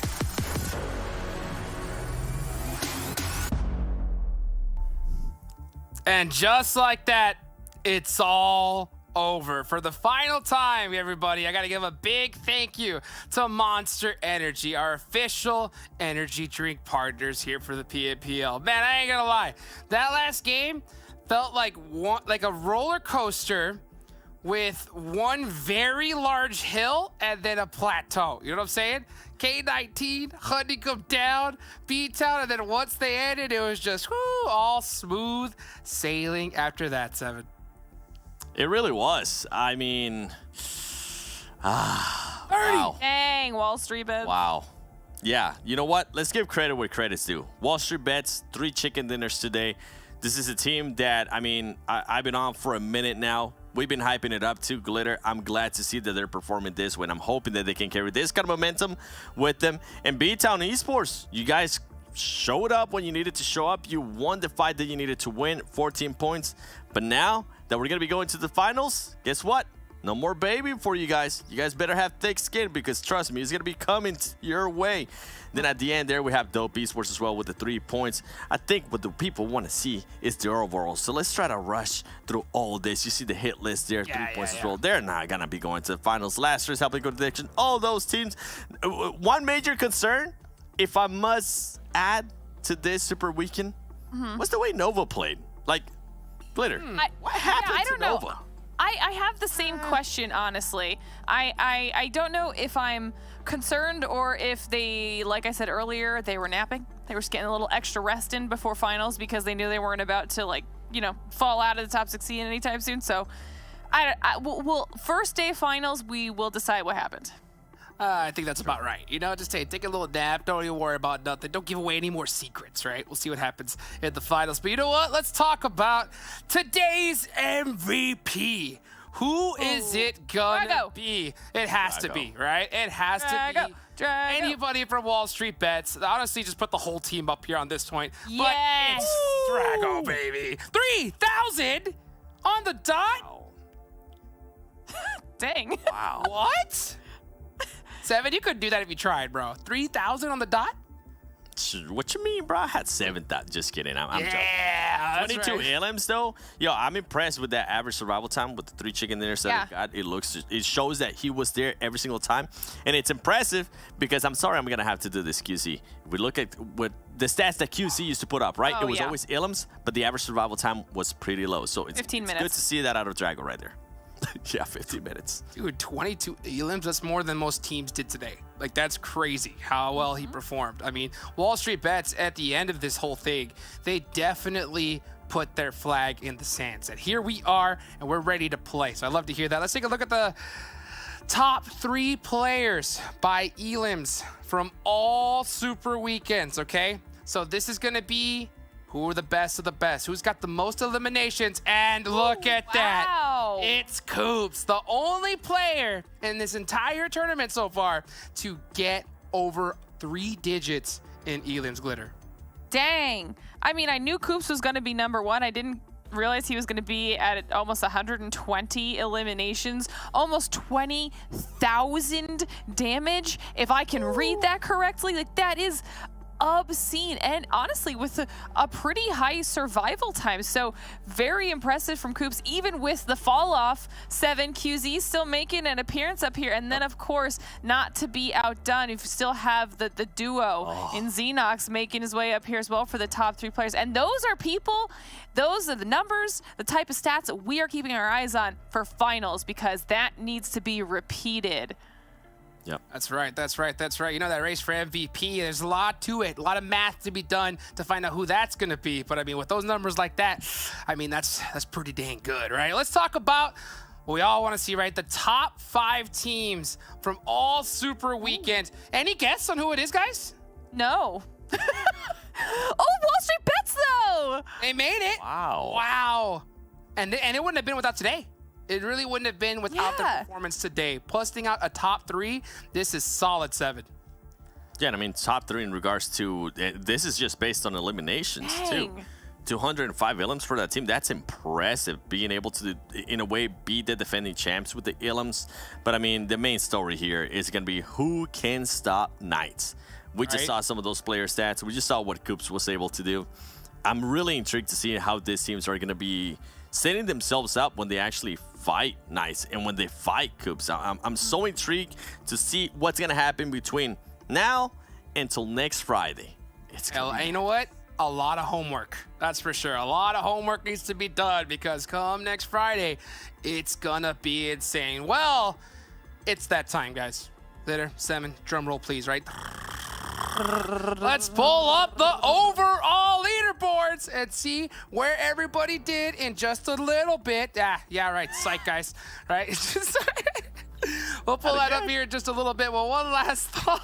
I can't handle the suspense, okay? Hey, you know what? I don't make the rules. Did they need a longer drum roll? Yeah, that's right. They want the long, drawn-out one. I can only drum with one hand, so... Oh, that's right. Oh. That's right. Let's do it in solidarity. There it is, baby. There we go. It's 607. 600 total points. Are you serious? Okay. I said, hold my monster energy and let me show you what I can do. Wow. 9 chickens. Hey, remember when you guys were like, I wonder how many people are going to make it above 400? And I said, 4, and y'all thought I was crazy? Remember? This is ridiculous. Because I remember. Yeah. Well, you know what the funny thing is, that if WallStreetBets didn't put up like almost like what 90 points today, 3 chicken they dinners. wouldn't have either. I mean, this is crazy performance here in the top. And you know, as we go on over to that second page, we think we already know what's going to happen. It's BTOWN and Dope being the 2 squads to move on to the finals there. I mean, you know, Zute said it earlier. K19, the meme machine, shot the boxes in Sanhok, and BTOWN returned the favor to them, 7. And to be fair, I mean, we got to get props to K19. That was just in 15 matches that they were able to do that, right? Exactly. You compare, I mean, Hadjix, when you compare it to BTOWN, they were here for 2 super weekends. Exactly. That's very true. You would expect them to have a lot more points. So props to K19, but sadly, it was too late. And man, I hope a lot of teams, I hope a lot of people that want to become pro PUBG mobile esports players, like, I hope they look at this and they don't wait until the end, because it has happened many times. And we see, you know what, I'm gonna call it out again. We've seen WallStreetBets, this happened to them last year, and look how they're playing. Look how they're playing so far. I'm intrigued to see how some of these teams are gonna be able to come back for the ones that didn't make it to the finals. Yeah, it hurts to me to say that, I feel like K19 just got serious on the last week. I mean, if we would have seen them in another Super Weekend, we for sure would have seen them in the finals. So, hey, great effort, like you said, Seven. I think we definitely have to give props to them there. But you know what? I think we have to give the most props. We've been talking about too much about the teams on the bottom, right? Because who cares? Finals is coming up. Let's talk about the bad boys, the squads that we're looking forward to represent us on the global stage. The best team out of all Super Weekends, it's the Knights. No shock there. Ain't that right, Glitter? Wait. Hold on, though. I'm looking at this. Okay, they have 56,000 damage, and Coops is 20 of that. One person is 20 of the 56,000 damage they put down this entire time. Oh, 7? This is insane. He's 119 of the 296 elims. Yeah. When we talk about, ladies and gentlemen, I'm gonna put this out because I think it has to be said too. Average. Like, look at the elims too. 6.5 average survival time as well, 21. And also, huge shout out to Chico. Today he had maybe one of the best days he has had on a Super Weekend. So Chico, man, I have given you so much feedback. At times it might seem negative, but man, you stepped it up in a big way and you stepped it up at the right time, and here we go. Look at Coops. I mean, Coops stats right there. Cnox, Tensa. You can see a little bit of why I was talking about Chico, but that's ridiculous, Glitter. Like, this is, yes, please continue this. Please do this for finals, for regionals, because you are our hope. You are the shining light for NA. No pressure. We wore your colors today. It was coordinated, and now everything is reset. Clean slate going to finals. So we might be hyping you up with all these numbers, but they don't exist on Friday. You need to create some new impressive stats, okay? It's all brand new. And all eyes have been on the Knights this entire tournament so far. So the Knights are going to have to pull out something special, right, come in the finals time. I mean, all you got to do is do what they did here, and it shouldn't be any problem at all. And it's so crazy to look at those stats, and you saw what Coops was doing. If you really think about it, that means that he, on average, almost took out an entire squad every single game. So he just said, you know what? All right, I'm going to go ahead and just bust out kills. No, elims, no problem. It's just ridiculous to be able to see this kind of performance. Seven, you got any last words here? I do, and I want to say that Coops, and all the years that I've been doing NA esports for PUBG Mobile, I think Coops has to be the best player that we have ever seen, the best talent that we have ever seen. Hands down. I mean, out of NA. Like, there's nobody that comes close that I can think of. This man has performed over and over again, and the crazy part is that he just keeps getting better. And I'm really hoping, I say it from my heart, I'm really hoping this team performs when we go to the finals. I'm really hoping this team performs when we go to the next stage, and I'm really hoping we finally get to see Coops in globals, because I want him to get that experience. I want him to be able to showcase his skills at that level, and I cannot wait to see when Coops makes it to a global event. Yes. And you know what? I'm going to completely counter what you just said, Sev. You know what, Coops? I don't want you to get a big head. You didn't do enough, all right? I want to see more elims. I want to see more damage in the finals. That's right. Come out strong. Do that homework. Don't stay that hunger. Keep it inside you. Get that monster energy ready. Again, everybody, thank you so much for watching. Of course, remember to follow all the socials.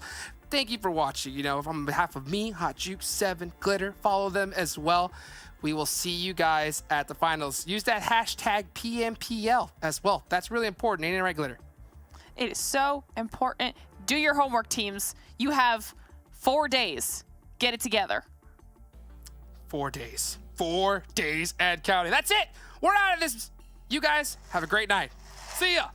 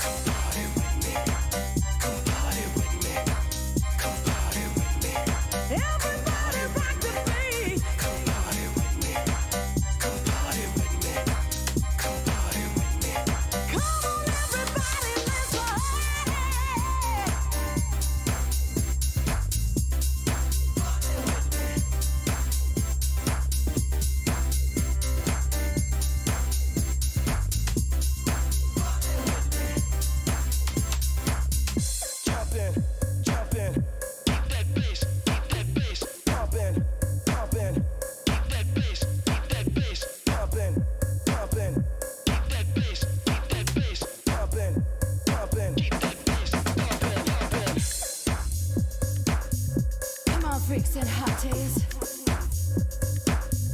Everybody gotta get down. Hey!